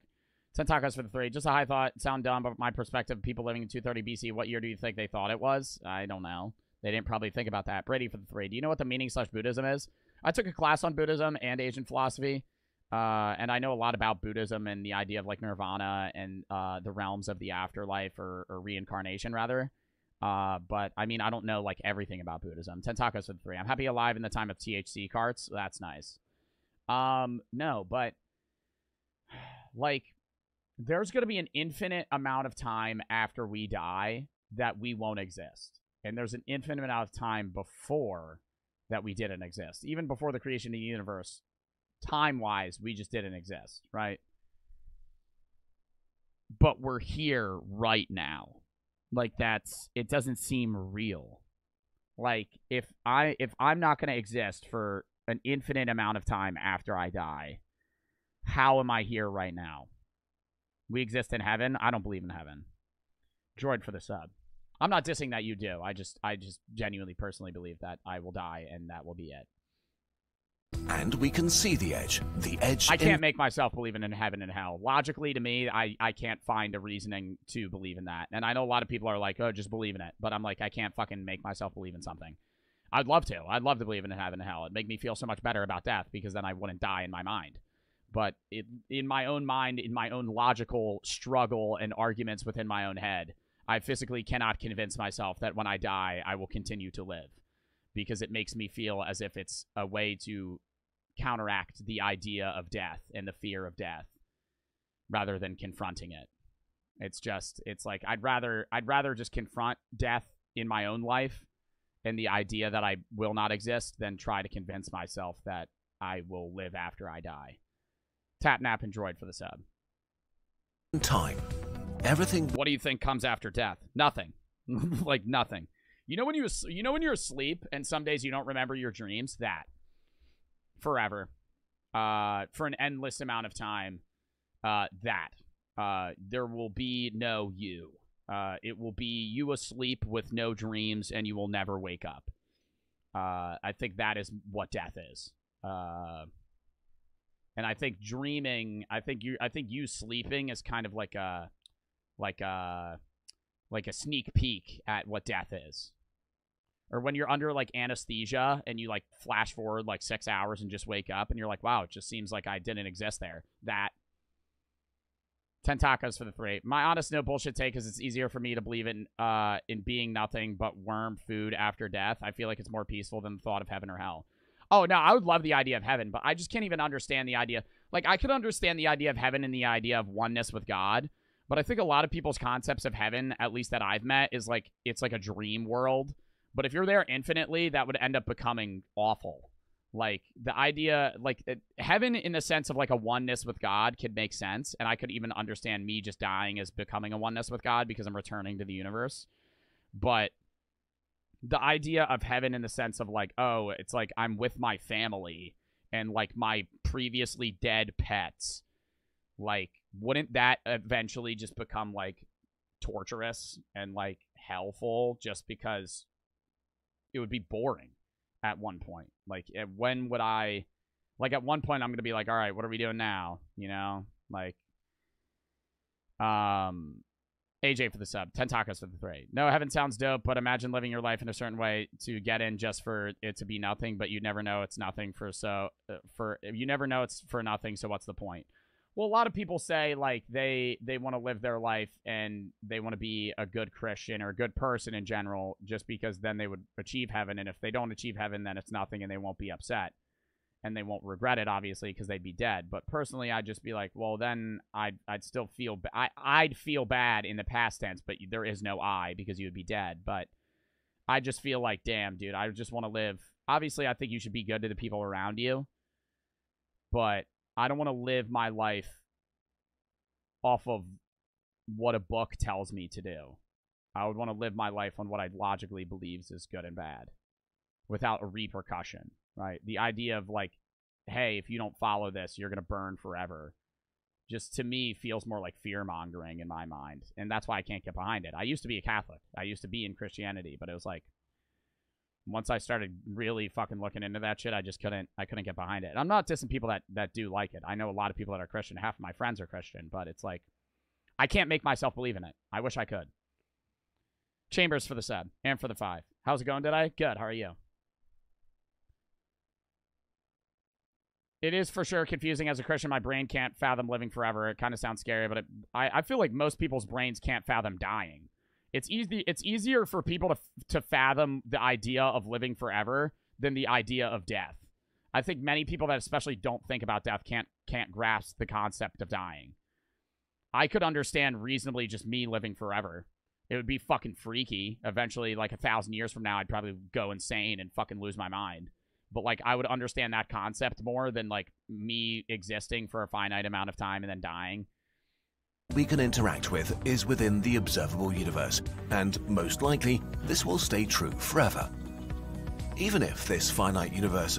Joe, I did not mean to send you a sub. Can you cancel it, or did I already cancel it? You're going to have to go through Twitch, man. I have no reign over that. I can't refund you.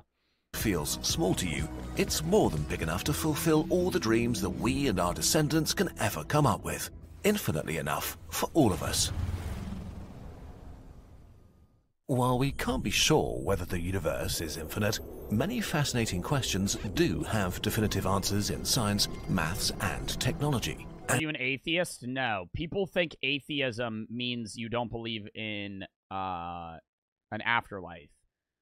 But atheism just means that you're non-theistic. Like, you don't believe in God. Like, atheists don't believe in God. I can believe in God and not believe in an afterlife. Like a deist. Like, a deist doesn't necessarily believe in an afterlife, but they could believe in the idea of a God. Like, you could believe that God came, created the universe, and fucking left. And then just everybody figured it out after that, you know? Go Googly for the fucking 10,000 biddies! I don't even know if I'm saying your name right. Googoli Mugoli. Am I saying that right? Hey, Joe, just wanted to say thanks for, wanted to say that I love your philosophy streams and your take on things. You've inspired me to major in philosophy when I get to college. Keep doing what you're doing, man. Dup! I hated for the 3 sis hit the cart. No, dude, I gotta do fucking classwork after this. Thank you for the fucking 10K biddies! What the fuck? Tacos for the 5. There was a quote I passed on to TikTok for whatever reason. It was stuck. It said, if I am, then death is not. If death is, then I am not. Yeah, there's philosophers that have said that. Wait, who did say that? It wasn't Kant. Because I think he was Christian. If I am, death is not. Death is, I am not. Who said that? Oh, Aristotle. Oh, believed to be Aristotle. Yeah, so they don't know. Why should I fear that which can only exist when I do not? I don't know who it was, but it was stuck in my head. Yeah. I mean, it's easier to say that, though, and then when you actually conquer, when you actually get to the moment of dying, it is going to be a scary thing for everybody. I think even people that, I don't know, the only people that I really see in my own experience philosophically that have, like, literally no fear of death are, like, Buddhists that feel they will achieve nirvana, right? Or have reached nirvana. Or at least the ones that seem so at peace with it. Like, I know a lot of Christians that are, like, devout Christians, and they definitively believe, like, without a doubt in their mind, that they will go to heaven when they die. And I still feel as if on their deathbed they will be scared. I just understand nirvana as less of a fear of death, because the idea of nirvana is non-existence. And right, so that's, if you're at peace with the idea of not existing, you have basically conquered death. Not in the sense that you'll continue living, but there's no fear to be had, because you're fearing non-existence, right? You don't want to die because you don't want to cease to exist. But if you don't care about ceasing to exist, then you can't fear death. 10 tacos for the 5. The 10K bet guy is Go Galley Mugali. Wooden for the 5. The idea of infinite burning and pain or living in heaven forever, I think, would be more peace than nothingness. I also just don't understand the concept of hell, in the sense that a god spawned me into existence to give me free will, but also to send the majority of people that exist to an infinite depth of torture and pain. Like, God loves me and God is forgiving up until the point that I die, and then I'll burn in hell forever. Like, I just can't understand it. I'm not dissing it. I'm just, like, I want to understand that. I just can't understand it. So do you believe in any religion? I could get behind Buddhism. There's a lot of religions that I find fascinating and interesting. Like, I find Islam fascinating. I still find Christianity very interesting. I'm just no longer a Christian. The ones that I really want to look into, though, like, for personal beliefs, is, like, Buddhism. Like, I would love to look more into Buddhism. Anti for the sub. Hell is a state of being without God. Yeah, but every way that hell was ever described to me as a child was just, like, infinite pain, torture, and, like, terribleness, right? Anti for the sub. So I just don't understand why would I be thrown into existence if the statistical likelihood is that I'm going to go to hell. Because not everybody goes to heaven. and not a lot of the majority of people, realistically, the majority of people would go to hell. Cheese for the 3. So your brain releases DMT when you die. What if you go to an endless DMT trip when people have dreamed lifetimes on DMT where you go where you want? I've thought about the idea that when you die, your brain does release DMT, and that's why a lot of people have near-death experiences, and that's why every near-death experience is kind of invalid in the sense that every near-death experience has at one point had every religion proven and disproven. But I have thought that, yeah, when I die, the DMT releases in my brain. What if my perception of time is so wrong that I infinitely live? Or perceivably infinitely live, because time is relative to the person, and so if I were to die and my brain released DMT, what if I just relived my life infinitely in a DMT trip? I wouldn't to the person outside of me, but to me it would be infinite, which is weird. SARS for the sub. Read John 3:16.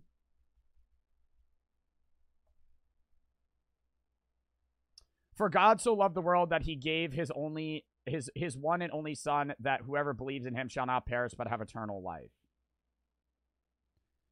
SARS for the sub. That makes me feel as if it's like, okay, then if you're a good Christian, you'll have eternal life, and if you're not, you'll just cease to exist. But then again, it's just like, it brings back to me this idea that it's like, it's trying to comfort the innate human fear of death. Because like every animal, including humans, are biologically wired to be fucking terrified of the idea of dying. So why, like, it's just like, okay, well, now you won't die, and then that gets rid of the problem. Rux Arena for the 3. I once heard a Christian say hell is not a place you go, but a place you will be if you choose not to allow God to be with you. In that sense, if you allow God to be with you, you'll be in a better place. Considered heaven as in a place that is not physically but emotionally. SARS for the sub key of 340 bits. Love your content. Wanted to serve support. 10 tacos for the 3. Sorry if this is the most brain-dead chat of mine, but isn't Christianity just a cult that worked really well? You could say that every religion ever was a cult, because every religion that has ever started was effectively at one point a cult, because cults are basically small religions. It's just which ones had bad intentions and which didn't, right? Like the way you perceive a cult today is like, oh, they have bad intentions and bad perspectives on things. And, like, they're trying to manipulate people into, like, giving them some sort of, like, help or aid. And there are certain, like, Christian cults that exist. But, like, Christianity is not considered a cult. Number one, it's massive. Number two, it isn't shown to have, like, manipulative intention. Whereas, like, cults today that you see, like, the Kool-Aid cult and shit, it's, like, people trying to get people to kill themselves and shit. Or, like, they're trying to do it for, like, money or sex or stuff like that. Rux Arena for the 3. But at one point or another, just if you're classifying like the definition of a cult, yeah, like many religions would have started as cults with like a small following and a charismatic leader. If you're basing what a cult is off of that. The Kool-Aid cult, yeah. What was the name of that Kool-Aid cult, chat? I don't even know. We're done with that video though. Hold up. Let's just yap for the rest of the stream. We'll fucking watch the other videos another day. I'll throw in some fucking vibe music here for a minute. Hold up. Oh, yeah, the Jonestown cult. They basically just convinced everybody to kill themselves. Well, actually, no. Did they even tell them that they were going to die? I don't remember if they did. Annie for the 3. The Bible doesn't give us a picture of hell. It only said that hell is a place without God. Okay. It's just so odd, then. It's like, I don't understand why... Why are there so many teachings? Like, even when I was a kid and I learned, like, Catholic teaching, because it was like, oh, they always told me, like, hell would be, like, a torturous area. I just feel like some teachings that I learned as a child, and I think a lot of Christians had as a child, didn't coincide with the Bible. So then who the fuck is, like, who the hell is getting that information? I don't understand that. To make you a good kid? But that's fucking fear-mongering. That's fucking fear-mongering. When I grew up as a child, them telling me, oh, if I don't do this, I'm going to fucking burn in hell. That's like fucking fear-mongering. It's making me believe in something. It's like, I don't understand that, because what you're saying with the scripture is entirely different from what I was taught as a child and what many people were taught as a child.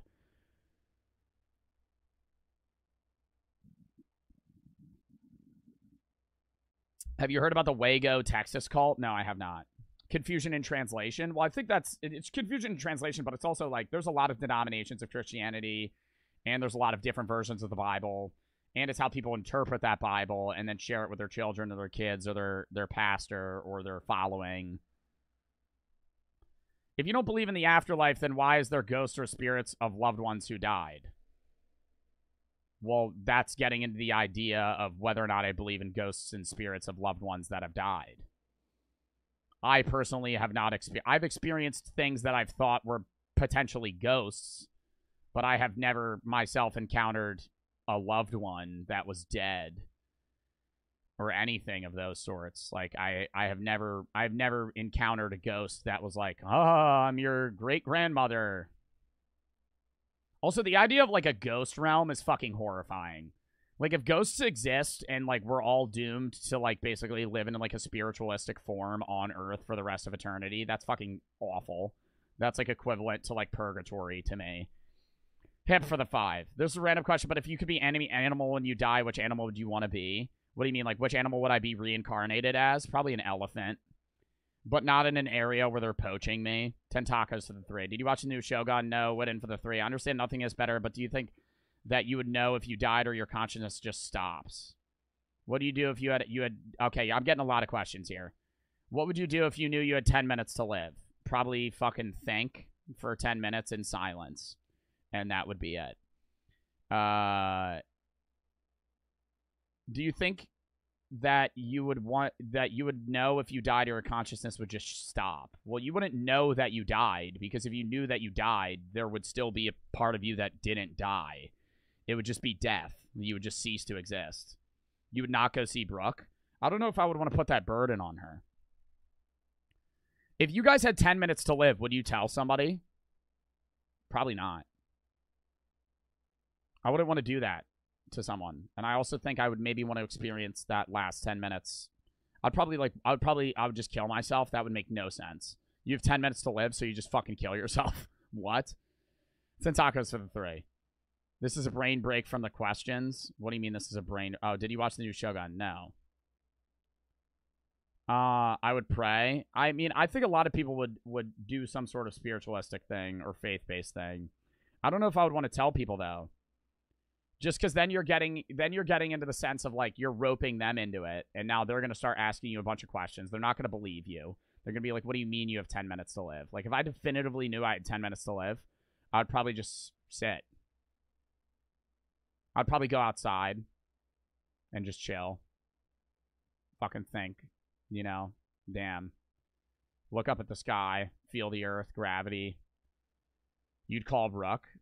I would maybe call Brooke, but I think I wouldn't tell her, right? I think it would just be like a hey, you know? I don't think you would want to inform them. Because then that's just putting a burden on them.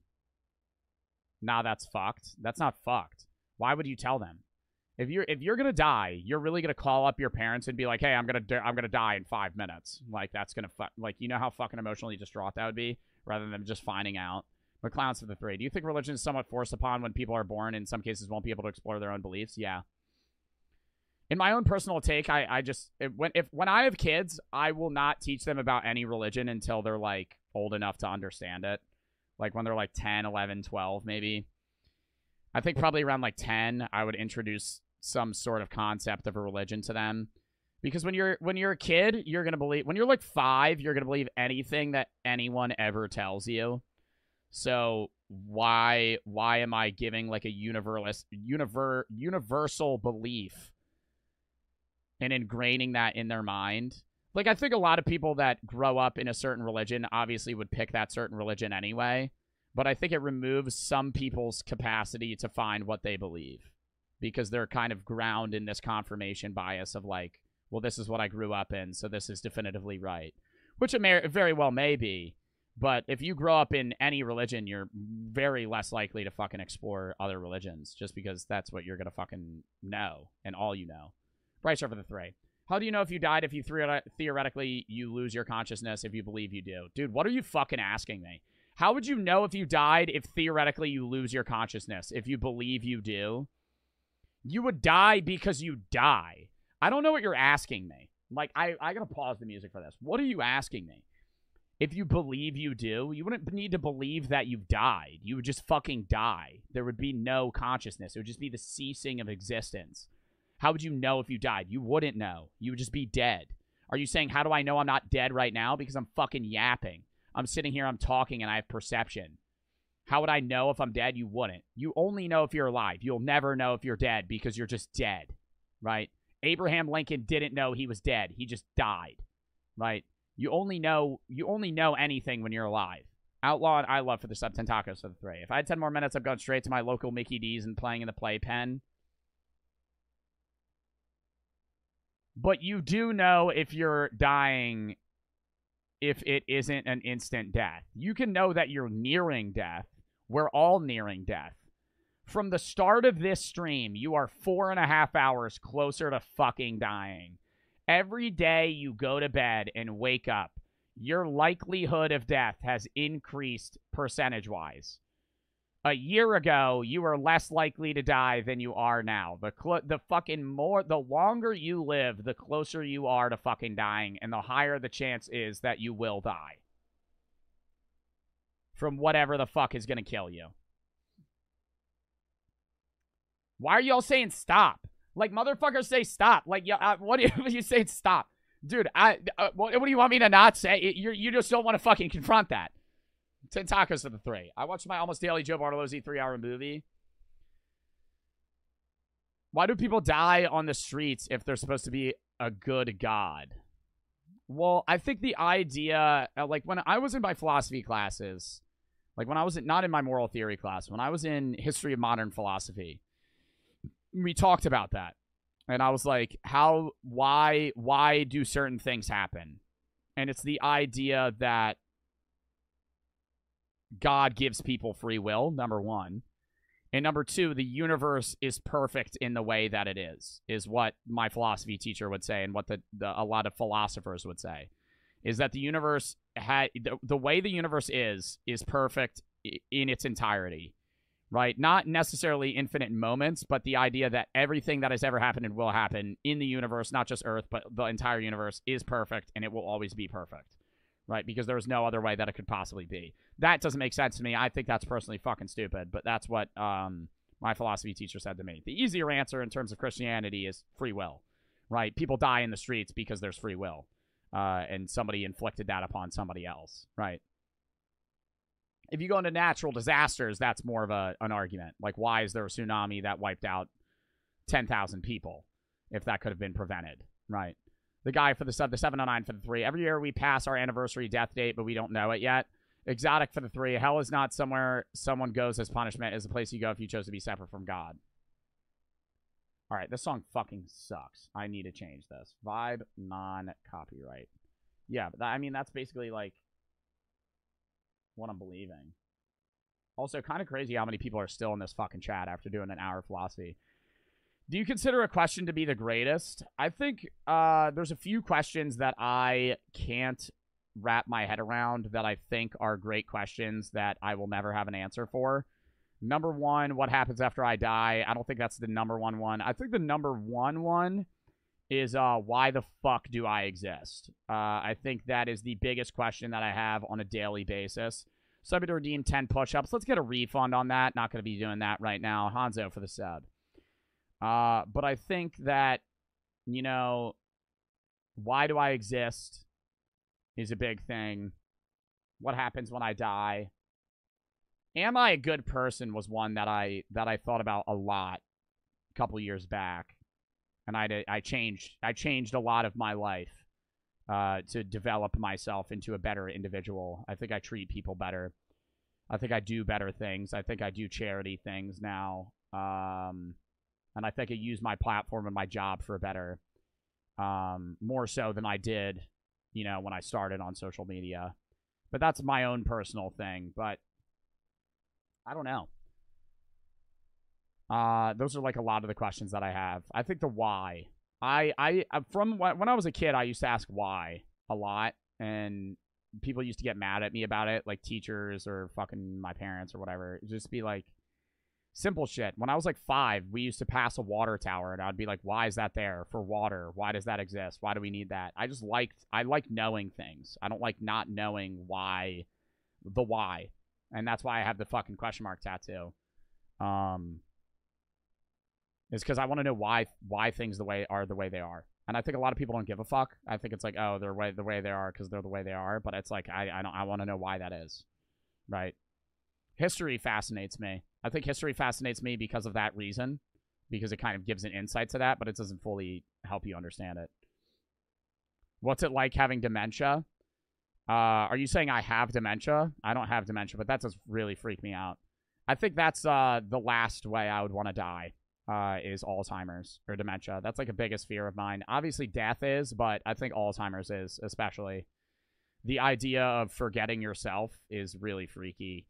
And that really makes me trip out in the sense of like, well, what if like what if we are just a brain, man?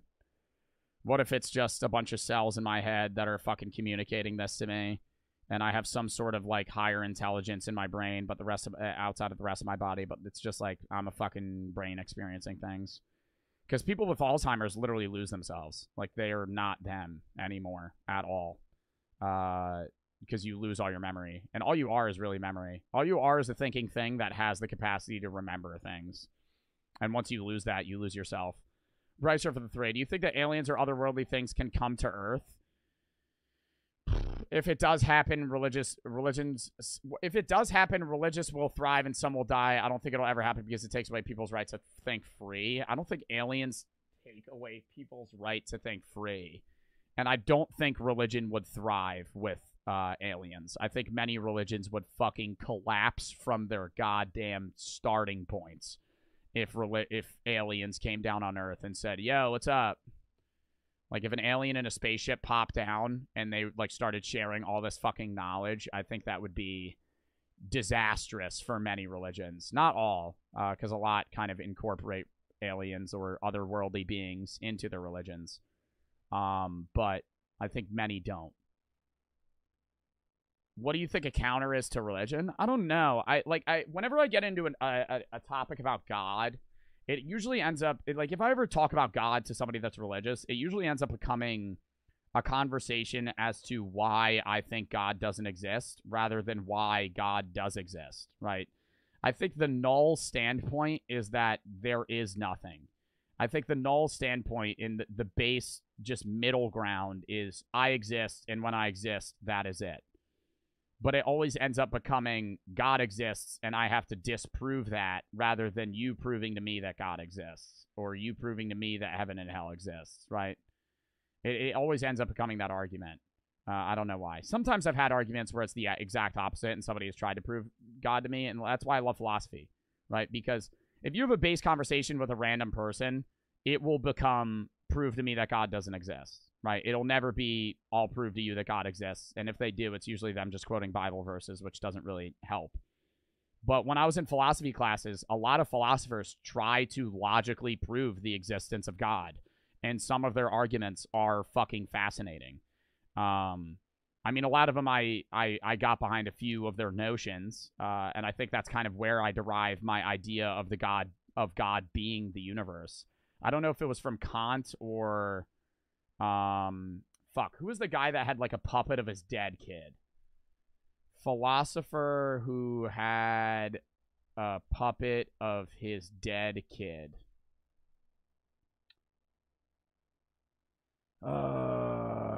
He was like alive in like, it was like 1,000 to like 1,500. He had like a puppet of his child or something, and it was like really weird, and like these guys like threw it off a boat.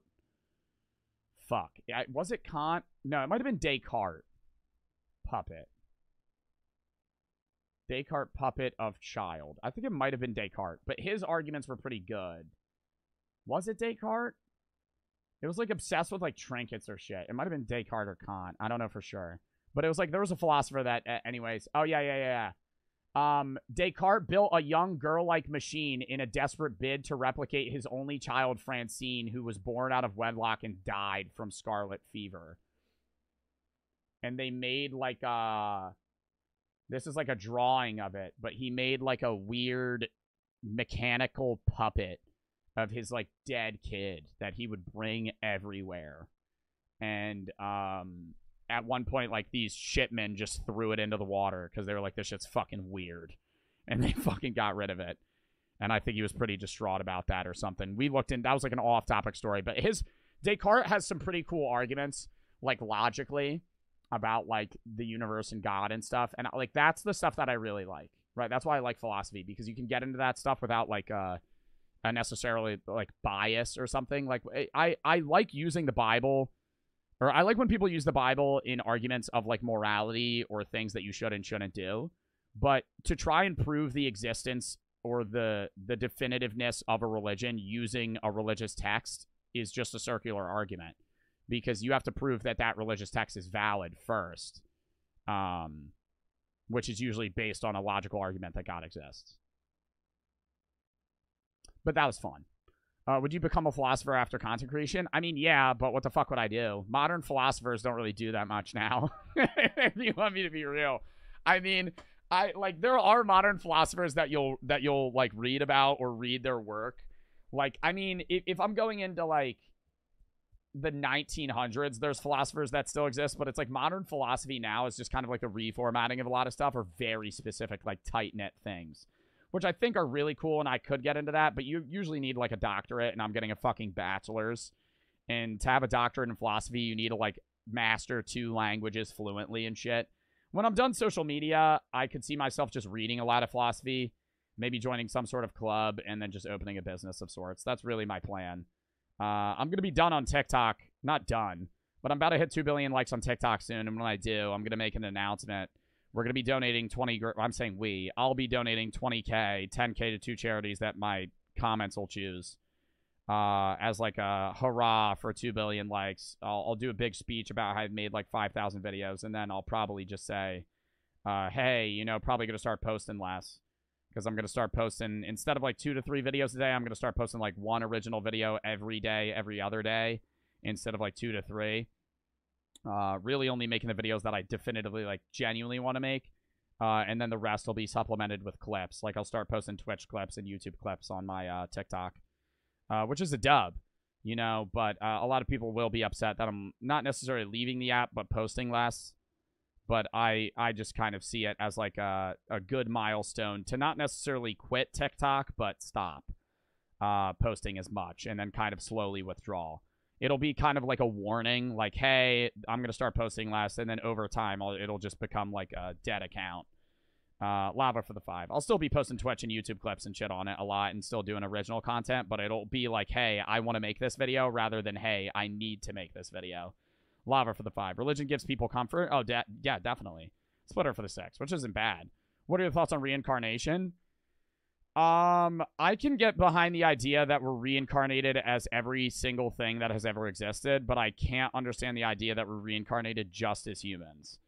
Albanian for the 3. You are 80 to 85, best age to die. You have 1 day left on Earth. Do you think you lived a fulfilled life? Massive hypothetical question, but just trying to get it answered.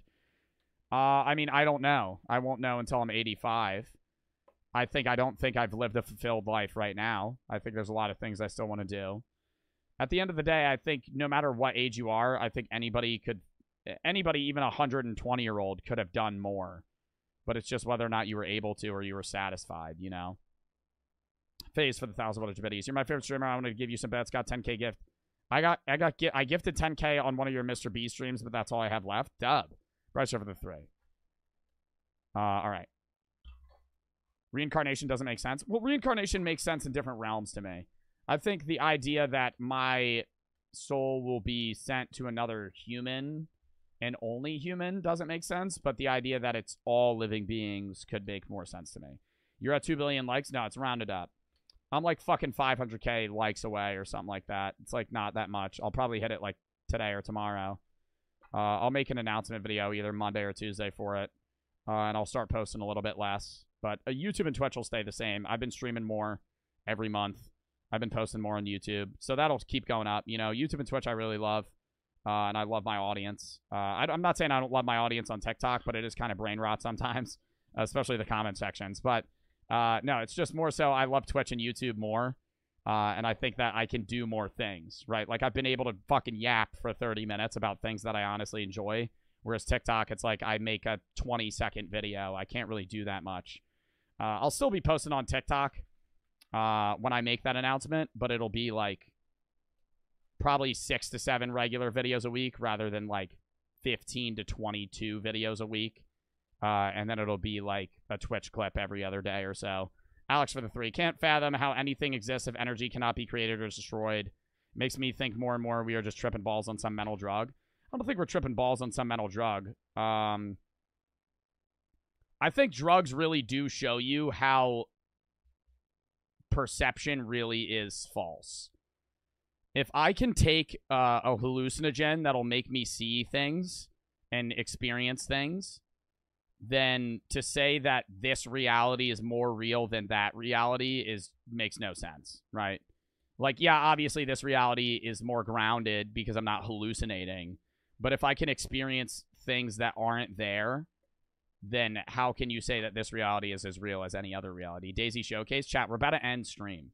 I'm not doing a Daisy Showcase. Refund it. I don't know why somebody redeemed push-ups and Daisy Showcase at the end of stream. You got to redeem that shit earlier. But yeah, chat, we're going to call that there. We'll double W philosophy segment. We'll do another one of those soon. Thank you to everybody that fucking tuned in. We had a great chat, great audience. They had a lot of people in the stream.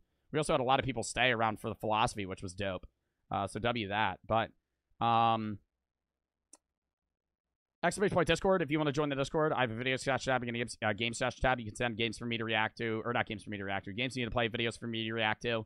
That's how I find most of the videos that I watch, the games that I play. If you have any funny, scary, horror videos, philosophy videos, whatever the fuck, cop, body cam, Darman, anything. Same with games, funny, scary, multiplayer, fucking shooting, whatever the game is about. You can send that there as well if you think it'd be entertaining to watch me play on stream.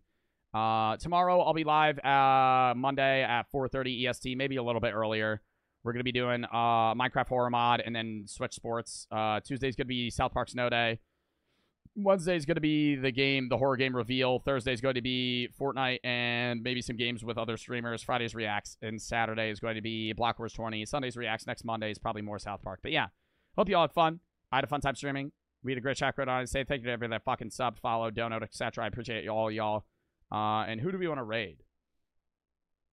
Let's fucking raid Schlatt. Schlatt's streaming. We'll raid him. But yeah.